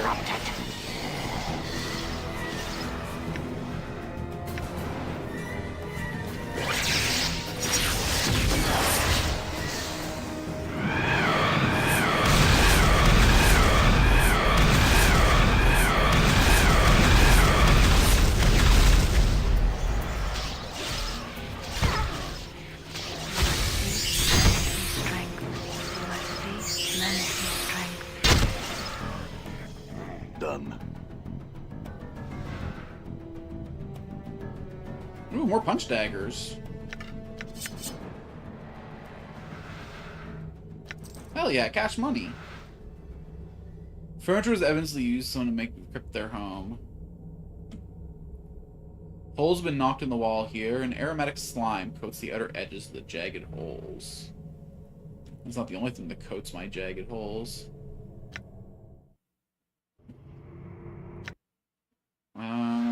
Ooh. These daggers once wielded by Morin, a jinxed Morin who was a hapless young woman who became a thief through a series of disasters. Each of these accidents resulted in the death of the trainer for whatever profession she chose. Out of desperation, Morin trained herself in the art of thievery with laughable results. Her thieving career was filled with numerous mishaps that involved her in combat situations. Each such combat ended with Morin being seriously wounded and thrown into prison. It became obvious that Morin was not long for the world. Her father, Archmage Zurkon, created these magical blades for her use. With the luck provided by her new blades, Morin was actually able to successfully strike an opponent in combat, which came as a shock to her. While her opponent was busy bleeding, Morin made good in her escape. Unfortunately, during one such escape, she tripped and fell on her dagger and died before she could staunch the bleeding from her wounds. Sorry, I thought these were supposed to be lucky.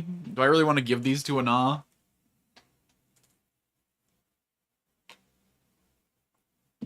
So, like, obviously damage-wise, they're inferior to the one she's already wearing, but that armor class bonus is tempting. 3 to 12 plus 2. So she's currently doing 5 to 14. Oh, and a 2 armor class bonus. Yeah, okay, these are getting sold. These is getting sold. That would have been really nice to have gotten, I don't know, like 20 hours ago, though. This grave has been thoroughly desecrated. I suppose it contains a pillow. Alright, what other graves do we got? Crypt Dismemberment? Dismemberment? Okay, that sounds... Every head needs a pillow with which to sleep. Even ones that are cut off. Especially ones that are cut off.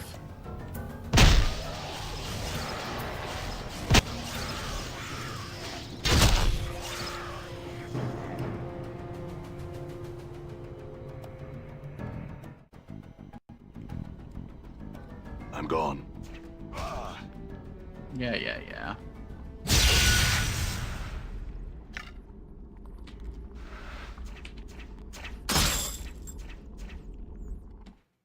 Fuck your traps, mate. Oh my god. Whatever. Free experience is free experience, I suppose.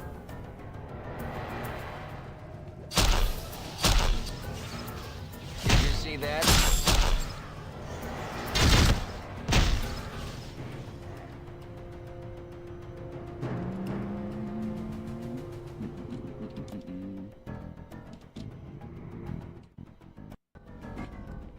Done.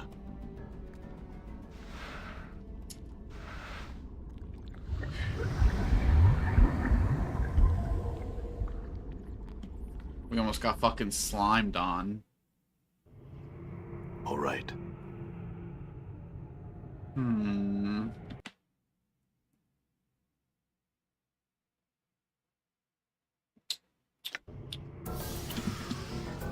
Where else would I check for coffins?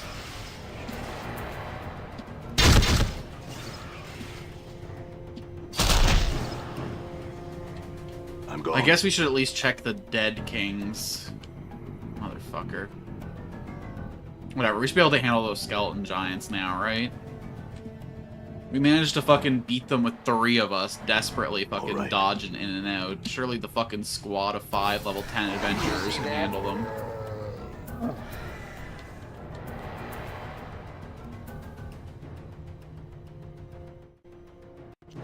I'm gone. Endure. Die in his own name. Oh yeah, we're fucking these boys up. Alright. Why did we ever live with fear in our heart? I guess I wouldn't really call this a coffin, though, so much as a throne. Die. Oh my god, we're fucking pumping. Alright, it didn't feel like we were making, like, any progress in our power progression before, but now I can really see the difference. We've just been fighting so many strong things. Yeah, I ripped his skull off. Big deal. What's he gonna do? Find me? Levy me? Tithe me? Please. You're the king of nothing.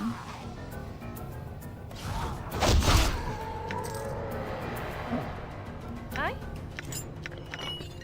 Alright.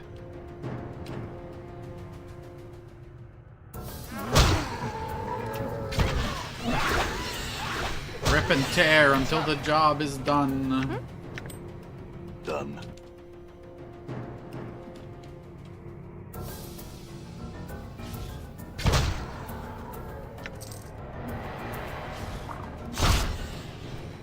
Ready. I'm gone. Coffins, coffins, coffins.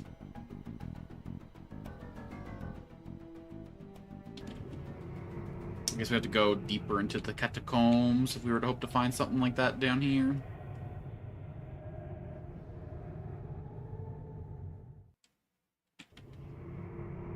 Done.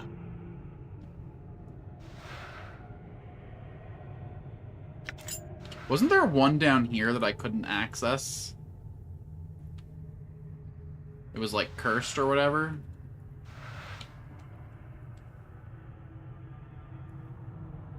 I seem to remember that being the case. It was... Yeah, this thing over here.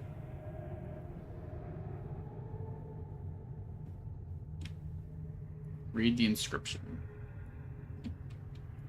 I guess a coffin... Oh, hold on, there's a coffin maker up in town. Jesus Christ. These are tombs, not coffins, but there's a coffin maker up in the lower ward. He probably should have been the first place I went. He probably makes the damn pillows that go in the coffins.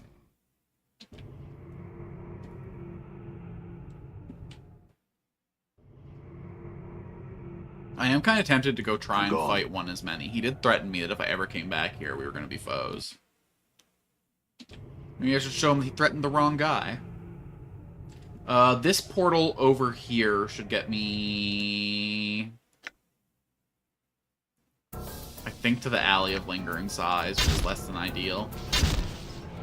Let's see, it might be better than going up to town. I'm gone.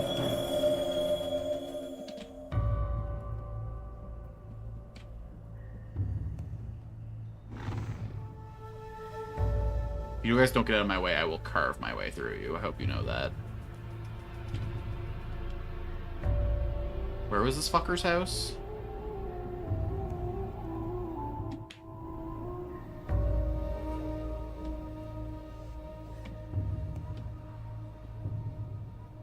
I mean, like, while we're in the neighborhood.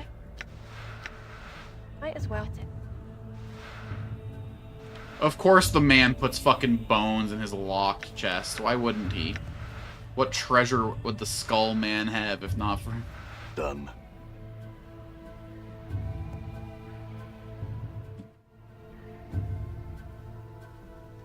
Hi, Lothar. Hi, what? Why not? I mean, at least there's not a skull in there this time. I guess we'll call that progress.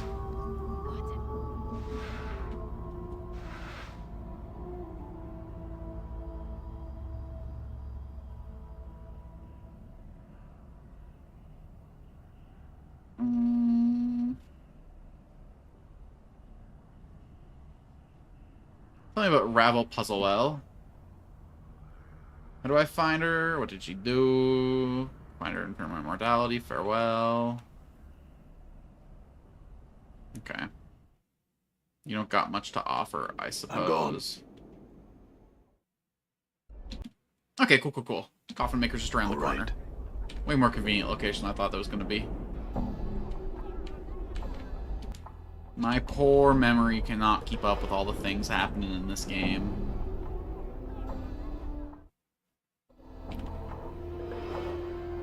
Hey, bud.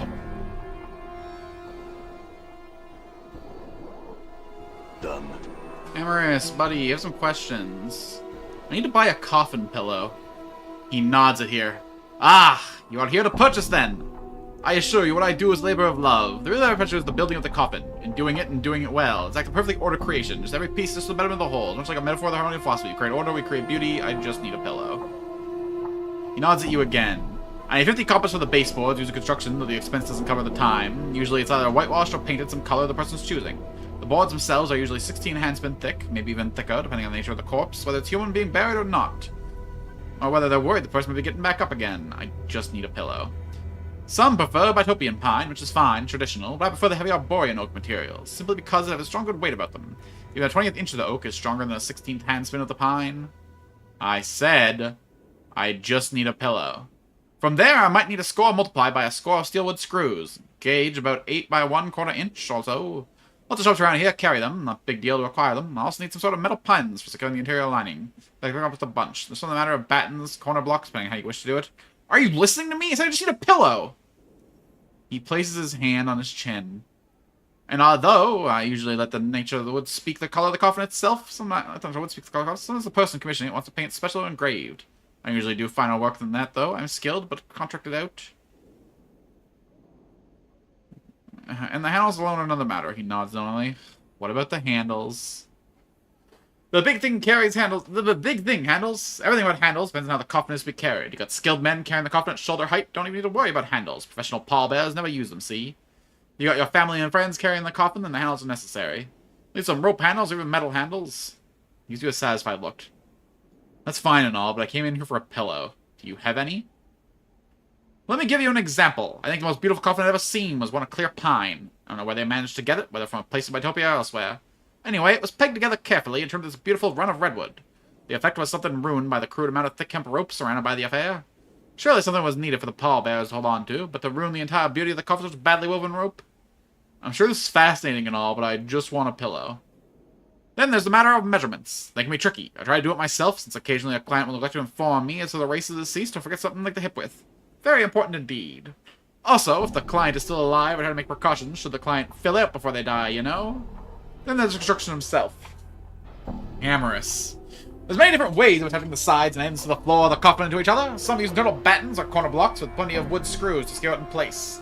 I also do the Fiend's tool method and just cut the alternating tongue and recesses all along the edges we join, so they fit together like a fiend's jaw. Requires a little more work and precision, but the result is neat and very strong. He pauses to breathe once again.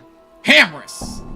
Then there's the lid. The lid's gonna aim a rim or a lip around its edge and make a strip of wood pinned to the bucks carved around the edge itself. Once you have some pilot holes drilled into the main bucks, get the screws on top of the lid and have one hand. You get the impression he's not gonna stop talking now he's on a roll. If you don't shut up and give me a pillow, I'm gonna hit you. Hard. You think you finally got his attention. He frowns at you with a confused look on his face. Pardon? I said I need a coffin pillow. That's all. Just a pillow. Do you have any? He looks relieved and smiles. A pillow! Ah, I thought you might need the entire coffin. He pulls his hand on his chin again. I'm so sorry, I'm not stuck with pillows right now. I don't know my head again, with the warehouse being closed and all. The warehouse. Yes, the warehouse where I store my goods having internal problems of some sort. New management or some such nonsense. I haven't been able to replenish my stock of late. He frowns. The harmonium would never let this thing get out of hand to cause stress to the customers. His voice fades away as he looks at you. Perhaps you could look into the matter for me. I guess I don't have a choice when I want the pillow. I'll do it. Excellent! If you deal with the issue satisfactorily, you may have your pillow for free. He gets that lecture look on his face again. That may not seem like sufficient payment, but let me tell you about the construction of these pillows. No thanks, let's get started right away. Farewell! Oh my god, some people were just born to yap. All right. That man shouldn't be a coffin maker, he should be a streamer. He's got 1,000 times the yap potential that I have, that's for sure. You motherfucker, Lenny's dead, you know. You know what? You know what? You know what? Wait, my loot menu just, like, populated with a bunch of... Oh, it's those skulls. I'm gonna see what happens if I just murk the Burk.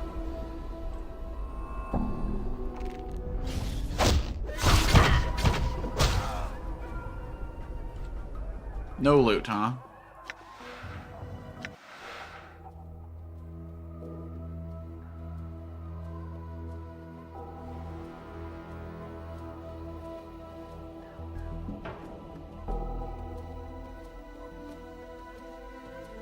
Sure, so what's this new symbol that's appearing on my saves all of a sudden? I'm still neutral as all get out, but... Is the Lady of Pain starting to pay me attention? Is that what that means? Pains me to admit it, but I'd like to see her face at least once. Done. Okay, you're the one in charge back here, right? Lena.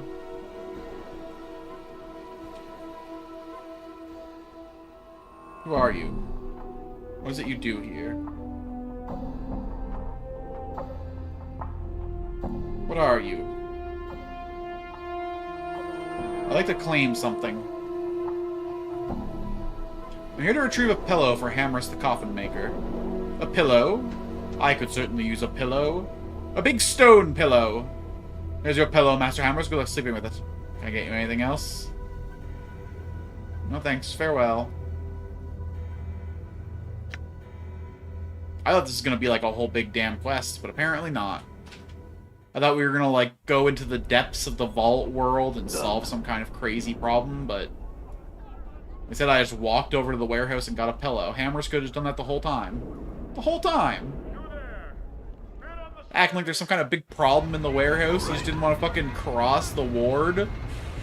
Bro, some people.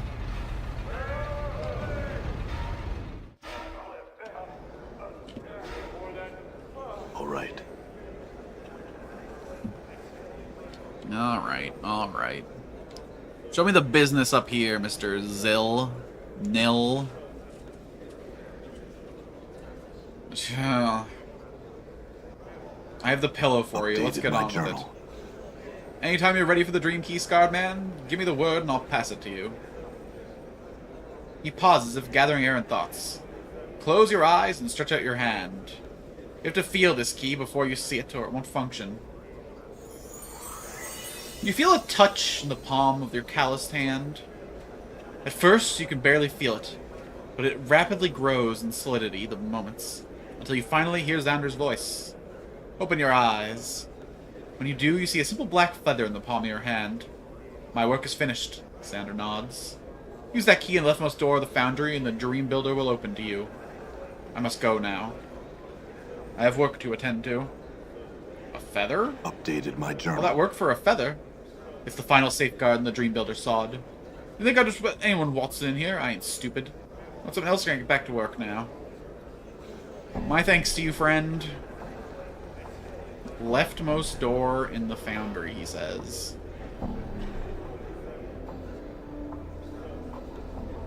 Man, Sigil's a weird fucking town.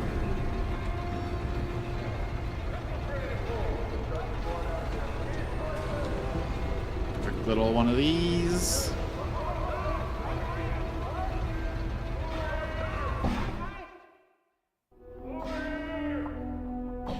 You find yourself standing under a hangman's noose. A gravelly voice cackles out of the darkness. You dream again! Again! Your body seems strangely light and airy, like you've lost control of it. Like the winds blow you where they will. You find yourself floating through a maze of twisted plants and black barbs that tear at your insubstantial body. Creatures of nightmares pull themselves from the ground and walls and rip at your flesh. Their furious attack drives you unconscious. Ugh, freaky little things. You are standing in front of a tower of skulls that babbles at you, but you can't understand the words. What clattering behind you distracts you, and you see a battalion of fiends rushing you. These are memories, not dreams. You are standing in the maze again. The stench of death surrounds you. You know you've killed all of them. The cackling voice breaks in once again. Oh, my pretty little puzzle! You have killed these and so many more that I've lost count of them all. You are stricken mute and cannot reply. Come to me, my puppet. Come to ravel in her black barbed maze. Come dream with me. All right. Okay. I don't know how I feel about that one.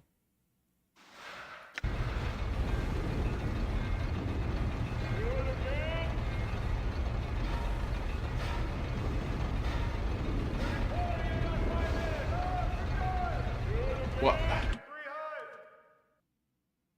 What did all that accomplish?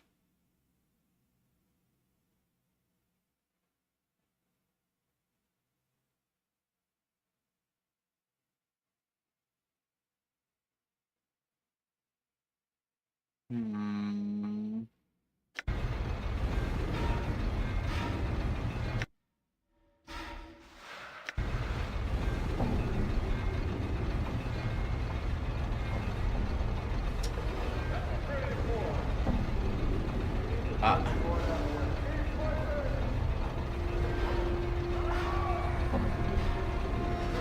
Okay. Huh. Hey, Zell, your stupid little dreaming didn't help me very much. Maybe next time I sleep, I'll have a dream now. Maybe I should go rest at the inn and have a little chat with Ravel. Hey, now that I'm a Godsman, can I see your super secret project or whatever? I'd like to see the secret project if I could. You have proven yourself trustworthy. Here, take this. He presses a token emblazoned with the Godsman symbol in your hand. Do not lose it. If you do, I'm afraid I cannot replace it, so be careful with it. Okay. Bearer of this token, a brass coin embossed with the seal of the believers of the source, have proven himself to the Godsman. Symbol of trust, and as such, let us bear to the portions of Foundry that are normally off limits, the higher-ups of the faction. Guard it carefully. Damn, I just joined the faction? I'm already a higher-up? I know I'm a high-value man or whatever, but... All right. Fucking incredible. Now let me in.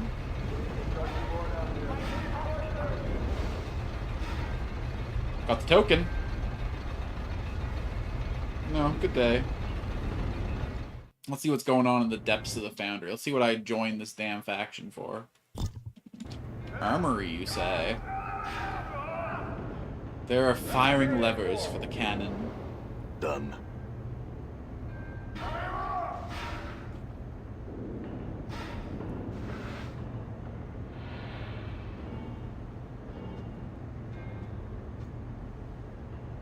This enormous device thrums with power. Looks like a gigantic flower, created, not grown, adored with metal bulbs and flanges. A bewildering array of knobs, gauges, and vents baffles your eyes. I could fucking fire this thing. You see a Gitsarai woman, bald, with scarred cheeks, and a cat's grace in her walk. As she turns towards you, she spies Khan. Her eyes widen. She addresses him. You bring joy to my heart. My name is Kel'Lara. May I aid you? My companion would like to speak with you concerning the workings of this device. Can he speak for the two of us? She looks at you and looks back at him quizzically. Of course, esteemed one. If you speak for him and accept responsibility for keeping what passes here secret. She turns her attention reluctantly to you. You have questions for me? She glances at Fall from Grace, and her mouth curves in a graceful mow. I apologize, honored one, but I cannot speak of this. I am both contractually and magically bound not to say of this in the hearing of certain manifestations, shall we say, of belief. She turns to the succubus. My apologies, Lady Grace. I understand. What do you mean? She can't speak of it in the presence of fiends. I would speculate, since she's bound contractually, it means it's a project of law. And since she's bound to it magically, it's likely Batseu in origin. That's quite a chain of speculation. Is she correct, Kel'Lara? Or just go there, her teeth. I cannot speak of it. Aside the Deccan, who is she, and why does she treat you with such respect? She is of the people. Her markings tell of one who has walked the path from limbo, and is made to not know of our ancestral home. Her markings tell all Githzerai to render her assistance, and tell the Githzerai that she is still of the people. Her reverence to me is the reverence shown to all Zerth. And I will tell you what I may. I trust your companion's discretion. Tell me what this device does.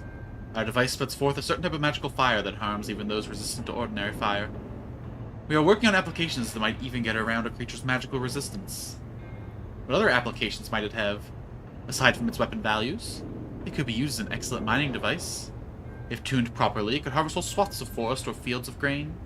It could harden a shell of Limbo's material for a time. We even tried lesser application technology there, or even to be used as propulsion across the spears of Githzerai. Its uses are limited by one's imagination. It is not purely a weapon of destruction. Who contracted for the device?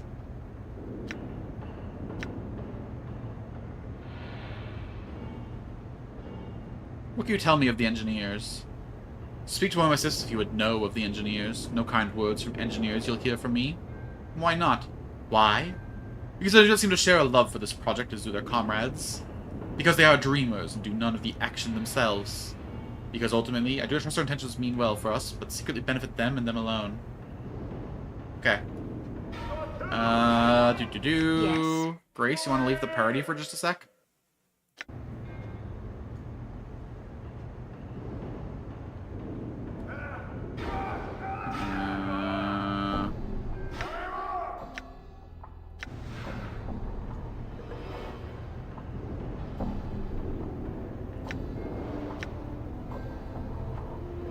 Very well.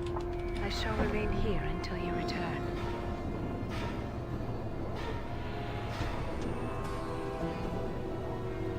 Who contracted this device?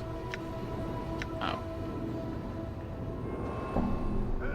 Welcome back to the party. Travel with you again? It would be my pleasure. All right. We'll take one step outside the door. Reform party. Very well. I shall remain here until you return. Let's try that again. Who's contracting you for the device? Though I did not take part in the negotiations, I believe it was the Batseyu who procured our services.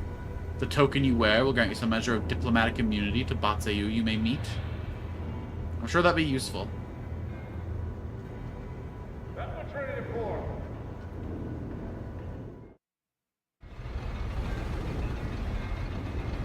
Would you like me to travel with you again? It would be my pleasure. How did my party get so fucked up? More?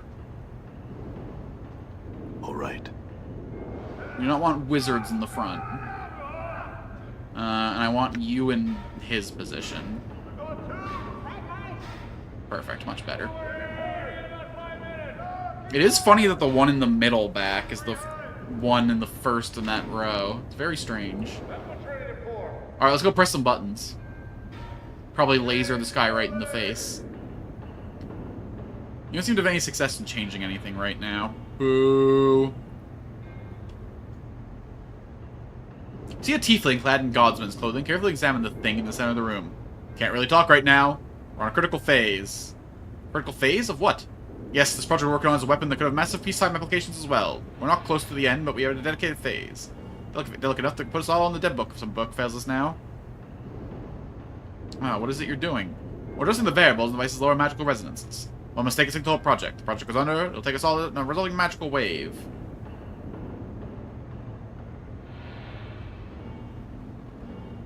Tell me about the engineers in this project. Our chief engineer, Nils Zander, is a genius. He created works that never dreamed possible. Or he's even created a folding portal and is now working on a dream builder in his spare time. He said that long ago, his family was contracted to create this machine for a man who could not dream himself. Our engineer, Badalin, is newer but equally bright. She was erratic, but her work shows great promise and skill. Dream machine, eh? I'll seek him out. Wait. So the dreaming machine and the unfolding portal are separate things. Interesting.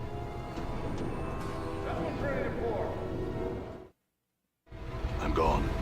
Very interesting. I think I need to talk to this Zill guy again, but he's not in the same place he was before. He's still holding on to the Dreaming Machine, though. Done.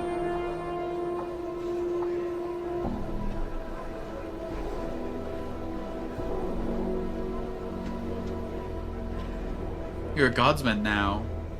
Are you still happy with it? Interesting. Tilden says you're an anarchist. No, not really. Why not? Because I'm coming to realize that it's an empty title. Would you say you're devoted to the Godsman, then? You say your lack of devotion is strong enough that you would strike at the Godsman if... Oh, I can't use my weapon if I betray the Godsman, though. I am curious as to where this goes, though. And you've come to the right person. How would you like to strike against both the Batseu War Machine and the Godsman alike? Here, I mean, is that the weapon of incredibly powerful being developed here in the Foundry is being funded by the Batseu, devils if you prefer. Destroying them will only give you a shot at the faction you say you reject, but also blight the nose of an entire race of fiends. What do you say? I'll do it. If the machine comes weak spots, come back and let me know. What are its weak spots? Concentrate energies in the firing device, I'd say. We're getting certain something metal there. The very hard steel animal spark and flutter destroying the rest of the magical field, leading self-destruction. Go into the device lead. You'll bet half an hour before it detonates. What about the workers? What about them? They are slaves to their faction. The faction will not weep when they are gone. Why then should you? Because they're innocent? Innocent? Ha! Huh. Long as they're just corrupt, can you call those who work on a death machine innocent? What a joke. Okay, this is interesting. I don't think I'm gonna keep this timeline, but I do kind of want to see this through. I'm gone. I will, I'll reload that quick save when I'm done blowing everything the fuck up.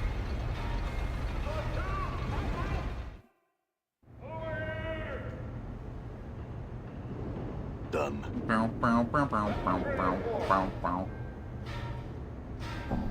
Sabotage the firing mechanism. The firing mechanism feels dangerously unsteady. With a quick yank, you tear it loose from its mooring. Exchange the vibrations like the roaring machine is subtle, but you hear it starting to vary from its previous stable hum. You had better leave. Done. That made me chaotic.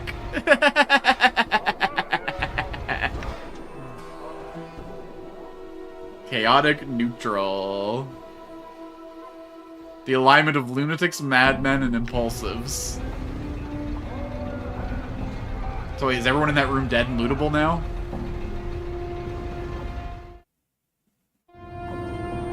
Damn. I'm gone. Damn, that's fucked up. There's not even any bodies left. Everything was just vaporized. All right.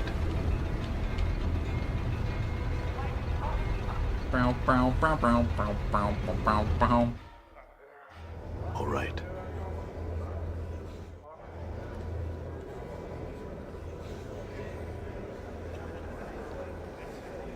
I heard the explosion from here. Excellent work. Are you interested in another task? Why weren't you destroyed in the explosion with the other workers? Haven't you guessed? I swore under a false name and false identity. I'm not the same person who swore the oath, and so I was immune. What's the new job? The Factol, Sandos, you're familiar with him. He's the one responsible for the development of that fiendish device in the first place. I'm going to promise that the weapon to be created. He's the one truly responsible for the death engineers. He must die. Good, his name is Sandos. Leaders are contact with him. That's the thing. Don't worry about being quiet about it. Sandos has been loud enough the guards won't notice a bit of ruckus. Come back to me when you're done. I'll set you on one more task. Now that we're... This is clearly like the evil route. I don't want to stay on this path, but I'm morbidly curious. Ooh, it didn't unequip enlightenment on me when I guess because I'm still technically a godsman for a little while longer.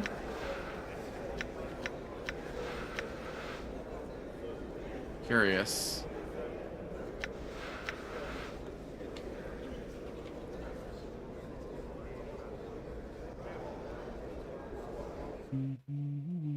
I'm gone.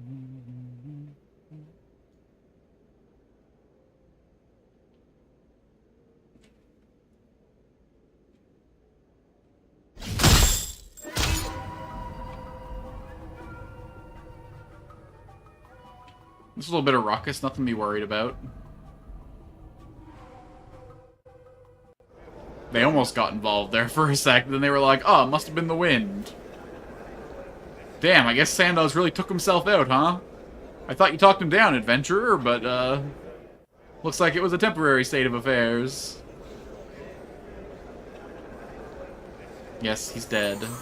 Alright, one more task for you, and we'll leave these godsmen to turmoil. You just swung me out of this place. The gods are gonna be looking for someone to blame rather than not choose me. Once I disappear, they'll know it was me. You'll be off the hook. What do you say? What do I need to do? No, they're not stopping the smiths from leaving here. Maybe if you could find me a complete smithing set of gear, some spare rags, not just the tools, but the rest of the clothes. Find that. Don't kill any more people in here, alright? I've got no trouble sewn here. Okay, so we need to get her a hammer and an apron.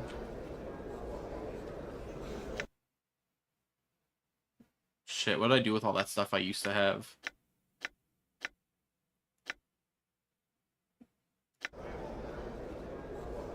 There was some in that room I just blew up, but... Alright. Hi, Nettlin. Can I buy another set of equipment from you?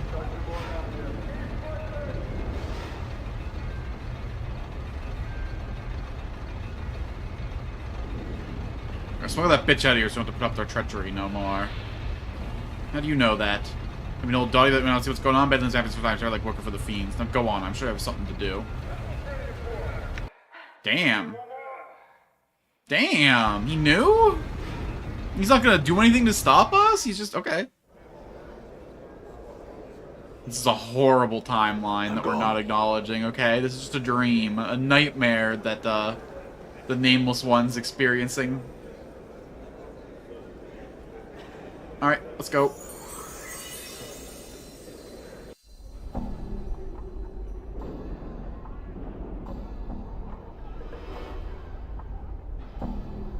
I got some friends over here? Some anarchist buds? Or we had this discussion right in front of the slave merchant. Thanks for your help. Maybe I'll see you later. Or some friends of mine will. We're all over the place. Tell me about the Revolutionary League. She squints at you as if gauging you. We believe that power corrupts by its very nature. We exist to overthrow power where it may arise. The factions of Sigil are therefore a prime target. They monopolize the City of Doors. A city that is open to all who pass through here. Instead, they crush all who speak freely and silence those who move their own accord. The power structure of Sigil must be destroyed. How does one join the Revolutionary League? Join us? You've done enough to implicate yourself. They have decided to turn stag on us. You've done us more good than harm. Good than harm in any case. Alright, go talk to Scofflaw Penn at the printing shop. Tell him the city must burn. He'll know what you mean. But I'm warning you. If anything happens to me, the phrase won't be worth 2 coppers. Updated my journal.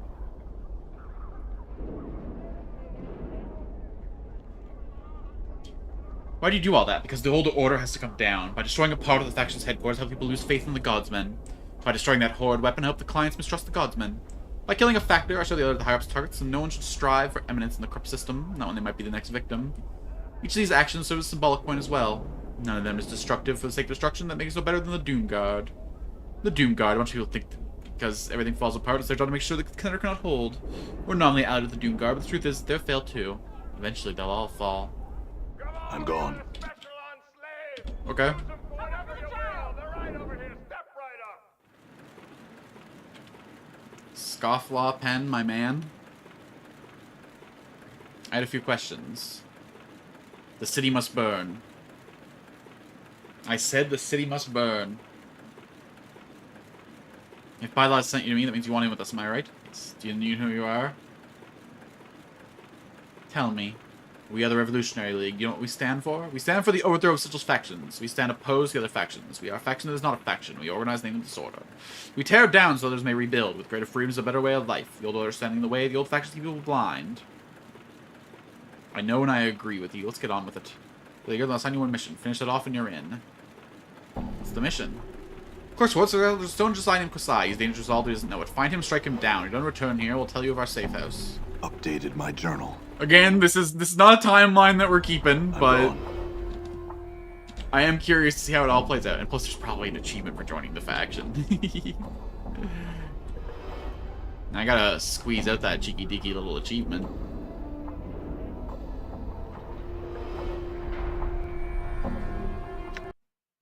Boop. I'm gone.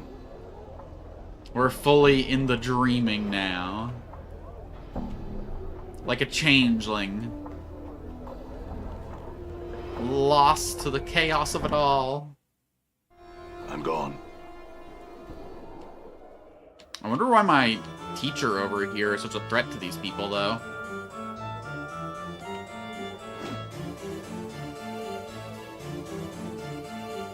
No, I had some questions.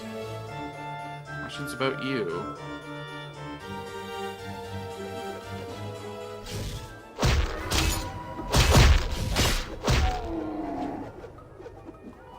We just pissed off a whole room full of people. Just murked a man in the fucking middle of a crowd of fucking guys. And they could do absolutely nothing to stop me. I'd say we're actually becoming pretty powerful also here. known as Wanker City. Wanker City? It's like my kind of place. You have to show me what kind of skills y'all got. How's the local economy work in Wanker City, huh?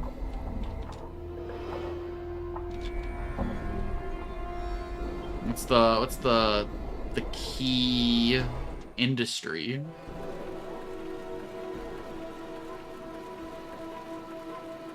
He is dead. Updated my journal.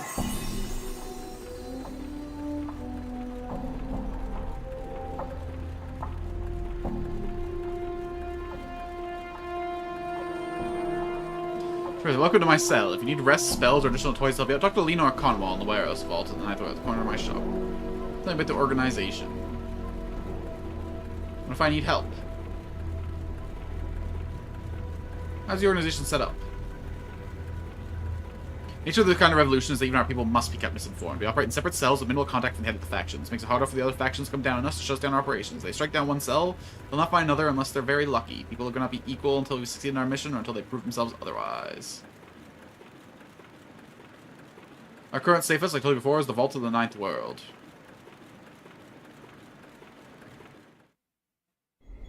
Oh, that's probably what the symbol was on my saves, huh? Yeah. It was showing what faction I was a part of. Okay. That makes sense. All right. What's up? What's up? Eclipse. Are we cool talking about this in front of Otis? My friend, like, password is Eclipse. His bumbling manner drops suddenly and becomes very businesslike. He did. You give me a secret handshake too, your magical photographical ring, you know sell secret anthem? Do you have an education to say in this? Looks up and down for a moment, obviously not. Next time, how about I ask you for the password? What do you want?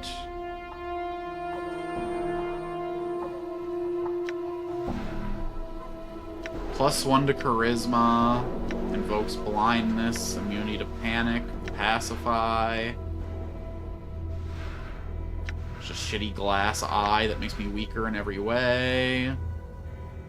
Come on, bro, you gotta have some unique weapons in here, or else what's the fucking point?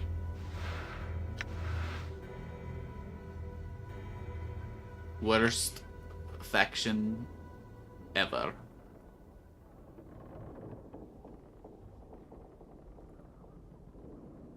It's highly placed, you know. At least that's what my inquirers told me. What do you need?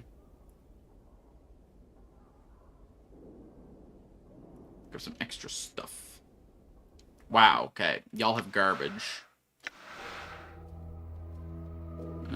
Quick save 3. Quick save 4.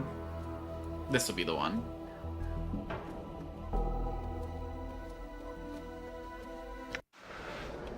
Alright, that was an interesting little timeline to explore. Anarchists are way worse than the Godsmen, equipment-wise. That's for damn sure. I'm gone. I'm assuming these are all separate dwellings, huh? I mean, they're all identical, though. All right.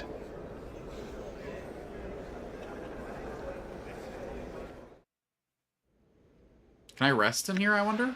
You cannot rest in this area. Okay. Let's, go to the inn, try to rest, and see if I dream while resting. All right. And then if not, I truly have no idea what to do next. really starting to get limited on quests here. I'm gone.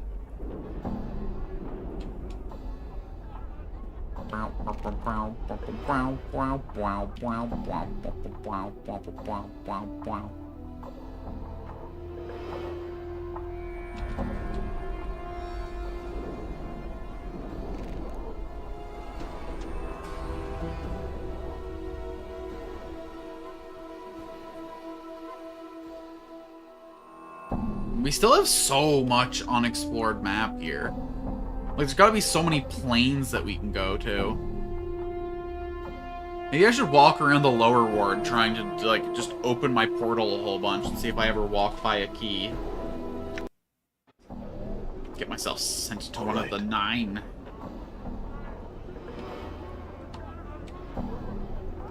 For now, though, this is an interesting theory. All right.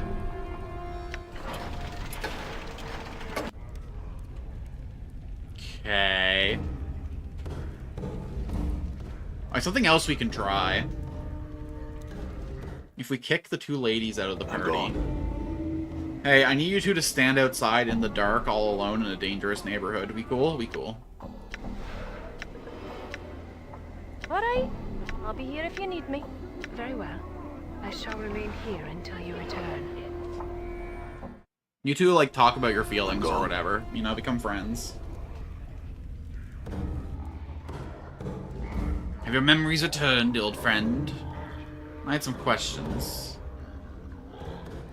What is this place? Who are you? Lack of trying? What do you mean?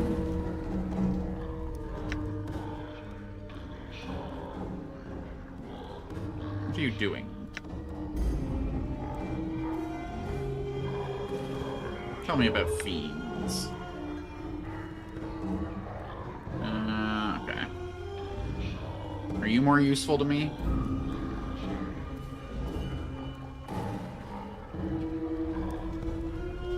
Okay.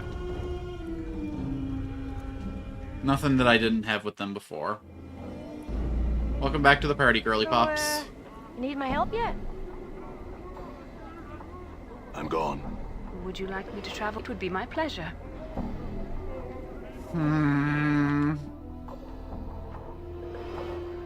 Triss Sloan documents the portal key to Ravel's maze and the night key Ravel puzzle well. I already got information from Quell.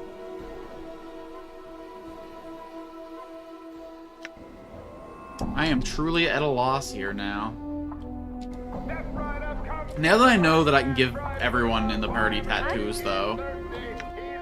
Not everyone, but you know what I mean. I should, we don't have a lot of money for just buying random tattoos. I think I'd much rather buy her armor.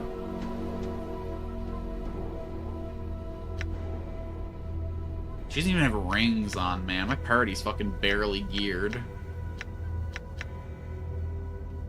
This sucks. You don't need this, Ignis.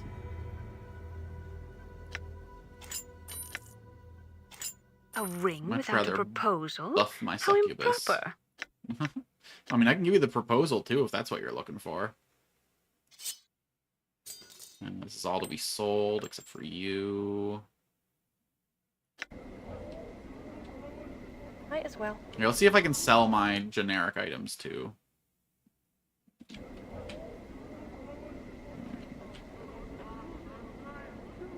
I think I really do get my best prices when I'm in the underground. I guess we'll go to the market and sell our stuff. Since there was a large variety of different dealers in there. Oops. Done.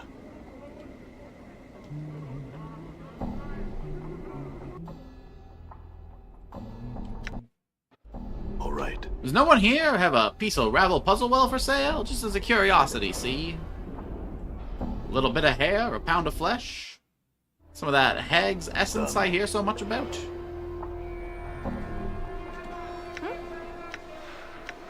Why not?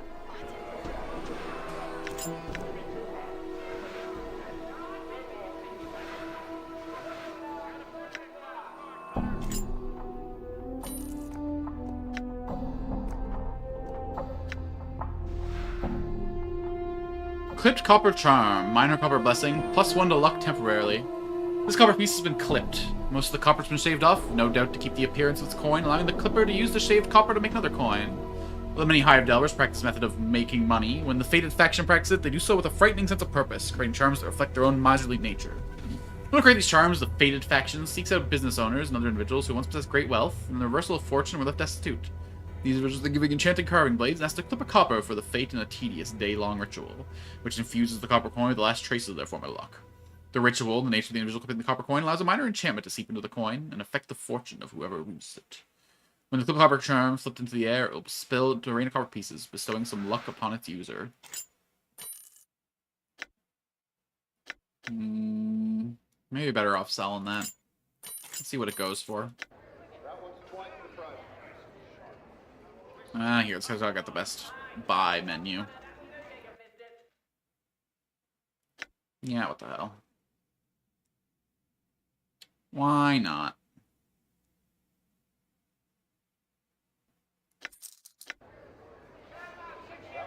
And then you'll buy my weapons. Okay. I fuck with it. Hell yeah. Hell yeah.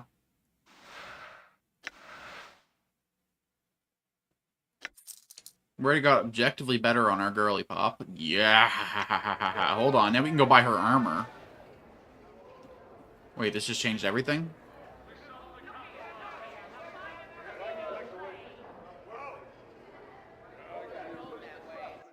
Give me 2 back.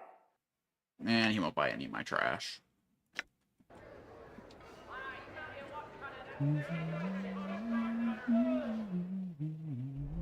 I'm gone.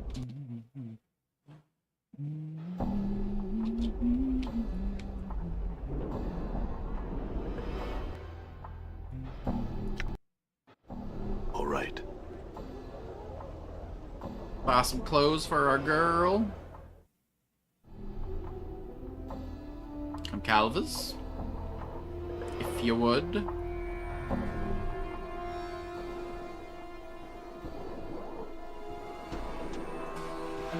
Jerkin of the Brazen Rogue.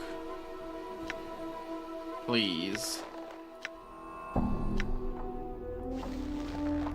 I doubt it's gonna change her appearance, but yeah, it would be cool if it did.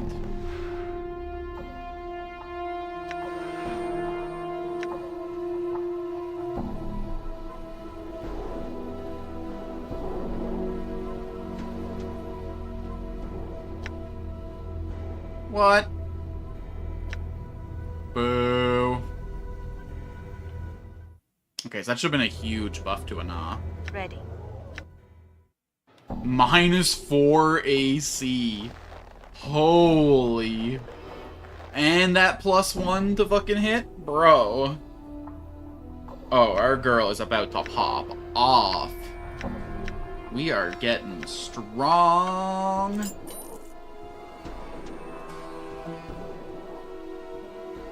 Alright, the party's coming together. We're still missing a little something something. We're at the edge of chaos. We gotta start edging ourselves towards law. I really have no clue where to begin going now. I think for now, we're gonna call it here for today. Come back. What day is today? Today's Tuesday, right? Come back Thursday with a fresh mind, with new ideas. Explore Sigil a little more, maybe find ourselves a little piece of Ravel puzzle well. We've dreamed a touch now, and it didn't seem to bring us any closer to our goal, but surely we have other things to try. Maybe make a lap around the ward, talking to everyone we see. See if there's any characters that we missed, see if there's anything that we didn't think of. Maybe start with the Civic Fest Hall. Who knows? The sky's the limits. Until next time, I've been Alex Alchin Altoon. Whatever the heck you want to call me. Thanks so much for coming on out. I'm having a blast with this game, even if it can be a little obtuse sometimes. I had to look into some information to figure out how Ignis's stuff worked out. I'm at the pinnacle of Dakon's stuff, I think. Mort, we got a big upgrade for today. I feel like we just gotta get some upgrades for these two now, and our party's starting to become their fullest self. Maybe next time we'll focus on making money. Maybe next stream we'll just spend the whole damn stream in the Modron Cube. Who knows? Lots of ideas. No idea how it's gonna go. Tomorrow's gonna be a haste stream, so if you're interested in that, be sure to come on around. But otherwise, more of this on Thursday. Thanks for coming out, everybody. I'm gonna end the YouTube portion of today's stream and then see about raiding on Twitch. Appreciate everyone who gave me a chance over here. Hope to see you again in the future. Till next time, peace out.